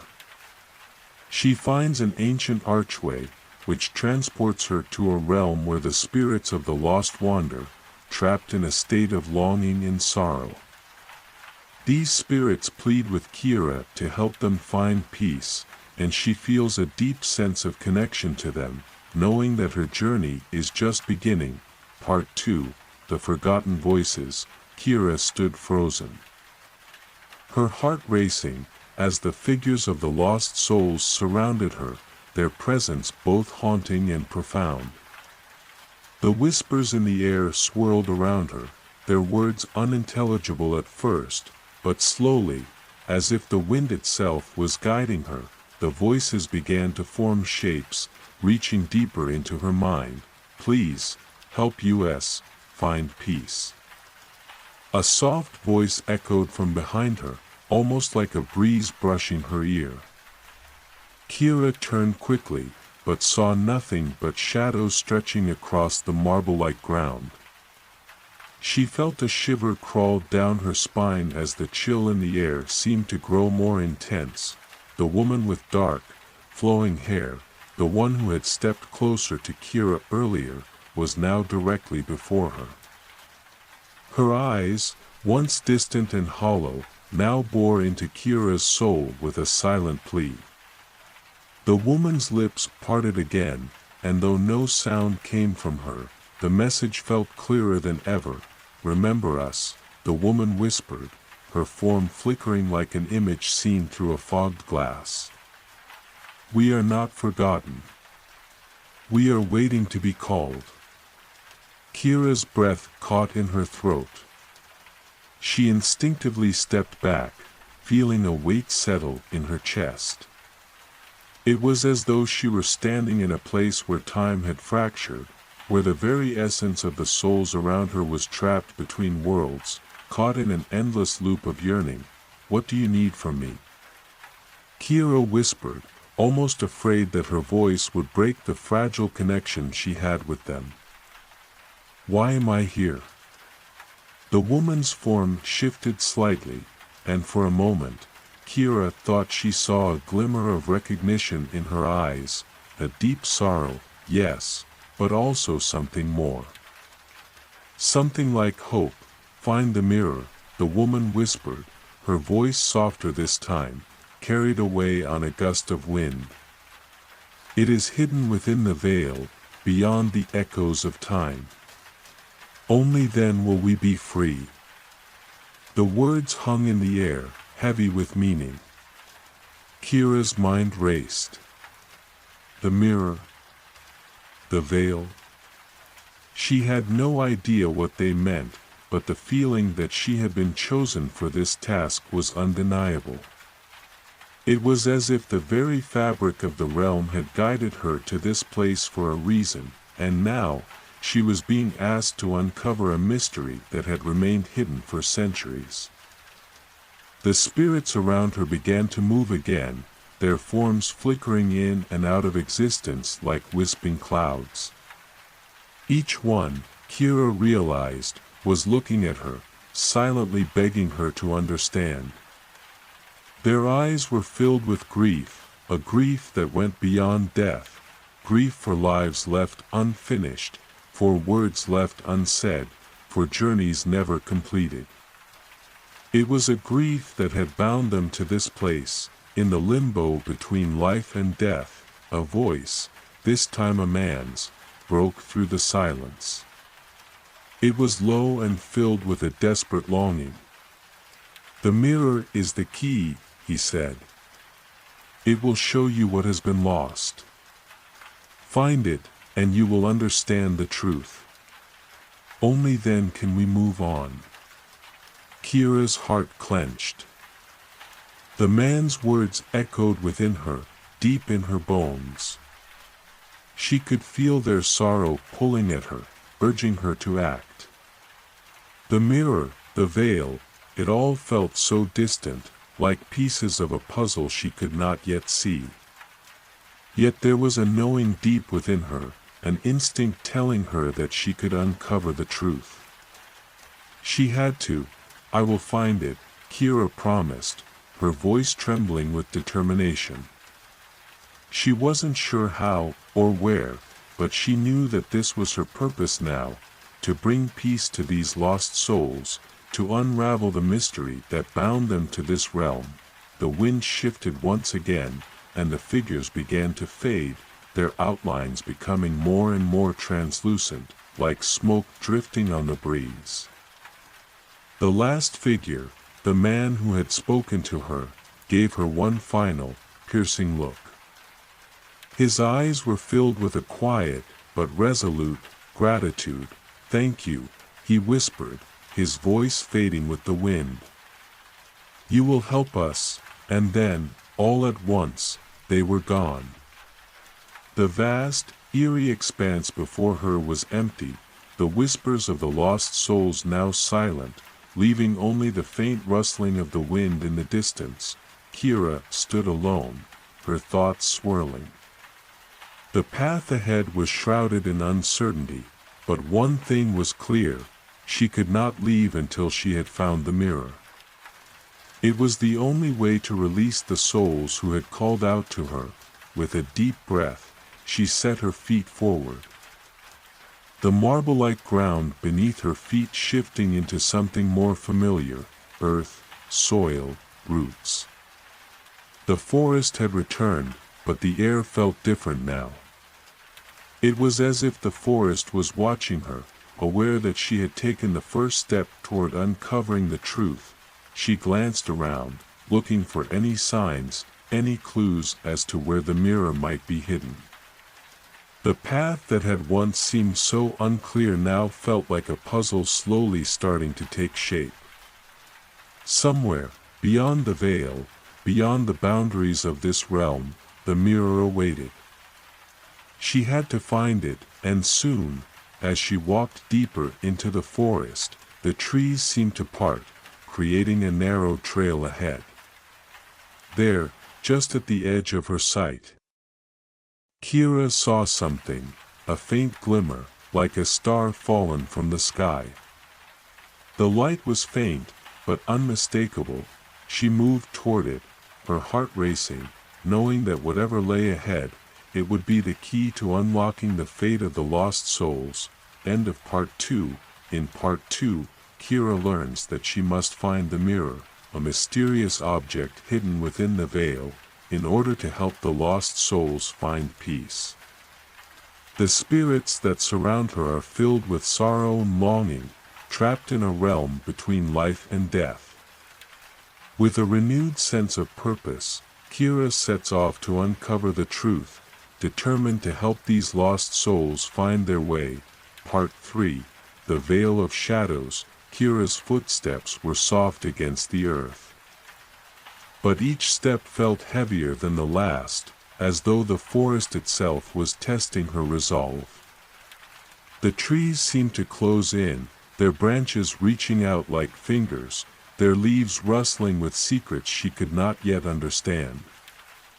A feeling of unease settled in her chest, the air around her thick with the weight of unseen eyes.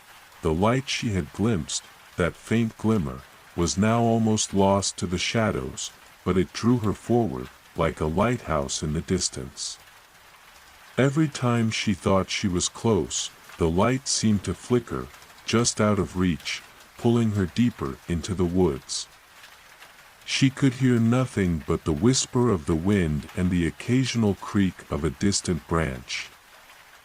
But there was something else, something more pressing, an undercurrent of energy, as though the very fabric of the forest was alive and watching.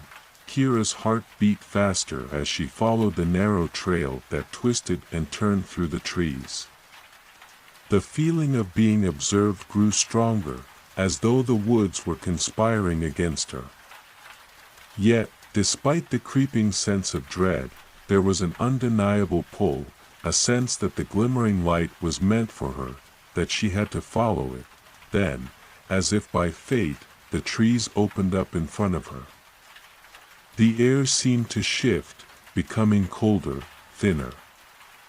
Before her stood a large, ancient stone archway, much like the one she had crossed earlier when she first entered this realm. But this one was different. This archway was covered in delicate silver vines that glimmered faintly in the twilight. The vines seemed to pulse with energy, a soft glow that illuminated the dark space around her. As Kira approached, the air grew still, and the wind ceased its constant whispers. She stood before the archway, feeling a strange pull deep within her chest, as if it was calling her to step forward, to cross into something beyond this world. The path ahead was hidden in mist, swirling like smoke around the base of the archway. The light she had seen earlier was now clearer, a soft, ethereal glow rising from within the mist itself. Kira hesitated for a moment, her heart pounding in her chest. She glanced back over her shoulder, half expecting to see the lost souls from before, watching her progress with eager anticipation. But the forest was silent, empty. Only the sound of her own breath filled the air. With a deep, steadying breath, she turned toward the archway and stepped forward. The moment her foot crossed the threshold, the world shifted. The forest behind her seemed to disappear, replaced by a vast emptiness. The mist thickened around her, swallowing everything in sight.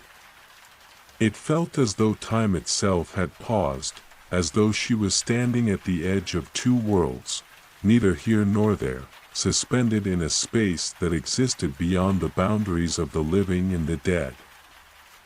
The light before her grew brighter, no longer just a distant glimmer but a glowing orb suspended in midair. It pulsed with a rhythm, as though it had a heartbeat of its own. The closer she got to it, the clearer the air became, the fog beginning to dissipate around her, and then, from the mist, a voice, low, resonant, and familiar, spoke, "You've come." Kira froze, her breath caught in her throat. The voice wasn't one she had heard before, but it felt somehow intimate, as though it had been waiting for her, calling her from the depths of this strange realm. She stepped forward, her eyes scanning the mist, but she saw no figure, no shape. Only the light, which now seemed to hum with life. "I have come," Kira whispered back, her voice trembling. "I'm here to help. To find the mirror." The light flickered in response, brighter now, as if acknowledging her words. The mist parted slightly, revealing a set of ancient stone steps leading downward, descending into a cavernous space. The air here felt different, charged, filled with an energy she could not explain. It was both calming and unsettling at once, like standing on the edge of a great precipice.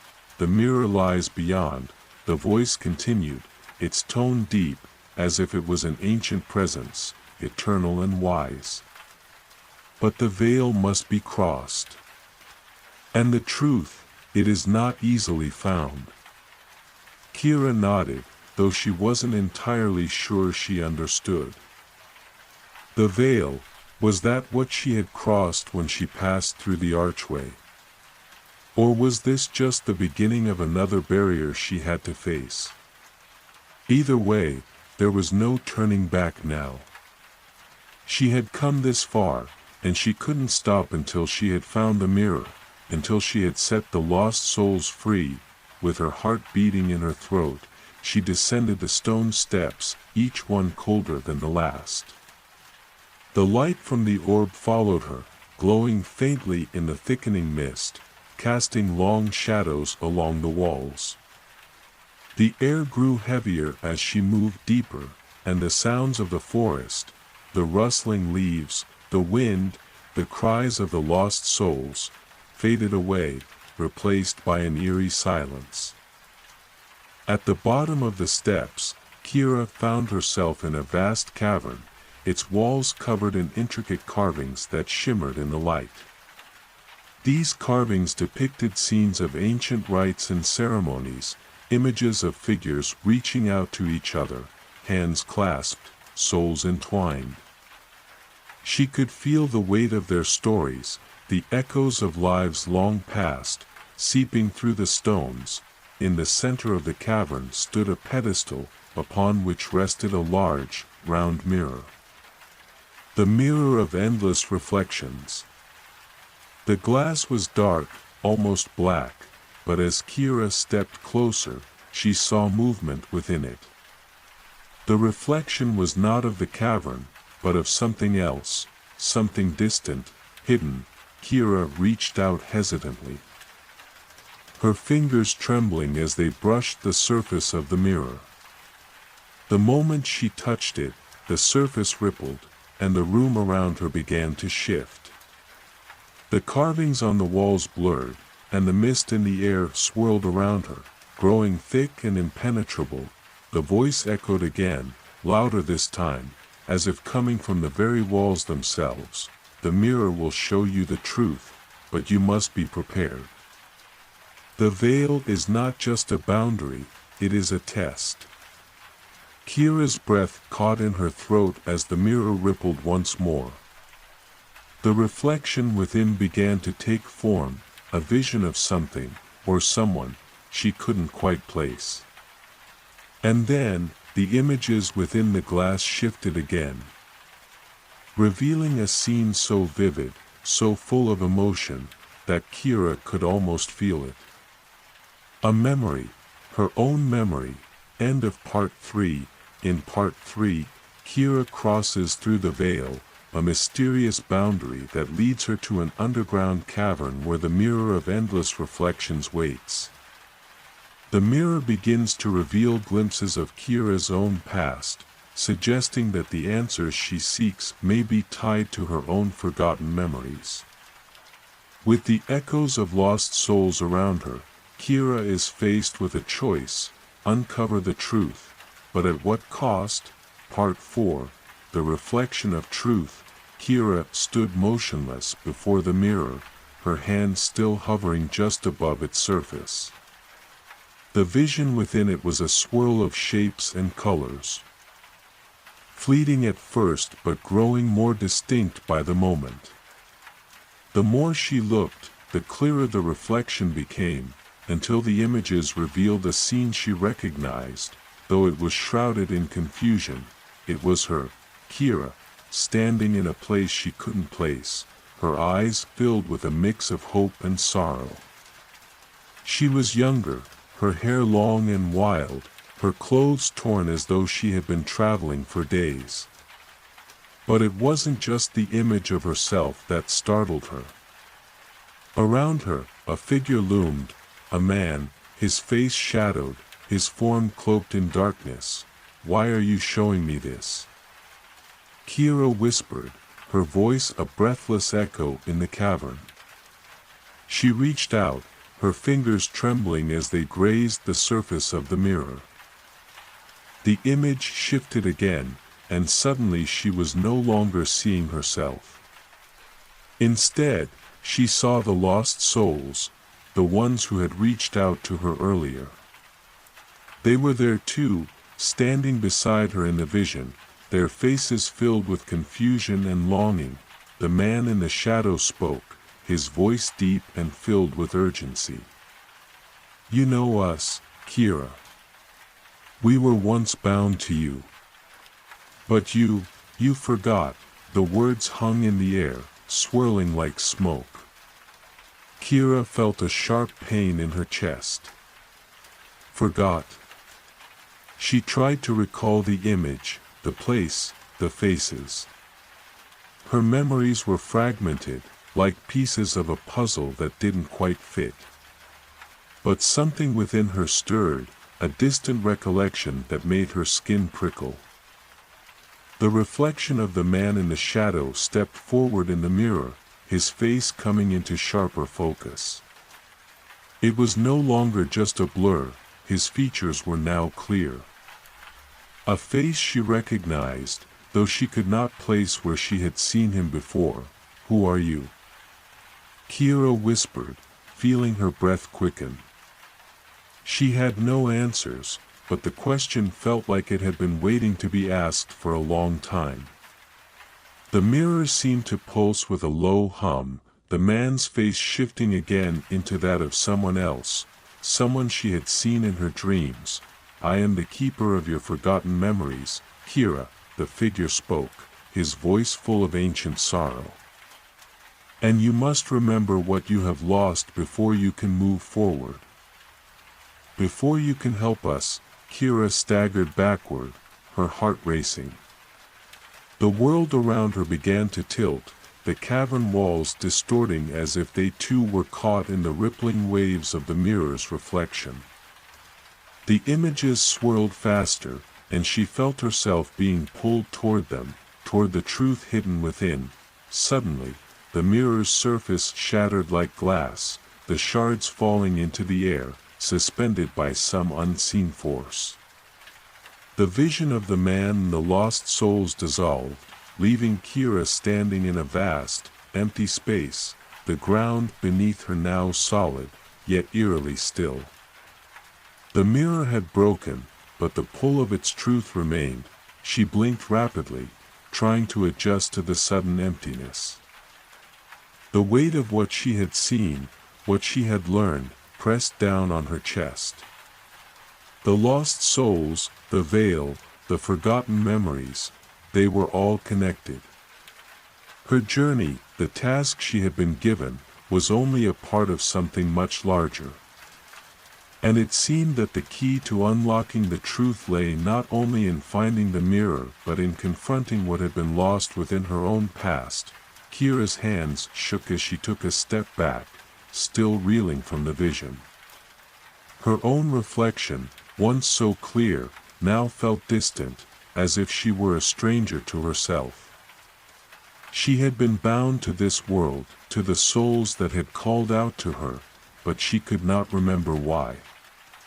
There was something in the past that she had forgotten, something that held the key to everything. "Do not fear, Kira," a voice spoke from the shadows behind her, soft and reassuring. It was the same voice that had guided her before, the same presence that had led her to this point. "The mirror has shown you what you needed to see. Now, the path ahead is clear." Kira turned quickly, but there was no one there, only the remnants of the mirror floating in the air, glowing faintly with an otherworldly light. She had felt the presence behind her, had heard the voice, but now, in the silence, it was as if everything had returned to stillness, but the words still echoed in her mind. "The path ahead is clear." What did that mean? Was the mirror's truth enough, or was there more to discover before she could truly set the lost souls free? Kira turned back toward the shattered mirror, its remnants still floating, suspended in the air like fragments of a forgotten dream. She had to move forward, but now more than ever, she knew the journey would require more than just courage. She would need to face the truth of her own past, her own memories, and unlock the key that would finally break the veil and release the souls that had been trapped for so long. With a deep breath, Kira stepped forward once more, determined to find the answers she so desperately sought. End of Part 4. In Part 4, Kira faces the truth revealed by the mirror, seeing glimpses of her own forgotten past and the connections between herself and the lost souls. The mirror shatters, but its message lingers. She must confront her own memories to free the trapped spirits. The path ahead is clearer, but the answers still lie beyond her reach, and she must uncover them in order to move forward. Part 5.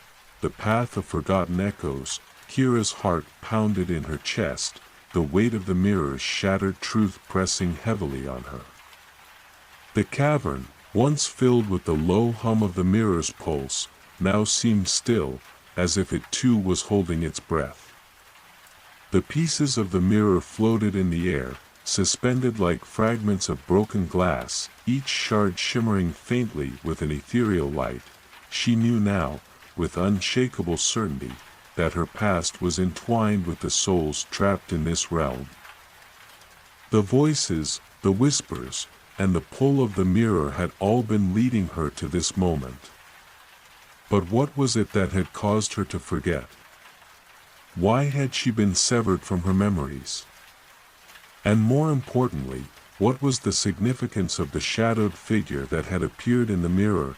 Kira stepped forward, the remnants of the mirror floating just above her head.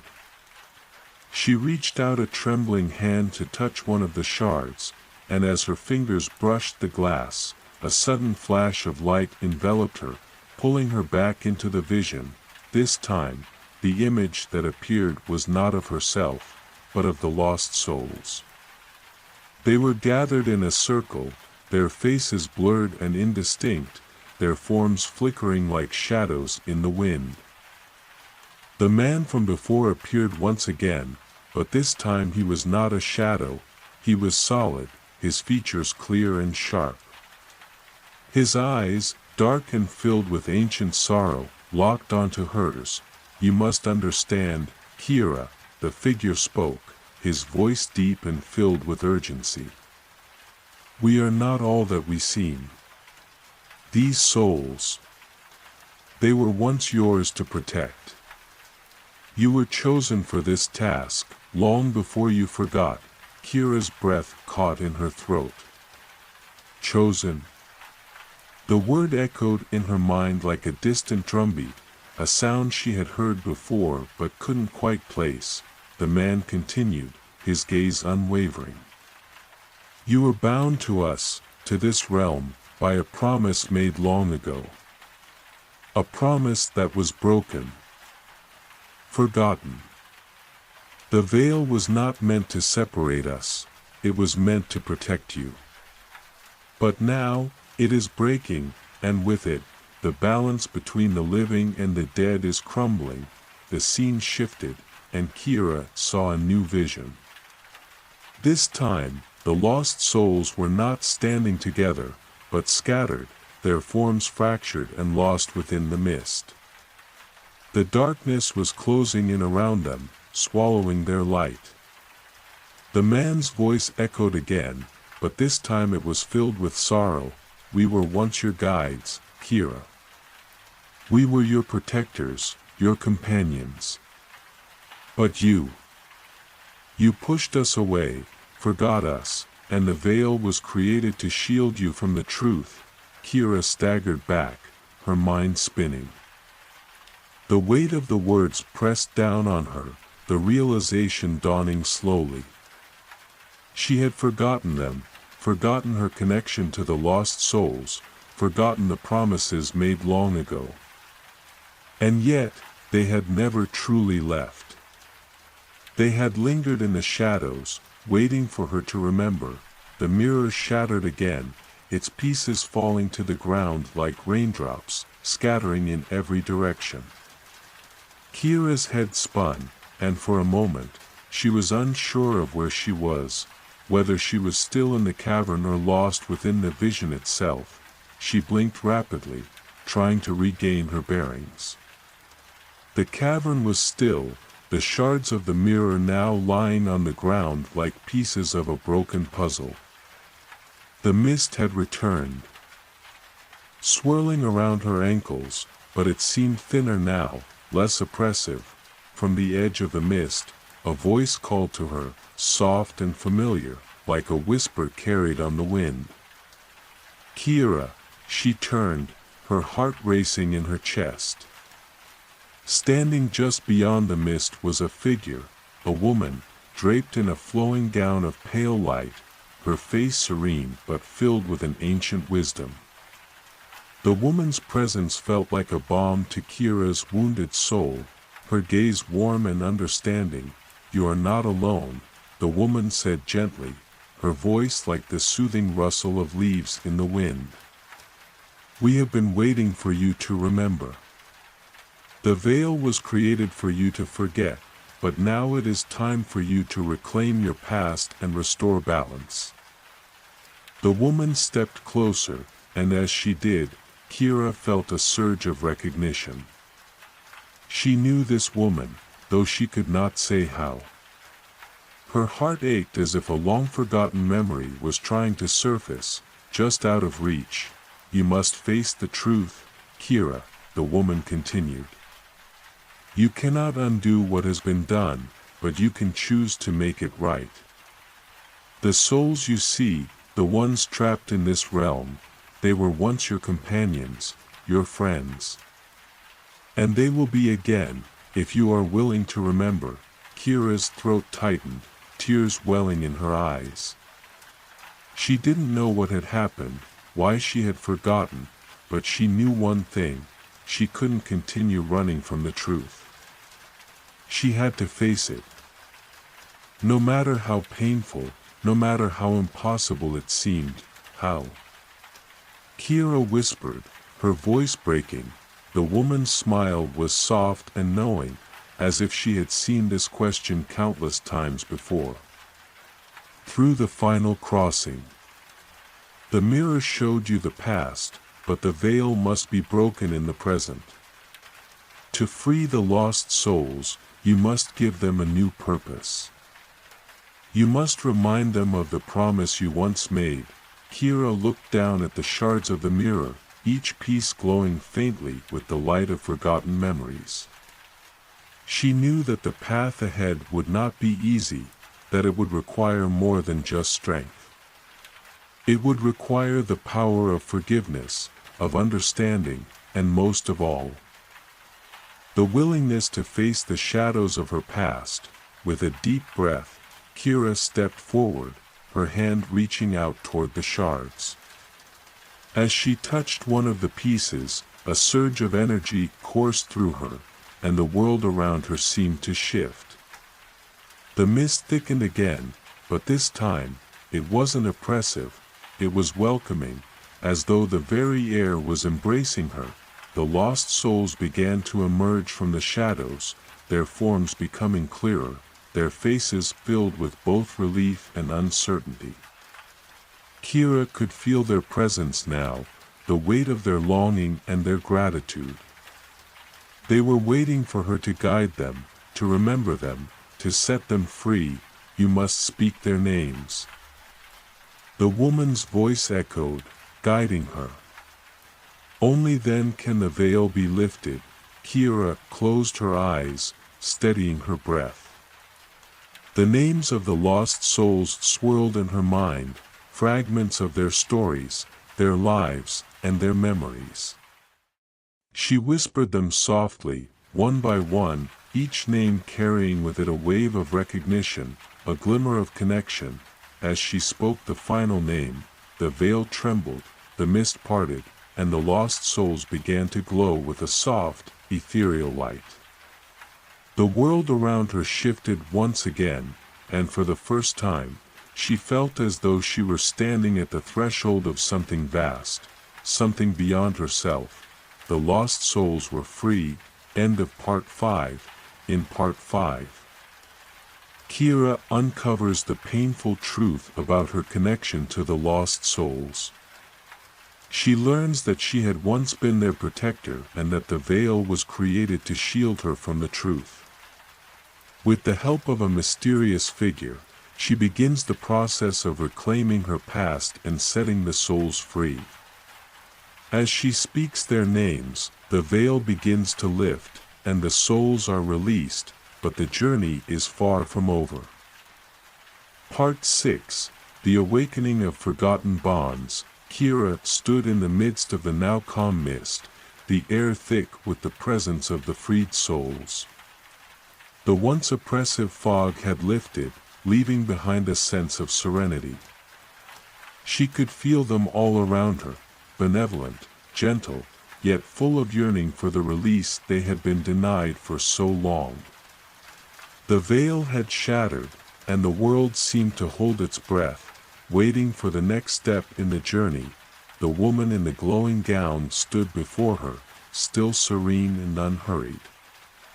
Her eyes radiated understanding, as though she had been waiting for this moment for longer than Kira could comprehend. "You have done what was needed, Kira," the woman said, her voice echoing softly in the vastness of the space. "The souls are free now, but there is more to be done."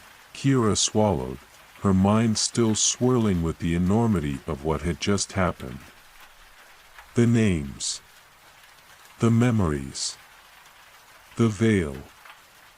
For so long, she had been disconnected from everything that mattered, and yet now, she could feel the intricate web of connections she shared with these souls, these forgotten companions.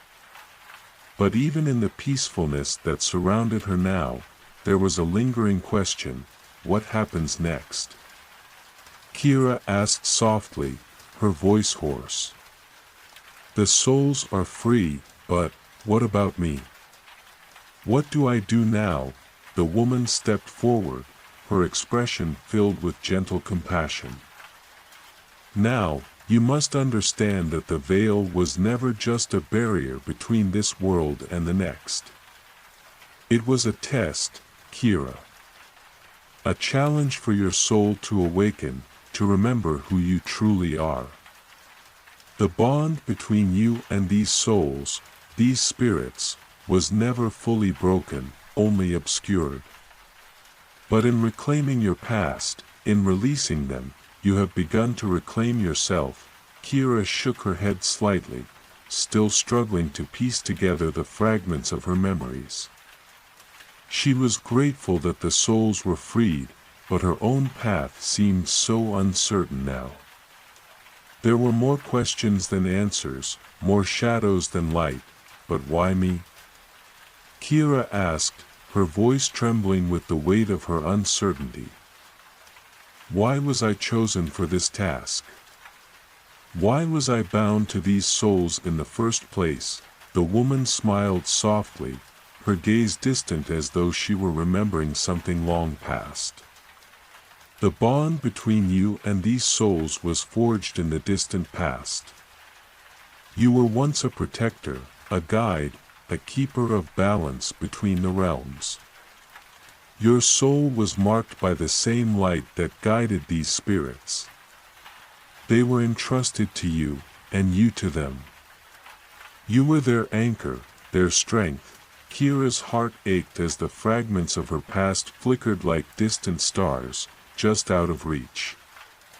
"But why would I forget all of that? Why would the bond be severed?" The woman's gaze softened, and her voice dropped to a whisper. "Sometimes, the soul must forget in order to grow, Kira. It is a way of protecting itself from burdens too heavy to bear. But you were always meant to remember. The path you walked was difficult, but it was the only way for you to rediscover the strength that has always been inside you." Kira felt a warmth rise within her, a flicker of something ancient, something true. She was beginning to understand that this journey, this awakening, was not just about freeing the lost souls. It was about rediscovering herself, her purpose, and the love she had once shared with those she had forgotten. It was about healing a wound that ran deep, one that had been festering for lifetimes. The woman reached out and touched Kira's shoulder gently. "You are ready now, Kira. Ready to embrace the truth.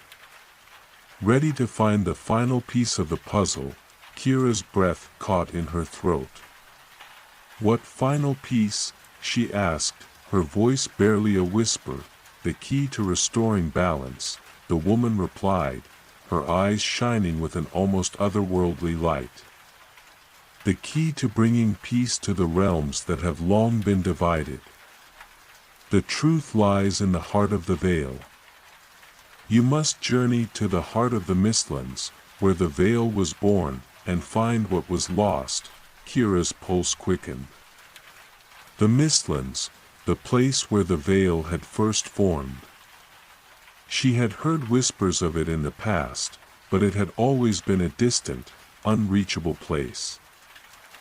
Now, it seemed like the final destination of her quest, but how do I get there? Kira asked, feeling the weight of this new task settle on her shoulders.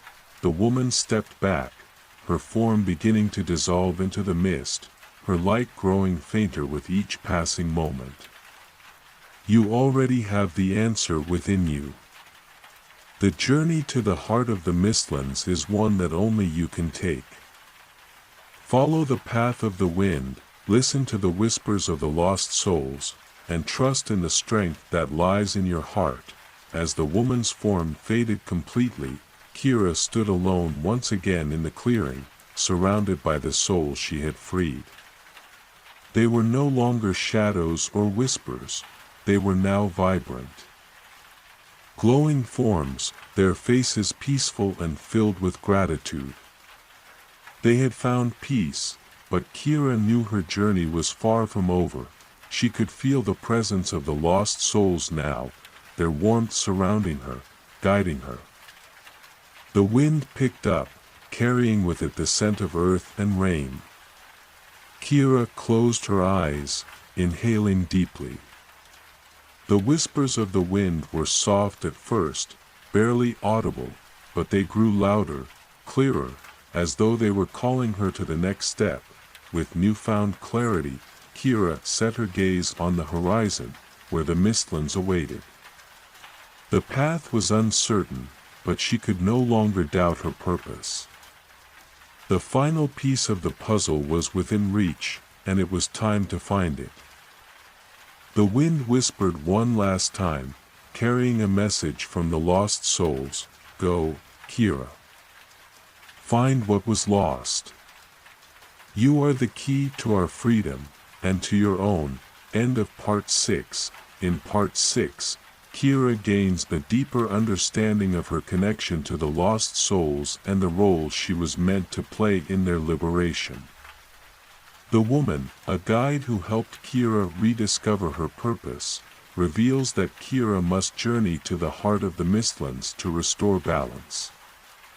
The path ahead is still unclear, but Kira now knows that her journey is far from over, and that the key to unlocking the truth lies in the Mistlands.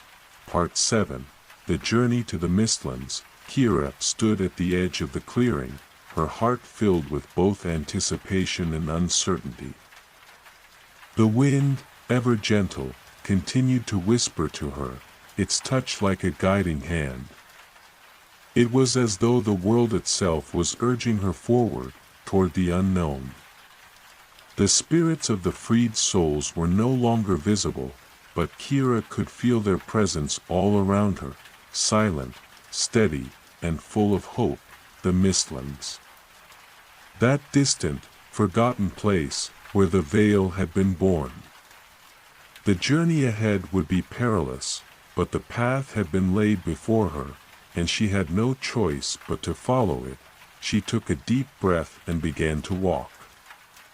The mist that had once clouded the forest seemed to part before her, as if the very earth was acknowledging her purpose. With each step, Kira felt a growing sense of power within her, an energy that had been dormant for so long. Waiting for this moment to awaken, as she ventured deeper into the forest, the trees seemed to shift around her, their gnarled branches bending and creaking as if whispering secrets of ancient times. The wind that had once been gentle now carried a sense of urgency, as if it, too, was eager for her to find her way. Follow the wind, Kira whispered to herself, remembering the woman's words. She closed her eyes for a moment, allowing the breeze to guide her. The wind danced through the branches, twirling around her in a way that felt almost like a conversation, a language beyond words. The air grew cooler as she moved, and the trees began to thin, revealing glimpses of a vast, open plain. The land stretched out before her, endless and empty, the sky above growing darker as the sun began to set. The Mistlands. Kira could feel it, the pull of something ancient and powerful, calling her forward. As the last of the daylight disappeared, Kira reached the edge of the plain. The mist was thick here, swirling and shifting in strange patterns, as though the land itself were alive. The path ahead was obscured, but Kira knew that she was on the right path. There was no turning back now. The wind grew louder, its whispers growing clearer with each passing moment. Kira closed her eyes again, allowing herself to become one with the breeze. The voices of the lost souls were there. Too, soft and distant, but undeniably present. They were guiding her, urging her to continue. "You are not alone, Kira," a voice said, faint but familiar. It was the voice of the woman from the clearing, the one who had guided her so far. "The souls walk with you. Their strength is your strength." Kira nodded, feeling the warmth of their presence around her. She had come this far because of them, and she would go further for them, and for herself. As she moved forward, the mist began to take shape. Figures appeared in the distance, blurry and indistinct at first, but slowly taking form as she drew closer. Kira's heart skipped a beat as she recognized the shapes. The lost souls, each one now a faint silhouette. Their faces clouded with sorrow, but their eyes glowing with a quiet longing. They were waiting for her. With every step, the figures became clearer, their forms more defined. They were no longer trapped in the veil, but they were still bound by something she had yet to understand. Kira's pulse quickened, and a sense of urgency washed over her. She needed to reach them, to help them find their final peace. The wind howled louder now, as though in response to Kira's determination. The figures began to move toward her, their faces shifting between joy and sadness, the emotions of their long-forgotten lives flickering like candle flames. "Help us," one of the souls whispered. Its voice filled with the weight of ages. "We are lost, but you have the power to bring us home." Kira reached out, her hand trembling as she touched the nearest soul. The moment her fingers brushed the spirit's translucent form, a flood of memories rushed through her, a torrent of voices, emotions, and images too fast for her to grasp fully. But amidst the chaos, one truth stood clear: the veil had not only trapped the souls, it had kept Kira from remembering her true purpose, too. She had been part of their journey all along, their guide and protector. "How do I help you?" Kira asked, her voice thick with emotion. "What do you need from me?" The soul before her smiled faintly, its form flickering like a dying star. "We need you to finish what was started long ago. You must journey deeper into the mistlands, to the place where the veil began. There, you will find the key to our release, and your own." Kira nodded, the weight of her mission pressing down on her. She had come this far, and she could not turn back now. The mistlands were her destination, but they were also a mirror, reflecting the parts of herself that she had forgotten. To restore the balance, she would have to confront the darkness within, and reclaim the light that had always been a part of her. With the spirits at her side, Kira continued her journey through the swirling mist. Each step brought her closer to the heart of the mistlands, where the final pieces of the puzzle awaited. She knew that the road ahead would be fraught with challenges, but she was no longer afraid. She had come this far, and she would see it through to the end. The echoes of the lost souls faded as she walked, but their presence remained in her heart. Kira was no longer just a traveler, she was a part of something much larger than herself. She was a bridge between worlds, a guide for those who had lost their way, and soon, she would help them find the peace they had long been denied, and with that, the mist thickened around her, and the darkness deepened. The journey had only just begun. End of Part 7. In Part 7, Kira journeys deeper into the Mistlands, guided by the spirits of the lost souls she has freed. As the mist takes shape and the figures of the lost souls materialize around her, Kira realizes that she is not just helping them, she is part of their journey. They urge her to continue toward the heart of the Mistlands, where the final piece of the puzzle awaits. The path is uncertain, but Kira is no longer afraid. She now knows that she is not alone and that the key to unlocking the truth lies ahead. Part 8. The Heart of the Mistlands. Kira's steps grew slower as the mist thickened around her, the air cooler, the whispers more insistent. The lost souls, their forms fading in and out of existence, had led her this far, but now they remained silent, as though respecting the final leg of her journey. She could still feel their presence, like a soft hum beneath the surface of everything, gentle, but constant. Their energy was a guiding light, steady and unyielding. The Mistland stretched out before her, an endless sea of fog that seemed to go on forever. The landscape was ethereal, trees twisted in unnatural shapes, their branches curling like skeletal hands reaching for the heavens.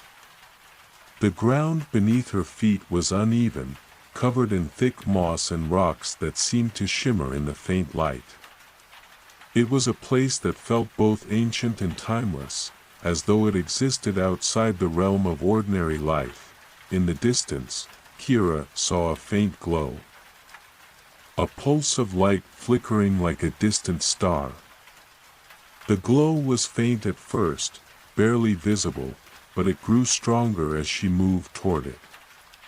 Something deep within her stirred, a sense of recognition that she couldn't fully place. She had seen this before, in the memories that came and went in flashes, an ancient power, a force that had always been with her. The wind picked up again, its whispers growing louder, more urgent. The voices of the lost souls now filled the air, but instead of the sorrowful wails of before, there was an undertone of hope, a quiet strength that had not been there earlier. The heart of the Mistlands is near, one voice whispered, clearer now. You are close, Kira. The time has come to awaken what was hidden. Kira quickened her pace, her heart pounding in her chest. The glow ahead was brighter now, pulsing like a heartbeat. As she drew nearer, she could see that it wasn't just a light, it was a structure, ancient and grand, standing in the midst of the mist. The building was like nothing Kira had ever seen before, a large stone archway, intricately carved with symbols that shimmered faintly in the fog. It stood alone in the desolate landscape, untouched by time, its beauty both haunting and mesmerizing. She stopped before the arch, her breath shallow. The glow seemed to emanate from within the structure, its warmth calling to her. She could feel it now, a deep, resonant hum, the very pulse of the Mistlands. It was here, at this threshold, that the final answer would be found. Kira reached out to touch the stone, her fingers grazing the cool surface. The moment her hand made contact, a surge of energy shot through her, flooding her senses. The mist swirled around her like a storm, and for a brief moment, the world seemed to vanish. She was no longer in the Mistlands, she was somewhere else entirely. Images flooded her mind, flashes of a time long past, of a life she had forgotten. She saw herself, not as the woman she was now, but as a figure of light, standing at the edge of a great chasm. The souls were there, gathered around her, their faces full of trust and reverence. She had been their protector, their guide. She had been the keeper of the balance between worlds. The veil had not always been a prison. It had once been a bridge, a protective barrier to keep the realms in harmony. But something had gone wrong, something had disrupted the flow of energy, and the veil had become a prison, both for the souls it had trapped and for Kira herself. The images shifted, and Kira saw a dark figure, cloaked in shadow, standing at the center of the veil. The figure reached out, its hand stretched toward the light, and with a single, powerful gesture, it shattered the connection between the realms. The veil was torn, and the souls were scattered, lost.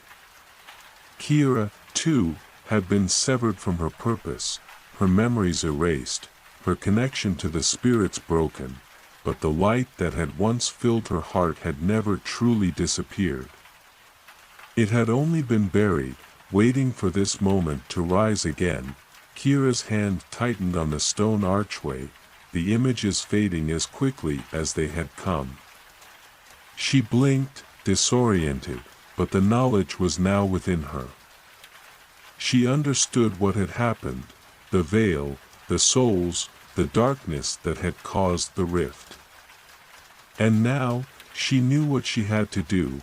The structure before her began to shift, the light intensifying as though it were alive, responding to Kira's awakening. The air hummed with energy, and the mist around her began to dissipate, drawn toward the archway as though it were being pulled into the very heart of the mistlands. With a final deep breath, Kira stepped through the archway. End of Part 8. In Part 8, Kira reaches the heart of the mistlands, where she discovers an ancient structure, a glowing archway that marks the threshold of the final part of her journey. As she touches the stone, she is flooded with memories from a past life, realizing her role as a protector of the balance between realms. The veil, once a bridge, was shattered by a dark figure, scattering the souls and severing Kira from her purpose. But now, with her memories returning, Kira understands that the key to restoring balance lies within her, and she steps forward, ready to face the next phase of her journey. Part 9. The final convergence. Kira stepped through the glowing archway, her heart racing, as the world around her seemed to shift once more. The air grew thick with energy, swirling around her like an invisible force, pulling her deeper into the heart of the mistlands. The mist that had once been a dense veil was now dissipating, revealing the truth beneath. The ground she stood upon was no longer soft and moss-covered, but firm and solid, as if the land itself had transformed in response to her awakening. Ahead of her, the archway was no longer visible. Instead, there was an open expanse, an enormous, crystal-clear lake that stretched as far as the eye could see.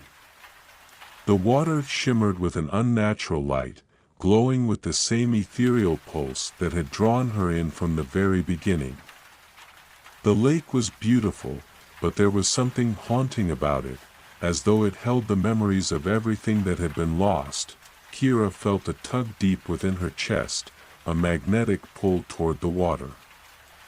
She moved closer, her feet silent on the solid ground, and as she neared the edge, she saw something unexpected, a reflection.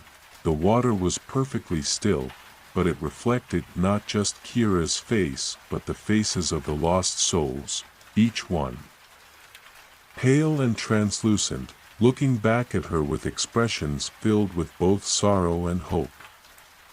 Their eyes met hers, and for a brief moment, she saw them not as lost spirits, but as people once full of life. The souls had not just been trapped, they had been forgotten. And it was her role to bring them back into the light. The water began to ripple, as if responding to her thoughts. The reflection of the souls shimmered, their forms twisting and shifting, as though they were being pulled from the depths. Kira's breath caught in her throat as she watched them rise, each spirit emerging from the water, their faces softening into expressions of peace. "You've come," a voice whispered. Soft yet clear. It was the voice of the woman who had guided her through the mist. "You've remembered what was lost. Now, you must restore the balance." Kira's pulse quickened. She had done everything she could, hadn't she? She had freed the souls from their prison, awakened the truth, and come to the heart of the Mistlands. But what did it mean to restore the balance? "You must complete the cycle," the voice continued, now resonating from all directions, as though the Mistlands itself were speaking to her. "The veil can be reborn, but only through your willingness to reconnect the realms, to bridge the gap between the living and the lost.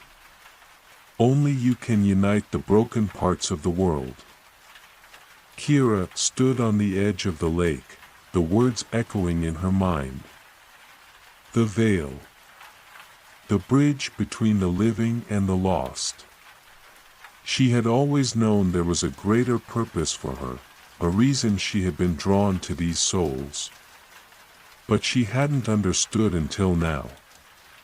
The veil had torn not only the spirits from their world but had also fractured the world itself, its boundaries blurred, its energies fragmented. The water before her swirled more violently now, the reflections of the souls shimmering brighter. One by one, the spirits began to step forward, their ethereal forms solidifying as they emerged from the water. They reached out toward her, their hands hovering just above hers. She felt their presence like a tidal wave, overwhelming yet comforting. These were the souls she had freed, but now they were not just the lost, they were the keys. Kira's hands shook as she reached out toward the spirits, her fingers brushing against the cool air that surrounded them. In that moment, she realized what she had to do. To restore the balance, she couldn't just release the souls into the afterlife. She had to reunite them with the living world, to reconnect the realms through the energy that had once bound them together. Closing her eyes, Kira focused on the energy that had begun to stir within her, the power that had awakened when she touched the archway. She felt it flowing through her. A river of pure light that surged from her chest, out through her arms, and into the spirits who surrounded her. The glow of the water intensified as the connection between the realms began to form. The spirits began to glow brighter, their forms solidifying more with each passing second. The mist that had enveloped the lake began to rise, spiraling into the sky as if being pulled upward by the forces Kira had unlocked. She could feel the veil, the barrier between the worlds, vibrating, responding to her call. The ground beneath her feet trembled as the energy between the realms began to converge. Kira's mind raced, the weight of her task bearing down on her. But she did not falter. She had come this far, and she knew that the final step was within reach. Suddenly, the energy in the air shifted, and a blinding light erupted from the center of the lake. Kira's eyes snapped open, and she saw the veil taking shape once more, a brilliant web of light that stretched from the water and reached into the sky. The souls, now fully restored, floated in the air, their faces glowing with a quiet peace as they moved into their rightful place. The dark force that had once torn the veil apart was gone, dissipating into nothingness as the light of the new veil formed. It was no longer a prison, but a bridge, a connection between the living and the lost, a path of peace and understanding that would forever bind the two worlds. The mist began to settle, and the spirits, now at peace, began to fade into the light of the veil. Kira stood alone at the edge of the lake, her heart swelling with a deep sense of fulfillment. The journey had been long, and the weight of the world had rested on her shoulders, but now, the balance was restored. The souls had been freed, the veil had been reborn, and Kira herself had found her purpose. The Mistlands were no longer a place of sorrow. They were a place of peace, and with that, Kira knew it was time to leave, to return to the world she had once known. But she was not the same woman who had stepped into this land of mist and shadows. She was more, she was the bridge. The keeper of the balance, and the protector of those who have been lost. As the last of the souls faded into the veil, Kira turned away from the lake, the path ahead of her illuminated by the light of the restored world. The Mistlands had fulfilled their purpose. Now, it was time for her to fulfill hers. End of Part 9. In Part 9, Kira reaches the heart of the Mistlands, where she realizes that the veil must be restored, not just to free the souls, but to reconnect the realms of the living and the lost. She calls upon the energy within her to unite the two worlds, and with the power of the spirits, she reforms the veil into a bridge of peace. The souls find their place in the new veil. And Kira completes her journey, knowing her purpose is fulfilled. Part 10. The Awakening of the Realms. The glow from the newly formed veil continued to illuminate the Mistlands, casting a serene light over the land. The air felt different now, charged with a sense of harmony that hadn't been there before. The weight that had burdened Kira since she first entered the Mistlands seemed to lift, replaced by an overwhelming feeling of peace. She stood at the edge of the lake, gazing out at the glowing web of light that stretched across the sky, bridging the two realms. The spirits, now fully restored, had merged with the veil, their voices no longer whispers but clear and full of joy, echoing in the air around her. She could feel them with her, no longer lost, but at rest, their journey finally complete. The land was silent, but the silence was not empty. It was a stillness filled with the hum of life, as though the very earth itself had exhaled a sigh of relief. Kira's heart swelled with emotion, a deep sense of gratitude and fulfillment filling her every cell. She had done it. She had restored the balance, bridged the realms, and freed the lost souls. The Mistlands were no longer a place of sorrow, but a sanctuary, a sacred space where life and death could coexist in harmony. Kira turned her back on the lake, her gaze sweeping over the now peaceful landscape. The once twisted trees that lined the shore now stood tall and proud, their branches reaching toward the sky in a symbol of rebirth. The mist had dissipated almost entirely, leaving only a faint, gentle fog that seemed to embrace the land rather than obscure it. It was as if the Mistlands were waking from a long, troubled sleep. She felt a tug in her chest, a pull toward the horizon. It was time to leave, to return to the world she had once known. But she wasn't the same woman who had entered this land. The journey had transformed her in ways she could never have imagined. The whispers of the lost souls had become part of her, their stories interwoven with her own, their memories now alive in her heart.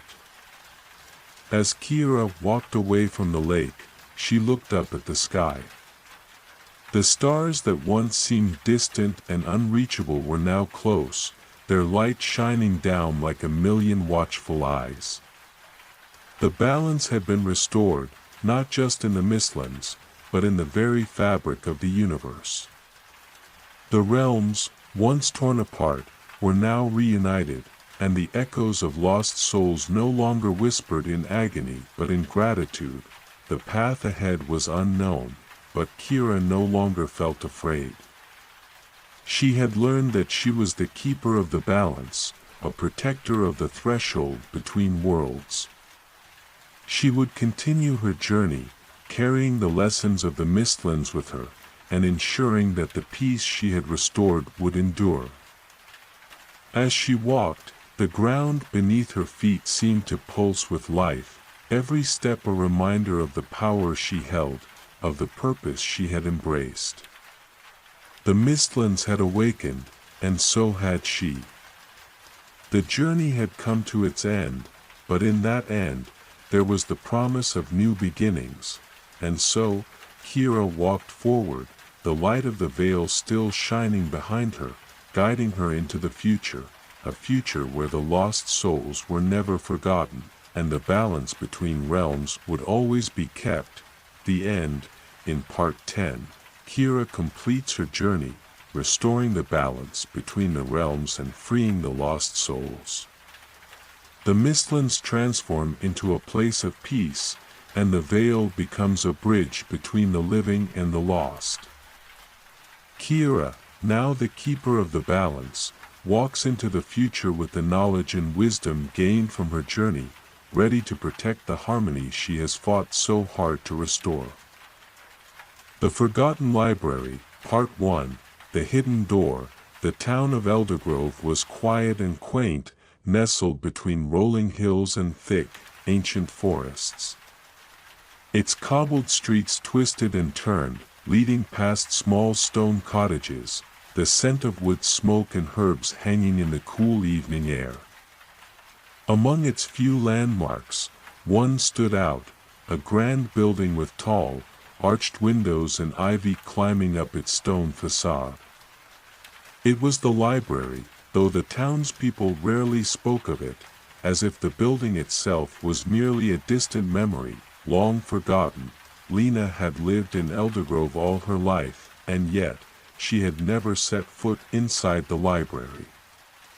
It was one of those places that seemed to exist in the background, a silent witness to time passing.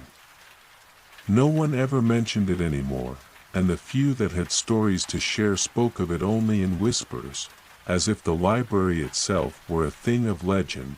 One cool autumn afternoon, Lena, curious and tired of the endless days spent in the village square, decided to explore the library. She had heard the whispers for years, how the place had once been a beacon of knowledge, how it had vanished from the village's memory, and how no one could explain why it had been abandoned. But now, with the first hints of winter creeping into the air, she felt an inexplicable pull toward it. The library was different from the rest of the town. It stood on the edge of Eldergrove, its silhouette towering against the sky.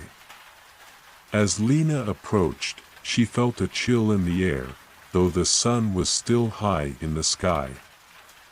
The ivy seemed to grasp at the stone walls, creeping toward the roof, as if trying to keep the building together, to hold it in place. The large wooden door at the front was locked, but Lena's gaze wandered to the side of the building, where a narrow, vine-covered passageway led around to the back. She hesitated for only a moment before making her way to the rear of the library. There, in the shade of the overgrown trees, she found a small door, barely noticeable unless you knew where to look. It was old, weathered wood with tarnished brass hinges. Lena's hand trembled slightly as she reached for the door, a sense of anticipation rising in her chest. She had always felt that there was something mysterious about the library, something hidden beneath its layers of dust and time. With a gentle push, the door creaked open, revealing a dimly lit hallway. The air inside was cool and musty, filled with the scent of old paper and forgotten stories. The walls were lined with shelves, though many were empty or covered in cobwebs. The dim light that filtered through the grimy windows cast long shadows across the floor, making the place feel both abandoned and alive with secrets. Lena stepped inside, her footsteps muffled on the thick carpet of dust that covered the floor. As she moved deeper into the library, she saw that the shelves were not as empty as they first appeared. There were books, old, leather-bound volumes that looked as though they had not been touched in decades. Some were stacked haphazardly, while others leaned precariously on the shelves. It was then that Lena noticed something strange. One of the shelves, near the back of the room, seemed to shift ever so slightly, as if it were a door itself. Her heart skipped a beat. Could it be? Could this old, forgotten library actually hold more than it seemed? With a mixture of excitement and trepidation, Lena moved toward the shelf. Her fingers brushed against the spine of a book as she passed. And with a soft sound, the shelf slid open, revealing a hidden doorway behind it. Lena stood frozen for a moment, staring into the darkness beyond. The air felt heavier here, as though the very room held its breath.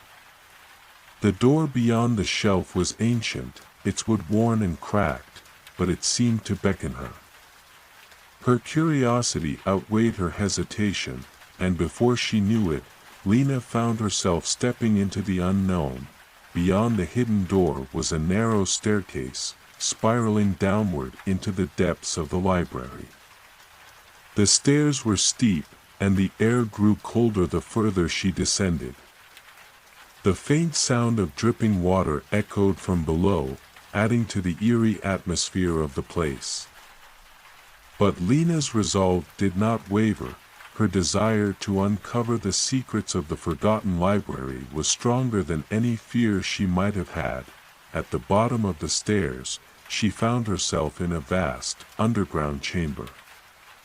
The walls were lined with bookshelves, some filled with volumes she could not even begin to identify. Strange symbols were carved into the stone, their meanings long lost to time. The room was dimly lit by a series of flickering lanterns, their soft light casting an otherworldly glow over the shelves. Lena's eyes widened as she took in the sight before her. This was no ordinary library. It was a place of ancient knowledge, a repository of forgotten histories and forbidden lore. And it was waiting for her. Part 2, The Secrets Beneath the Stone. Lena stood in awe, her heart pounding with a mixture of wonder and trepidation.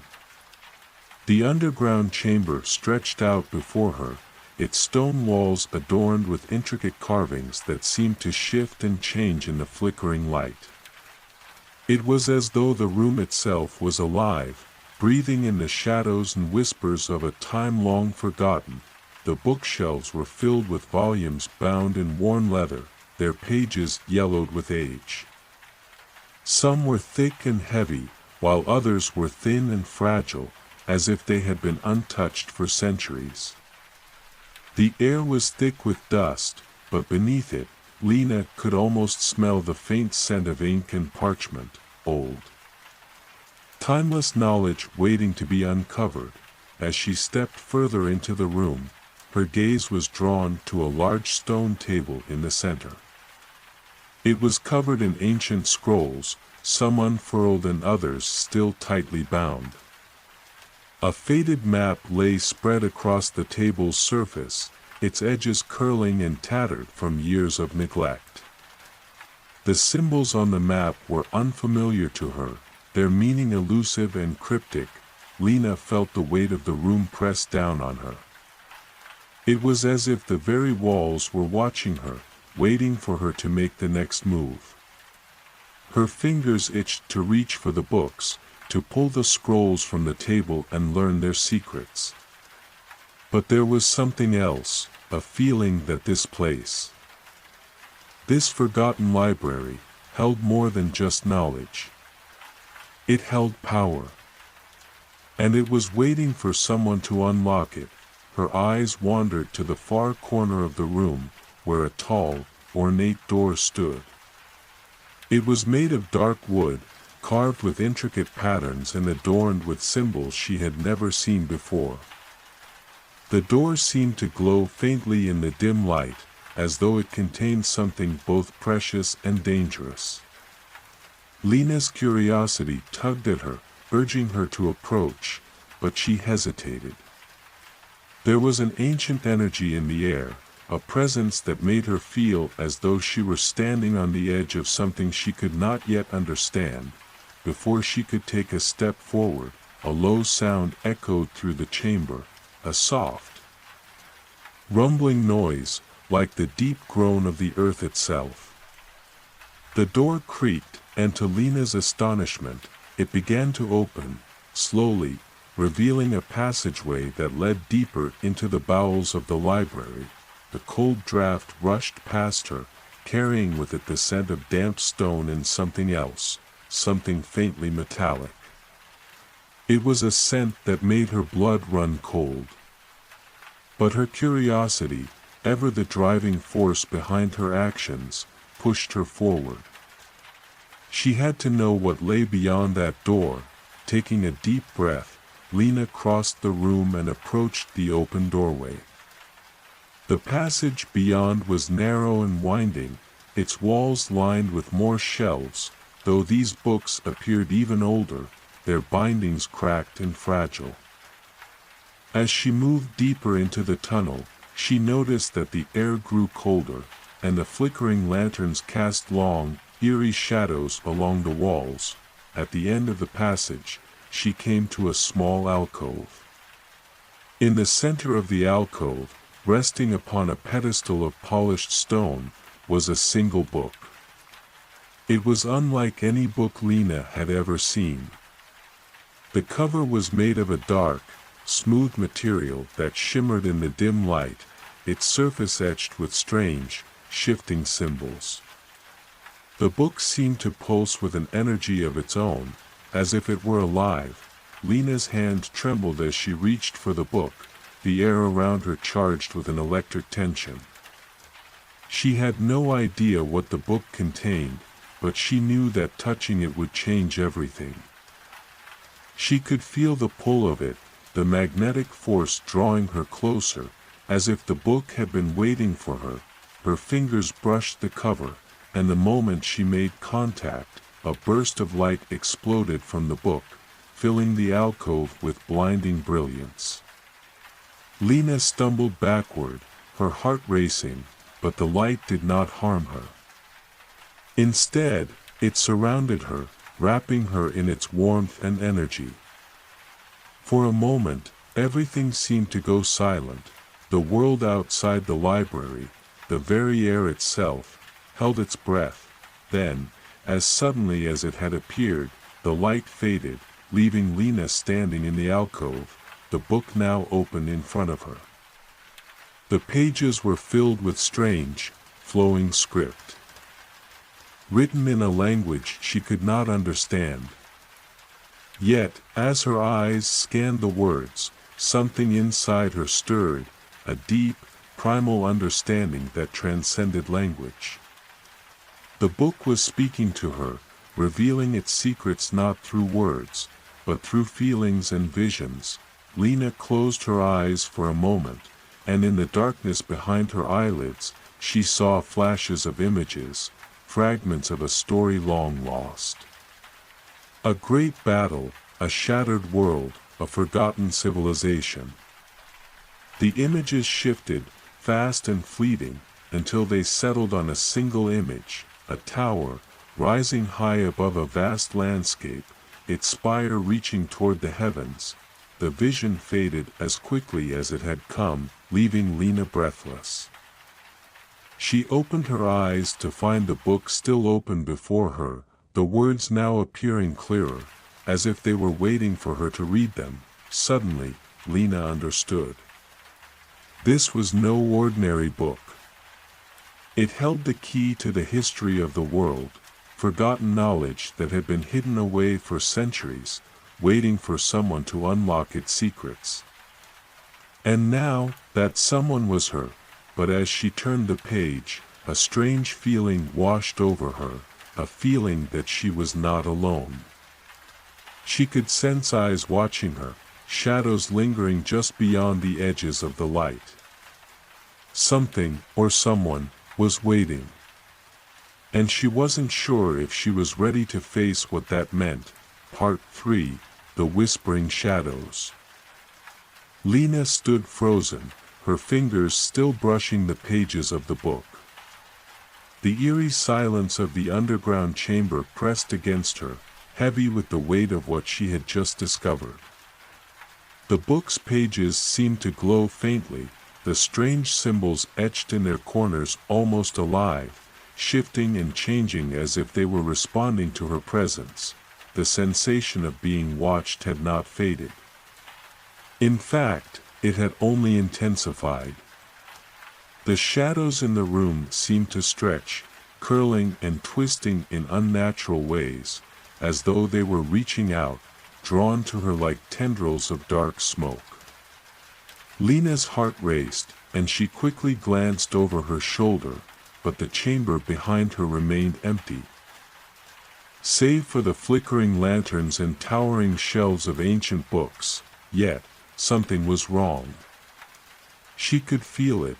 A soft whisper filled the air, a faint, almost inaudible murmur that seemed to echo from the very walls of the library.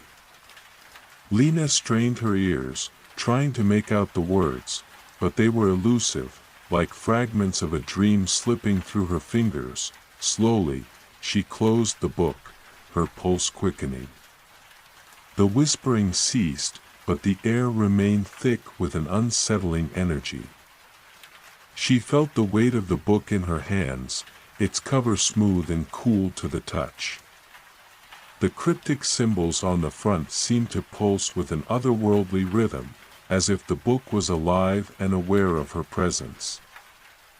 Lena turned toward the alcove's entrance, her instincts telling her it was time to leave. But as she took a step forward, the shadows in the room seemed to stretch even further, and the temperature dropped. The lanterns flickered, their light dimming, casting eerie, elongated shadows across the walls. "Who's there?" Lena called, her voice trembling. The silence that followed was deafening, broken only by the soft rustle of pages turning in the distance. Suddenly, a cold wind swept through the room, extinguishing the lanterns and plunging the chamber into darkness. Lena gasped, her breath visible in the icy air. The only light now came from the faint glow of the book she still held in her hands. Her heartbeat thundered in her chest as she took a cautious step forward, every instinct screaming at her to flee. Then, out of the darkness, a figure emerged. Lena's breath caught in her throat as the shape of a tall, shadowy figure appeared before her. It was cloaked in a flowing black robe, its face obscured by a hood that seemed to absorb the light. The figure moved with an eerie grace, its footsteps barely making a sound as it glided toward her. For a moment, Lena was paralyzed, unable to move or speak. The figure was unlike anything she had ever seen. Its presence was not quite human, not quite something else. It exuded an ancient power, a cold, unearthly aura that made the hair on the back of her neck stand on end. The figure stopped just in front of her, and for a long moment, there was only silence. Lena's eyes widened as she realized that the figure was staring at her, though she could not see its eyes. The weight of its gaze felt like a physical presence, pressing down on her chest. Then, it spoke. "You have awakened it." The voice was deep, its tone almost a whisper, but it carried an undeniable authority. It resonated in Lena's bones, vibrating through her like an ancient melody. The book. It is not meant for your kind. Lena opened her mouth to speak, but no words came. Her mind raced, her heart pounding in her ears. What did it mean? The book wasn't meant for her. But how could that be? She had found it. It had chosen her, hadn't it? The figure took another step forward, its presence overwhelming. The knowledge within the book is not to be tampered with, it continued. You have disturbed something ancient, something that should remain hidden. Lena finally found her voice. What do you mean? Who are you? The figure tilted its head slightly, as though considering her question. I am the keeper, it said simply, as if that explained everything. The guardian of this library and its secrets. Lena's mind spun. The guardian? But this library had been forgotten for centuries. No one had spoken of it, no one had even remembered its existence. She had always assumed it was an old, abandoned place, its history long lost to time. Why now? She asked, her voice shaky. Why appear now, after all these years? The figure's hood shifted slightly, and Lena could have sworn she saw a flicker of light deep within the folds, like eyes watching her. The balance has been broken, it said softly. The book was never meant to be opened again. The one who awakens it must be prepared to face the consequences. Lena felt a chill run through her as the figure's words sank in. The consequences? What did that mean? She wasn't prepared for any of this. She had simply been curious, driven by a need to uncover the secrets hidden within the library. Now, it seemed as though she had unleashed something far darker than she could have imagined. What happens now? She asked, her voice barely above a whisper. The figure's form shifted, the shadows surrounding it growing more intense, more alive. You must choose, it said. You can leave, and the book will remain sealed. Or, you can continue down the path you have started. But know this, the knowledge within is not for the faint of heart. With that, the figure began to fade into the darkness, its form dissolving into the shadows. The temperature in the room slowly returned to normal, and the lanterns flickered back to life, casting their soft, warm glow over the chamber once more. Lena stood there, trembling, her heart racing. The book in her hands felt heavier now, its power more tangible. The choice had been laid before her. She could leave, walk away, and never return. Or she could continue her journey into the unknown, facing whatever consequences awaited her. Lena took a deep breath, her mind racing with the possibilities. She had already come so far. Could she really turn back now? Part 4, The Path Forward. Lena stood motionless, the weight of the guardian's words pressing heavily on her chest. The shadows had receded, but the sense of unease lingered. The library, once a place of quiet wonder, now felt like a labyrinth filled with unseen dangers. Her fingers tightened around the book, its dark cover still glowing faintly, as if it was urging her to make a decision. A deep breath steadied her nerves. She had come this far. She couldn't turn back now. The knowledge the book contained, the visions it had shown her, were too important to ignore. But what was it that the guardian had said? The consequences. What did that mean? Lena's mind raced. She thought of the tower from her vision, the tall, imposing spire that reached toward the sky. Was it real? Or was it part of some forgotten history that had long been lost to the world? She had to know. She cast a final glance at the alcove where the guardian had appeared, but it was empty now. The shadows were still, and the oppressive silence returned. The figure had warned her of the dangers ahead.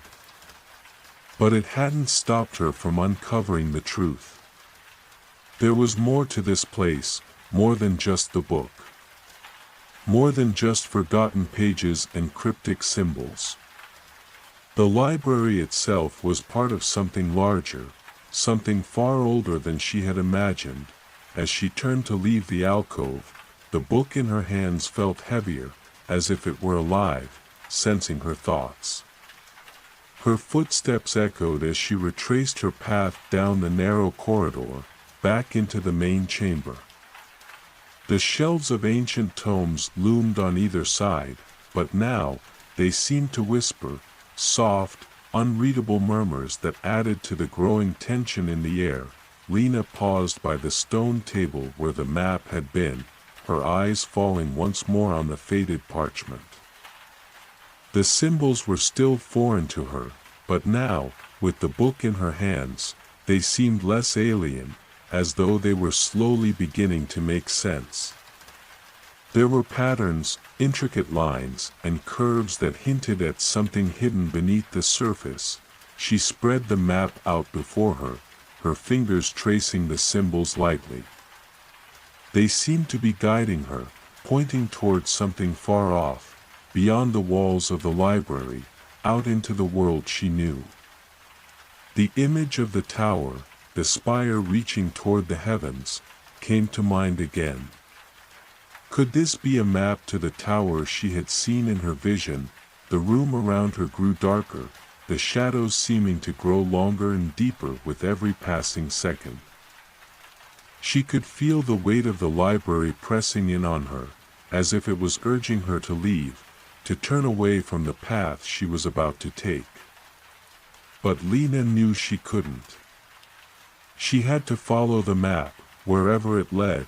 Suddenly, the sound of a low rumble filled the air, faint at first, but growing louder with each passing moment. Lena's breath caught in her throat, and she looked around, startled. The rumble seemed to come from deep within the library's foundation, vibrating through the stone beneath her feet. The walls groaned, as if the entire structure was waking up, stirring from a long slumber. Then, the floor beneath her feet began to shift. A section of the stone floor slid open with a grinding sound, revealing a hidden passageway that had been sealed for centuries. The darkness within was thick, almost impenetrable, but Lena could feel the pull of it, a magnetic force drawing her closer. The book in her hands thrummed with energy, as though it had been waiting for this moment. Lena swallowed hard and took a step forward. She didn't know what awaited her, but there was no turning back now. The passageway stretched into the dark, its stone walls covered in ancient carvings and symbols. The air was damp, cool, and the scent of earth filled her nostrils. It felt as though she were stepping into another world, one that had been hidden away from humanity for a reason. As she ventured deeper into the passage, the air grew colder, and the faint glow from the book illuminated the walls, revealing more of the strange markings. They seemed to be telling a story, a forgotten history written in an unknown language. The further she went, the more the feeling of being watched returned. It wasn't the guardian this time, but something else, something ancient and primal that lurked in the depths of the library. She rounded a corner and saw a doorway ahead, its frame covered in the same shifting symbols as the book. This was it, the heart of the library, the place that the guardian had warned her about. But she had to know. She had to understand what the book was leading her to. Lena reached for the door, her hand trembling slightly, and pushed it open. Beyond the door was a vast chamber, its ceiling lost in shadows. The air was thick with dust, and the stone walls were lined with more bookshelves, some ancient, some newer, though all were covered in layers of neglect. But it wasn't the books that drew her attention. It was the large, circular pedestal in the center of the room. Upon it rested a stone orb, glowing softly with an inner light. As she stepped closer, the book in her hands pulsed with an intense heat. The orb seemed to resonate with the same energy, and Lena realized that the two were connected, that the book and the orb were part of something far larger. The orb appeared to be a key, and the book, she now realized, was the guide.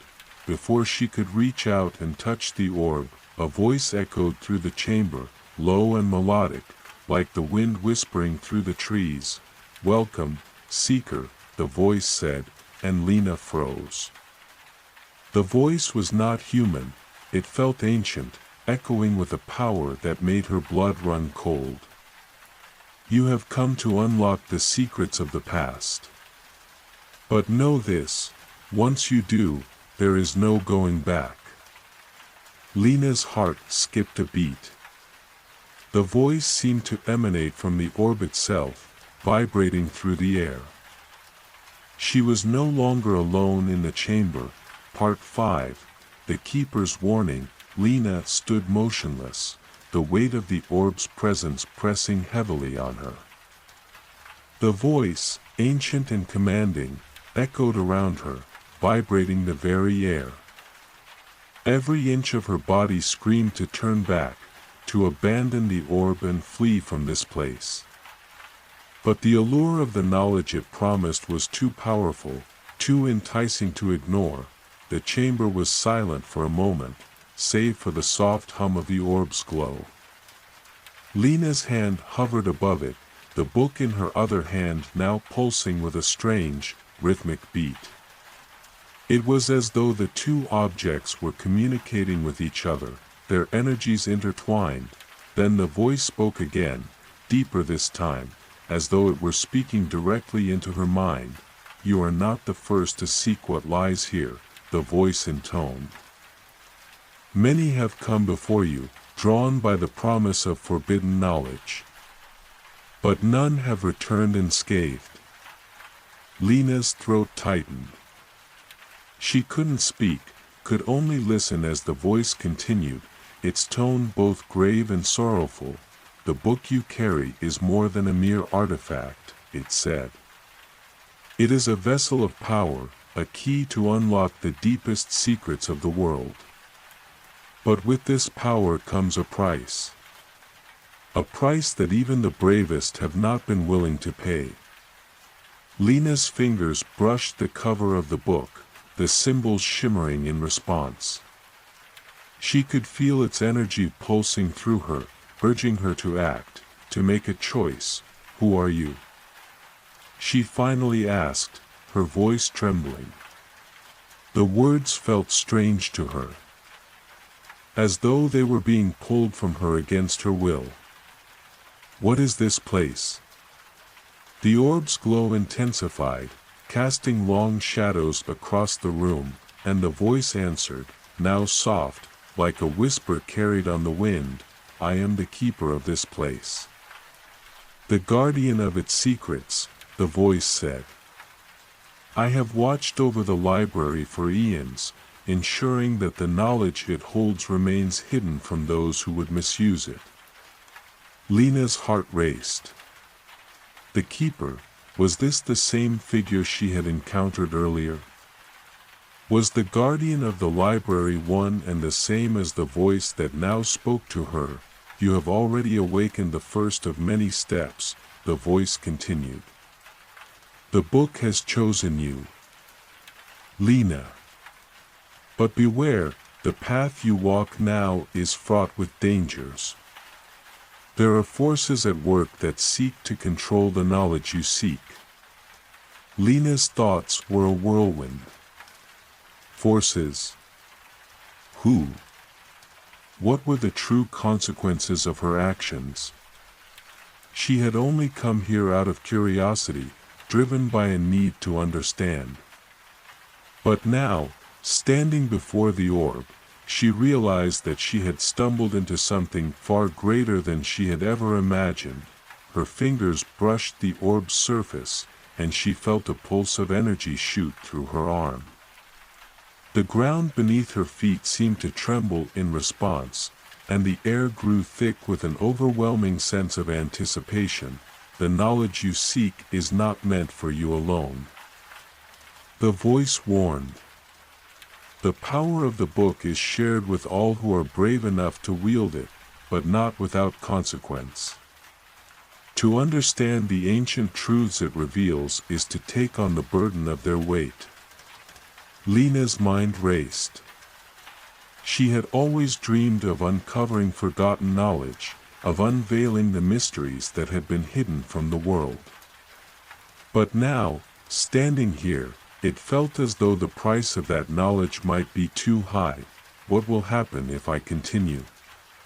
She asked, her voice barely a whisper.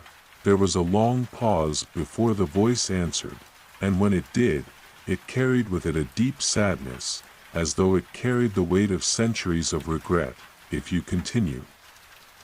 The voice said, you will awaken the shadows that sleep in the deepest corners of this library. And with them, the secrets that should remain buried will be revealed. There will be no going back.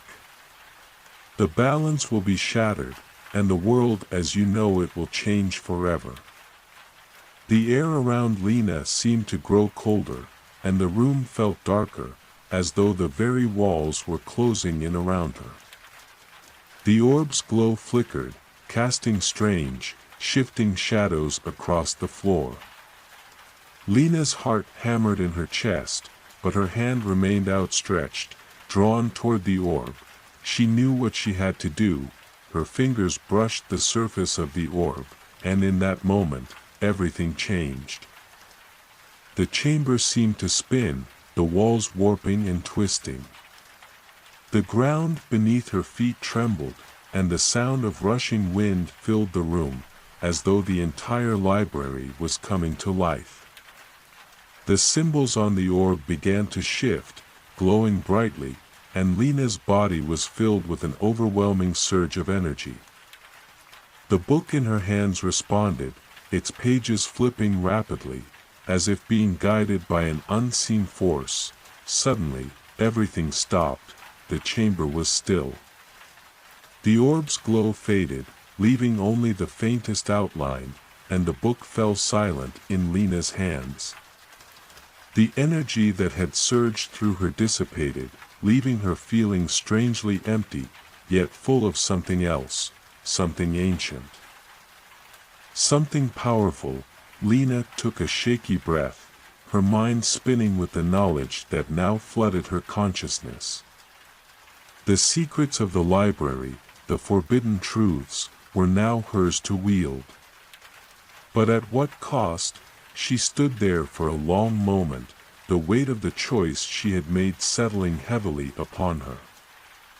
The keeper's warning echoed in her mind, and Lena knew that this was only the beginning. The world outside the library had not yet felt the ripple of the changes that had begun, but it would soon. And Lena was now at the center of it all.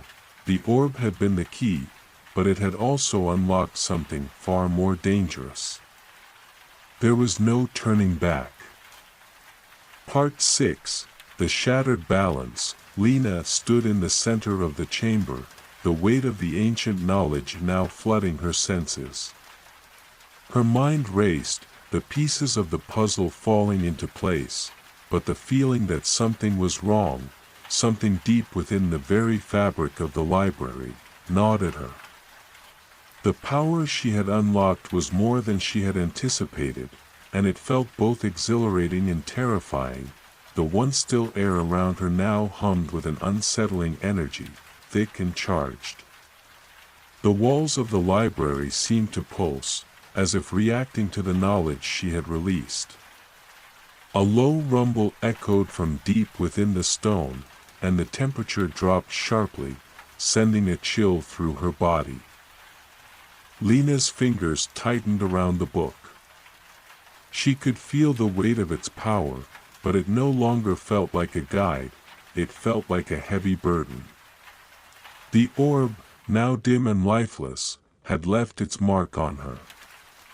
A faint glow still lingered in her hands, and she could sense that something had changed. Something irreversible. She looked around the chamber, feeling the oppressive weight of the library's secrets pressing in on her.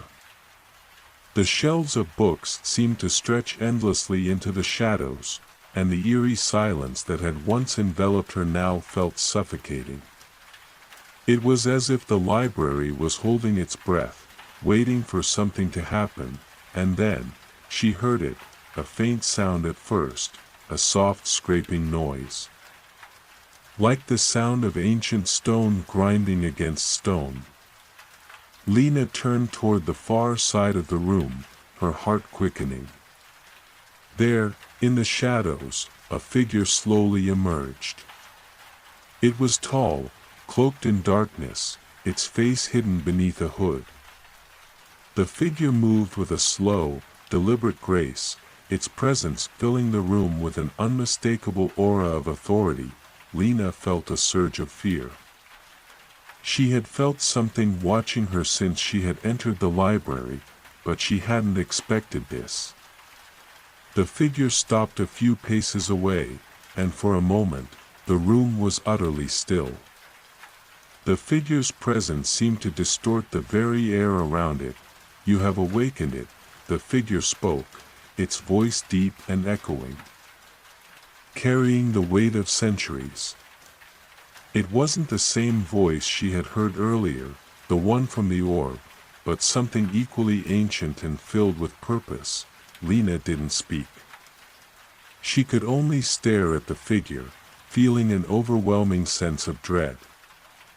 She had known there would be consequences, but she hadn't realized how deeply they would reach. The figure stepped forward, and as it did, the shadows in the room seemed to shift, growing darker and thicker, coiling around the edges of the chamber like living things.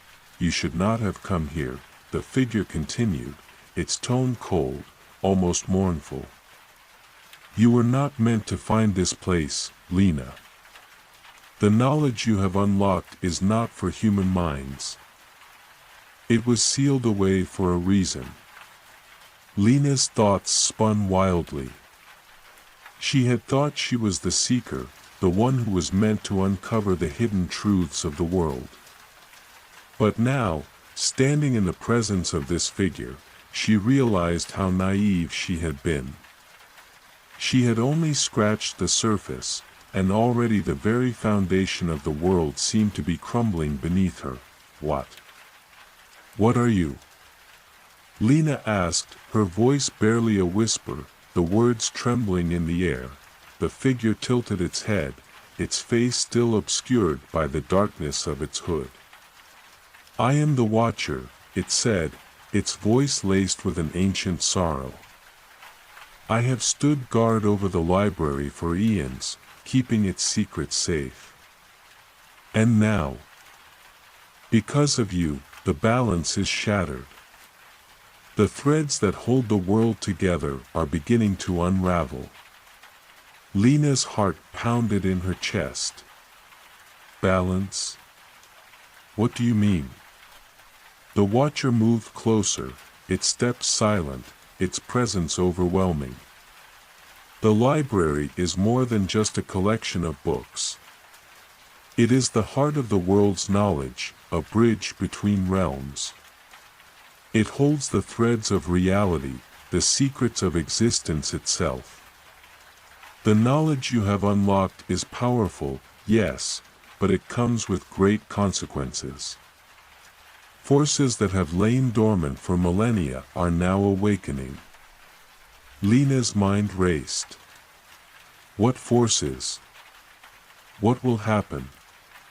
The watcher's voice grew softer, almost a whisper, as if speaking of something too terrible to be said aloud. The ones who have been waiting, those who seek to control the knowledge of the library, are stirring. The shadows you have awoken are not just memories or forgotten truths. They are ancient beings, creatures that existed before the world as you know it was born. And they will stop at nothing to reclaim what you have disturbed. Lena felt her breath catch in her throat. I didn't mean to awaken anything. I just wanted to know. The watcher raised a hand, silencing her. It is too late for regrets, child. The path you have chosen has already set events into motion that cannot be undone. You must now face what you have unleashed. A deep rumble filled the chamber once again, and the walls seemed to tremble, as if the very library itself was alive, reacting to the danger that Lena had brought upon it.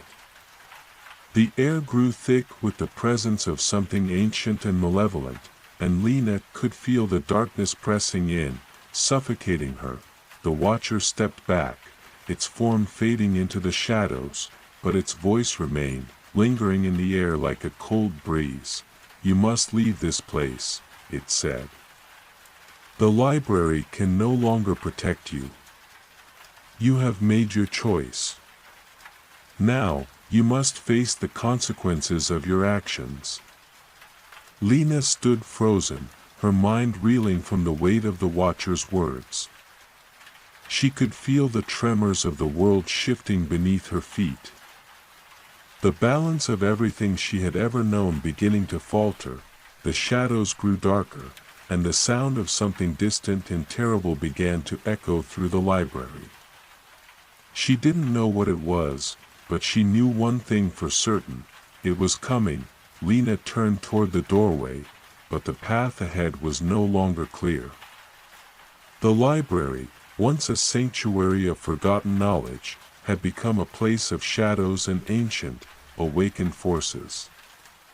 The book in her hands was no longer just a key to the past, it was a beacon, drawing those forces closer, and there was no turning back. Part 7.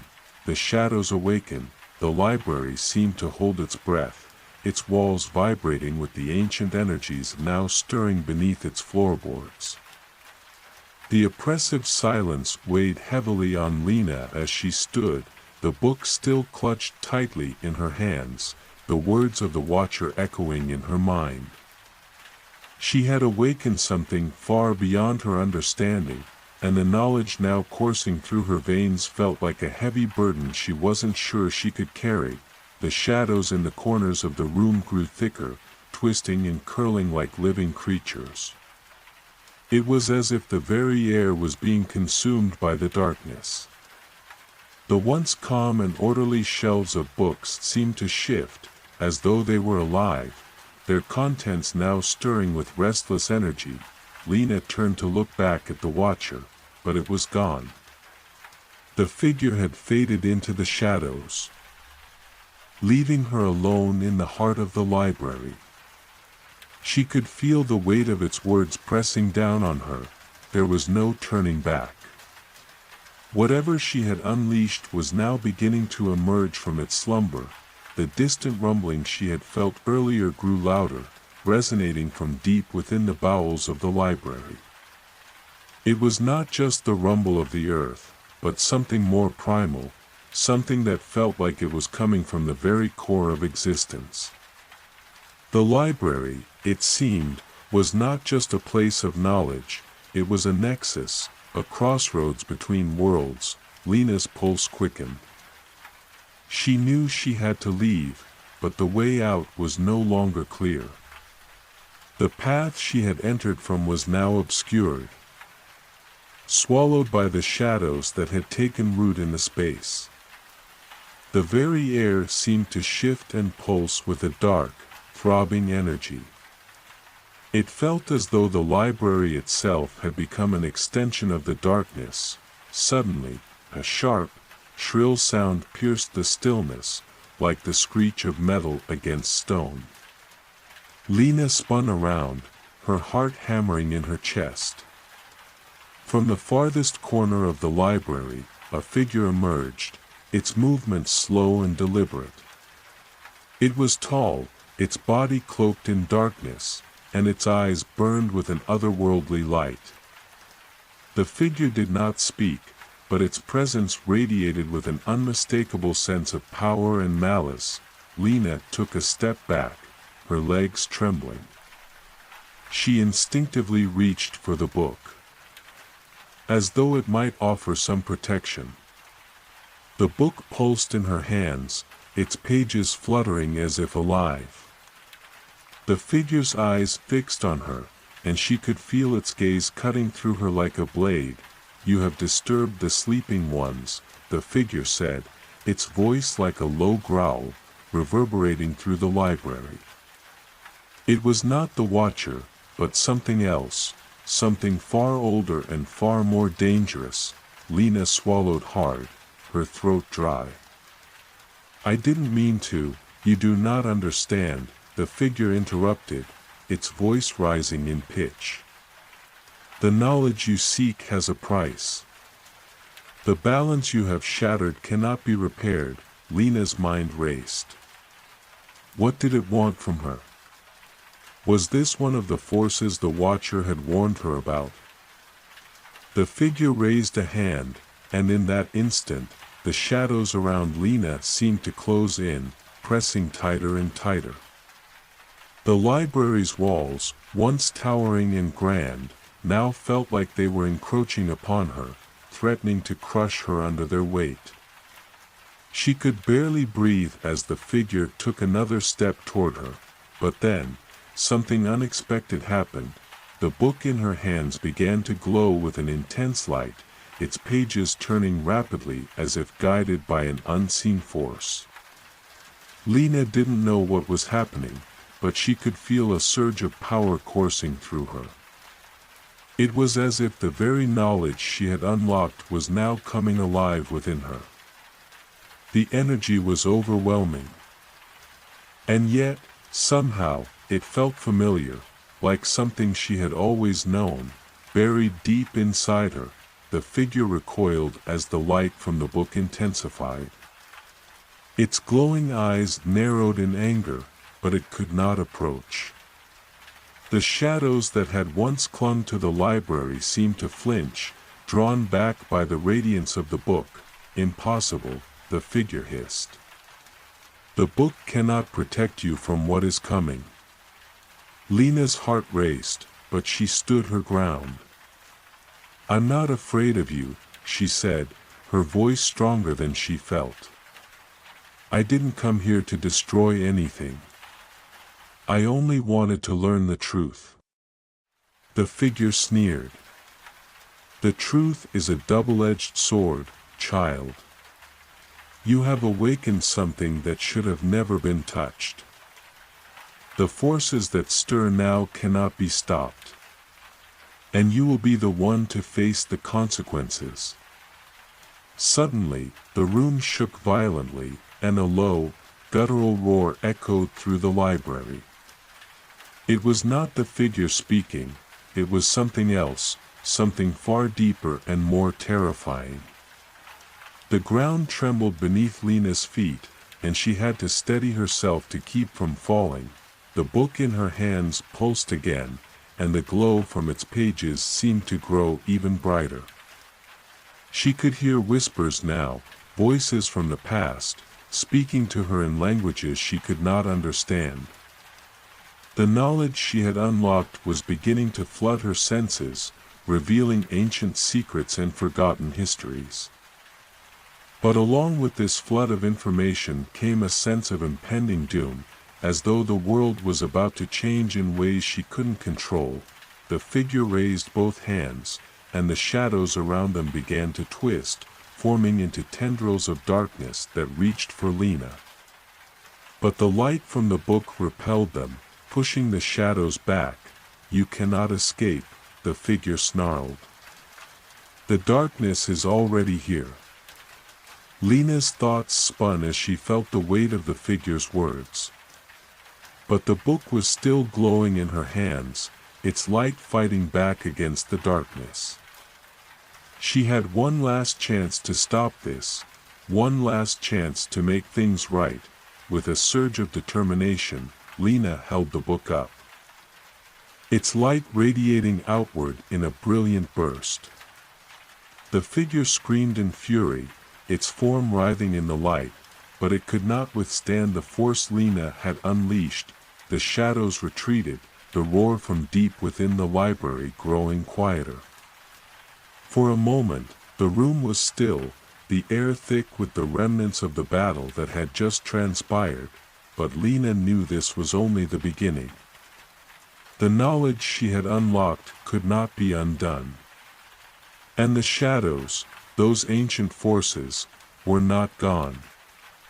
They would return. Lena stood alone in the center of the library, the book now dimming in her hands. She had made her choice. The question now was whether she could survive the consequences. Part 8, The Descent into Darkness. Lena stood amidst the quiet aftermath of the clash, the library's dim, flickering light casting long shadows across the walls. Her heart pounded in her chest, and the book in her hands felt strangely heavy, as though the weight of its secrets had grown heavier in the wake of the battle. The oppressive silence that followed the battle was suffocating, and the air felt thick with the remnants of the power she had just wielded. She wasn't sure how long she had stood there, frozen in place, her mind racing with thoughts of the dark figure and the threat it had posed. Despite the fact that the shadows had receded, Lena knew this wasn't over. The figure had made it clear, the forces she had awoken were only just beginning to stir. The floor beneath her seemed to shift ever so slightly, as though the library itself was alive and restless. She could still feel the faint tremors in the air, the low hum of energy that was no longer contained within the walls of the library. Something had changed. The very nature of the library seemed different now, its once innocent shelves filled with knowledge now buzzing with a dark, foreboding energy. Lena knew she had to move. The longer she lingered, the more danger she was in. The light from the book had faded, leaving only the faintest glow, and she couldn't help but wonder, had she really won? Or had she just delayed the inevitable? She turned and walked quickly, the sound of her footsteps the only noise breaking the silence. She knew there had to be a way out, but the paths of the library were no longer familiar. The layout, once clear and straightforward, now felt disorienting, twisting and shifting as if the library was no longer content to remain static. The shadows seemed to be everywhere now, creeping in at the edges of her vision, threatening to swallow her whole. Lena's mind raced as she tried to focus on the task at hand. She needed to escape. She had to find a way out before whatever had been stirred within the library could take root. But every corridor she walked down seemed to stretch longer than it should, and every room she entered appeared distorted, as though the space itself was warping under the influence of the knowledge she had unlocked. Suddenly, a low, distant growl echoed through the air, sending a shiver down Lena's spine. The growl was followed by a series of scratching noises, as though someone, was dragging itself through the shadows, hunting her. Lena's heart skipped a beat, and she broke into a run, her breath coming in ragged gasps. The corridors blurred around her as she sprinted, the flickering light from the book barely illuminating her way. She could hear the growls growing louder, closer, and the shadows in the corners seemed to stretch and writhe, as though alive with menace. With each step, the shadows deepened, swirling around her feet and rising toward the ceiling. It felt as though the very walls of the library were closing in on her. The air growing thick and suffocating. She could feel the weight of the dark presence bearing down on her, pressing against her chest, making it hard to breathe, and then, just as the growls reached a deafening crescendo, Lena rounded a corner and found herself in front of a large, ornate door. It was ajar, just slightly, as though beckoning her to enter. With no time to waste, Lena pushed the door open and slipped through, the room on the other side dark and quiet. She slammed the door shut behind her, and for a moment, she simply stood there, trying to steady her breath, her eyes adjusting to the dim light.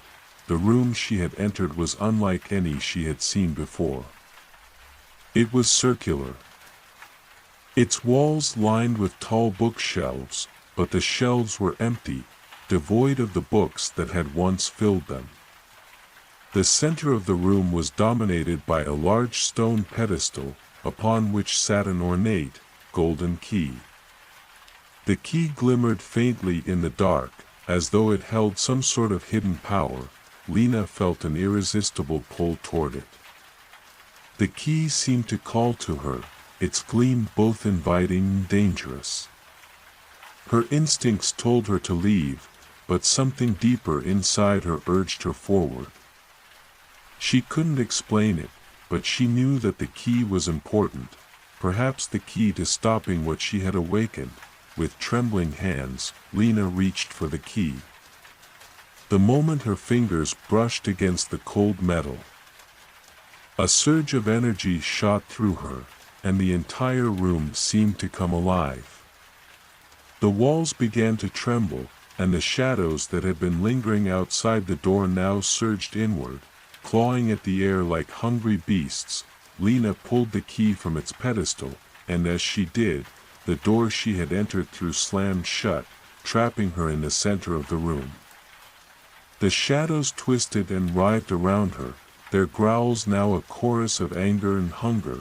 The light from the book flickered out entirely, leaving Lena in total darkness. She clutched the key tightly, the only source of warmth in the freezing, oppressive air. A voice, low and haunting, echoed through the room, coming from every direction at once. "You have done it now," it said, its tone laced with venom.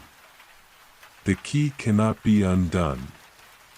You have unlocked the door to the deepest of realms, and now you must face the consequences." Lena's heart raced. "What? What have I done?" "You have set in motion a chain of events that cannot be stopped," the voice continued. "The library was never meant to be opened fully. You have torn the fabric of reality, and what lies beyond will come for you." Suddenly, the shadows lunged at her, reaching out with tendrils of darkness. Lena barely had time to react before the darkness engulfed her, the air thick with a sense of impending doom. She screamed, but the sound was swallowed by the growing storm of shadows. And then, as quickly as it had come, the darkness vanished, leaving Lena standing in the center of the room, alone. The library was still. The air was quiet once again, but Lena could feel the change. The shadows had retreated, for now. But she knew it was only a matter of time before they returned, stronger than before. The key in her hand pulsed with a quiet power, but she wasn't sure whether it was a tool to help her, or a curse she could never escape. Part 9. The Awakening of the Library. Lena stood motionless, clutching the golden key, the silence in the room now a suffocating weight pressing on her chest. Her breath was shallow, her mind racing, trying to make sense of the whirlwind of events that had unfolded around her. The darkness had retreated, but the chill in the air, the heavy presence of something watching her, was undeniable. The library itself felt different now, changed, as though it had shifted on some fundamental level. The air hummed with an unspoken promise, and beneath it all, Lena could feel the ancient power vibrating, waiting to be unleashed. The key in her hand pulsed faintly, its golden surface warm against her skin. It was as though it were alive, responding to the subtle energy in the room. But Lena couldn't shake the feeling that it was also something more, a tether to something far darker than she could understand. A low rumble vibrated through the ground, barely perceptible at first, but growing louder. It was the sound of something stirring deep within the bowels of the library, something old and powerful, something that had been slumbering for eons. The rumble echoed through the walls, reverberating off the bookshelves, vibrating the very air around her. Lena's eyes widened.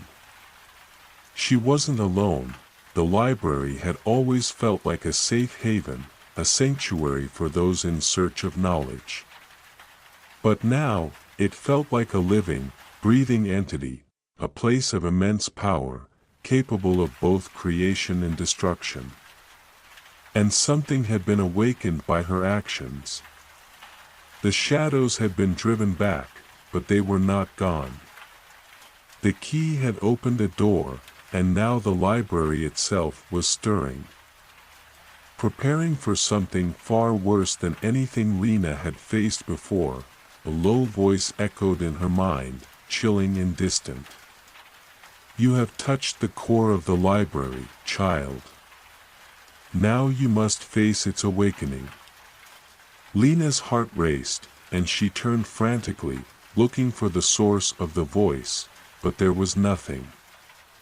The room around her was still, the silence deafening.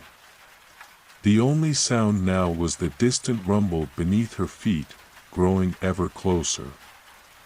She gripped the key tighter, feeling its energy pulsing in her hand. But she didn't know what to do with it. Was it meant to stop the darkness or unlock more of it? The bookshelves around her began to groan, as if straining under some unseen weight. A tremor ran through the floor, and the shelves started to move, slowly at first, but with increasing speed. The books began to rattle, some even flying off the shelves as if pulled by invisible hands. Pages fluttered through the air like a storm, each one whispering in languages she couldn't understand, their meanings lost to time. The rumble intensified, and the shadows returned, swirling around the edges of the room. They grew thicker, darker, more solid, as though they were becoming a force in their own right. Lena took a step back, her breath catching in her throat. The library was no longer just a place of knowledge. It had become a battleground between light and darkness. The key in her hand suddenly grew warm, almost painfully so, and the pulsing light from its surface grew brighter, cutting through the darkness like a beacon. Without thinking, Lena lifted the key and held it high, as though it were a sword against the growing shadows. For a moment, everything stopped. The rumble ceased. The shadows paused in midair. The library held its breath, then, with a sudden, overwhelming force, the shadows lunged at her. Lena's heart raced, and she instinctively stepped back, her pulse pounding in her ears. The shadows twisted and churned, seeking to envelop her. She could feel their cold touch on her skin, an icy grip that threatened to freeze her in place. But she didn't falter. Her hand tightened around the key, and the light from its surface grew blinding, sending out waves of energy that pushed the shadows back. But the shadows weren't giving up. They fought against the light, swirling and hissing like creatures of the night, determined to consume everything in their path.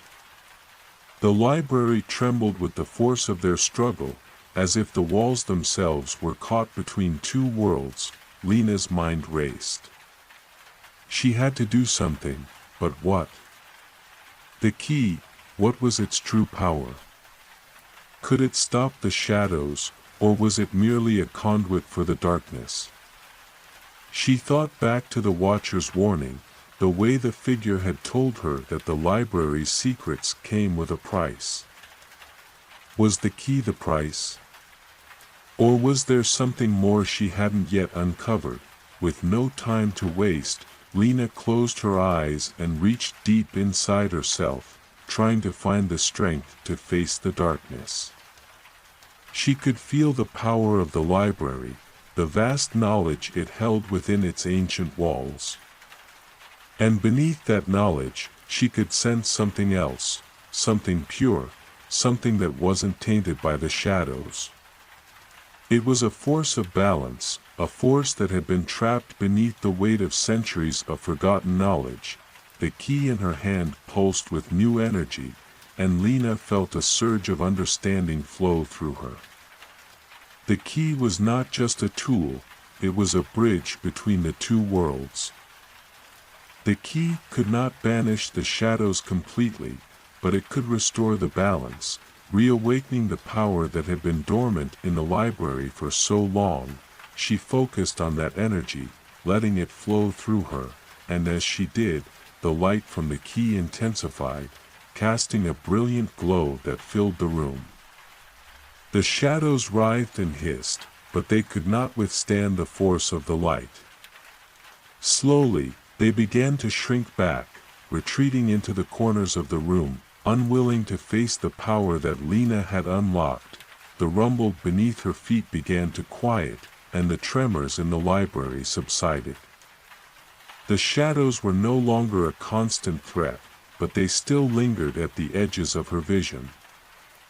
A reminder that the battle was far from over.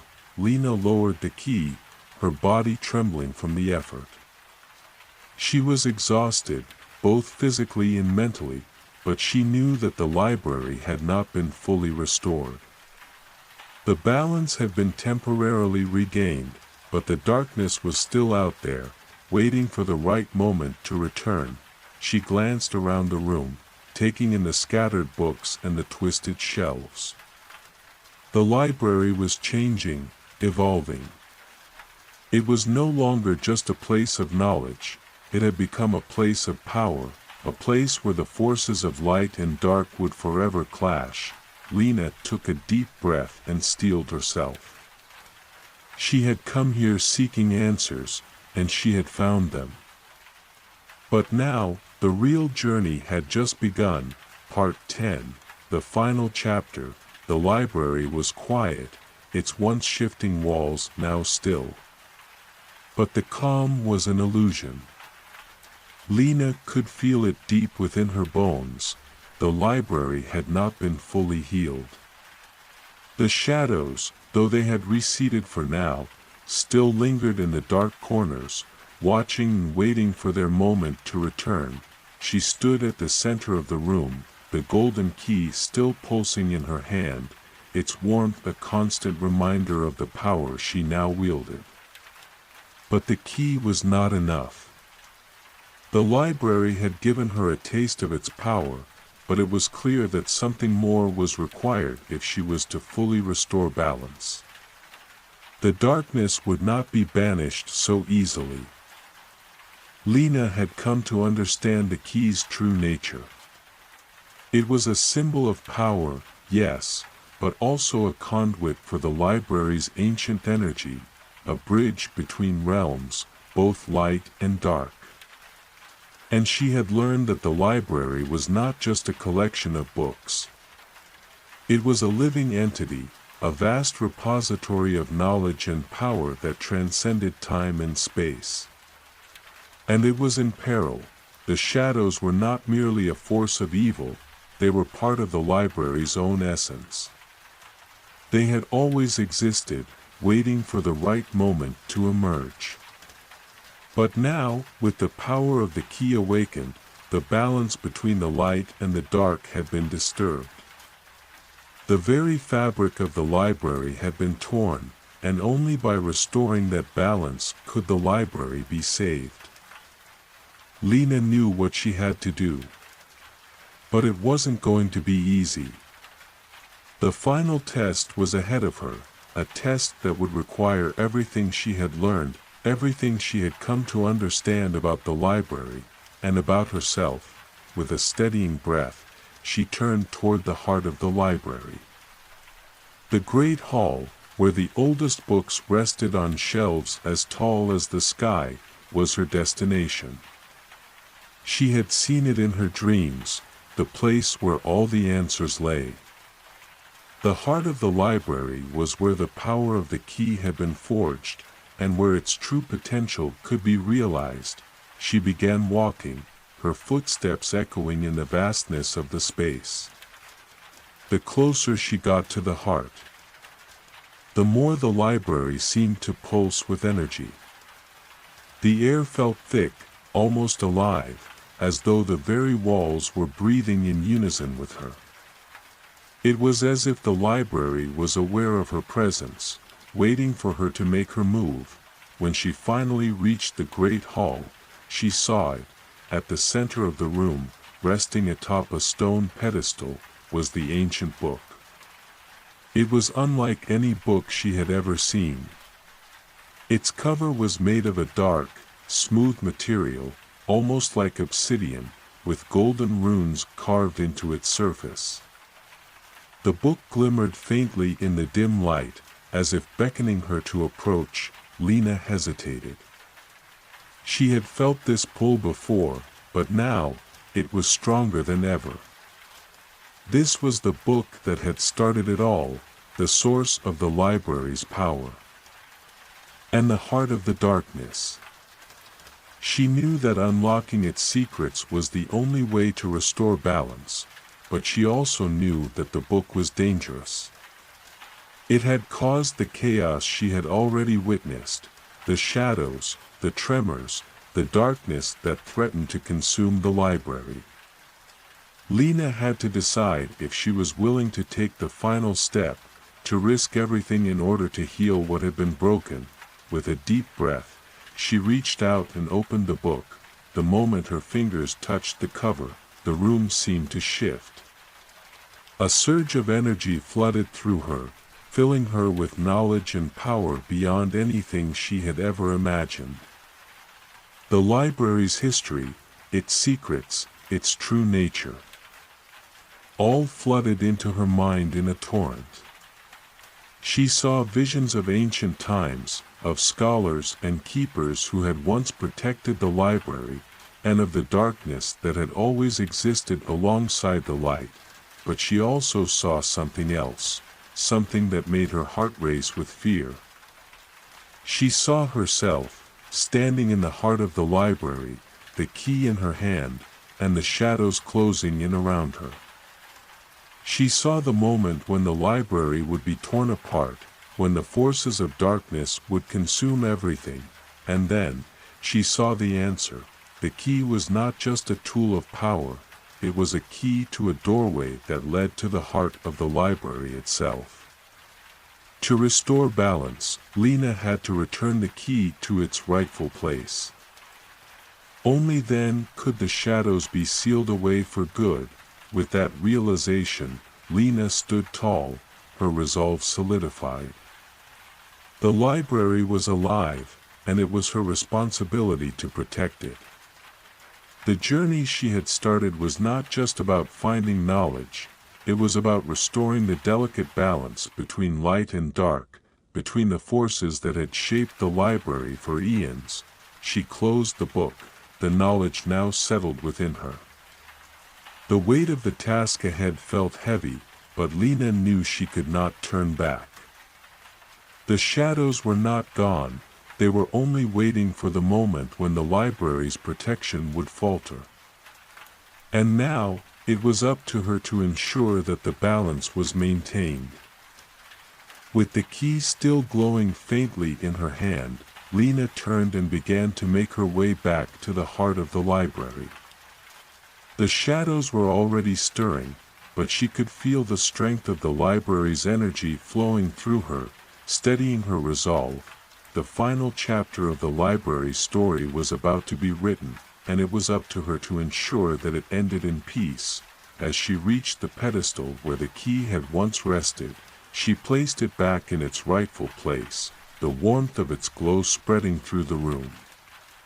The moment the key touched the pedestal, the library seemed to sigh, the air lightening, the shadows receding into the corners, and the oppressive weight that had hung over the room lifting. For a moment all was still, and then, a soft, melodic hum filled the air, the library's heartbeat, steady and true. The balance had been restored. The library was safe. Lena stood there, exhausted but triumphant. The journey had been long and difficult, but she had succeeded. The library, once again, was at peace, but Lena knew that the library was a place of constant change. The forces of light and dark would always be at play, and the library's story would continue, evolving with each passing chapter. But for now, the balance had been restored, and for the first time in what felt like forever, Lena allowed herself a moment of peace. The key was silent in her hand, but she knew that. No matter what came next, she was ready.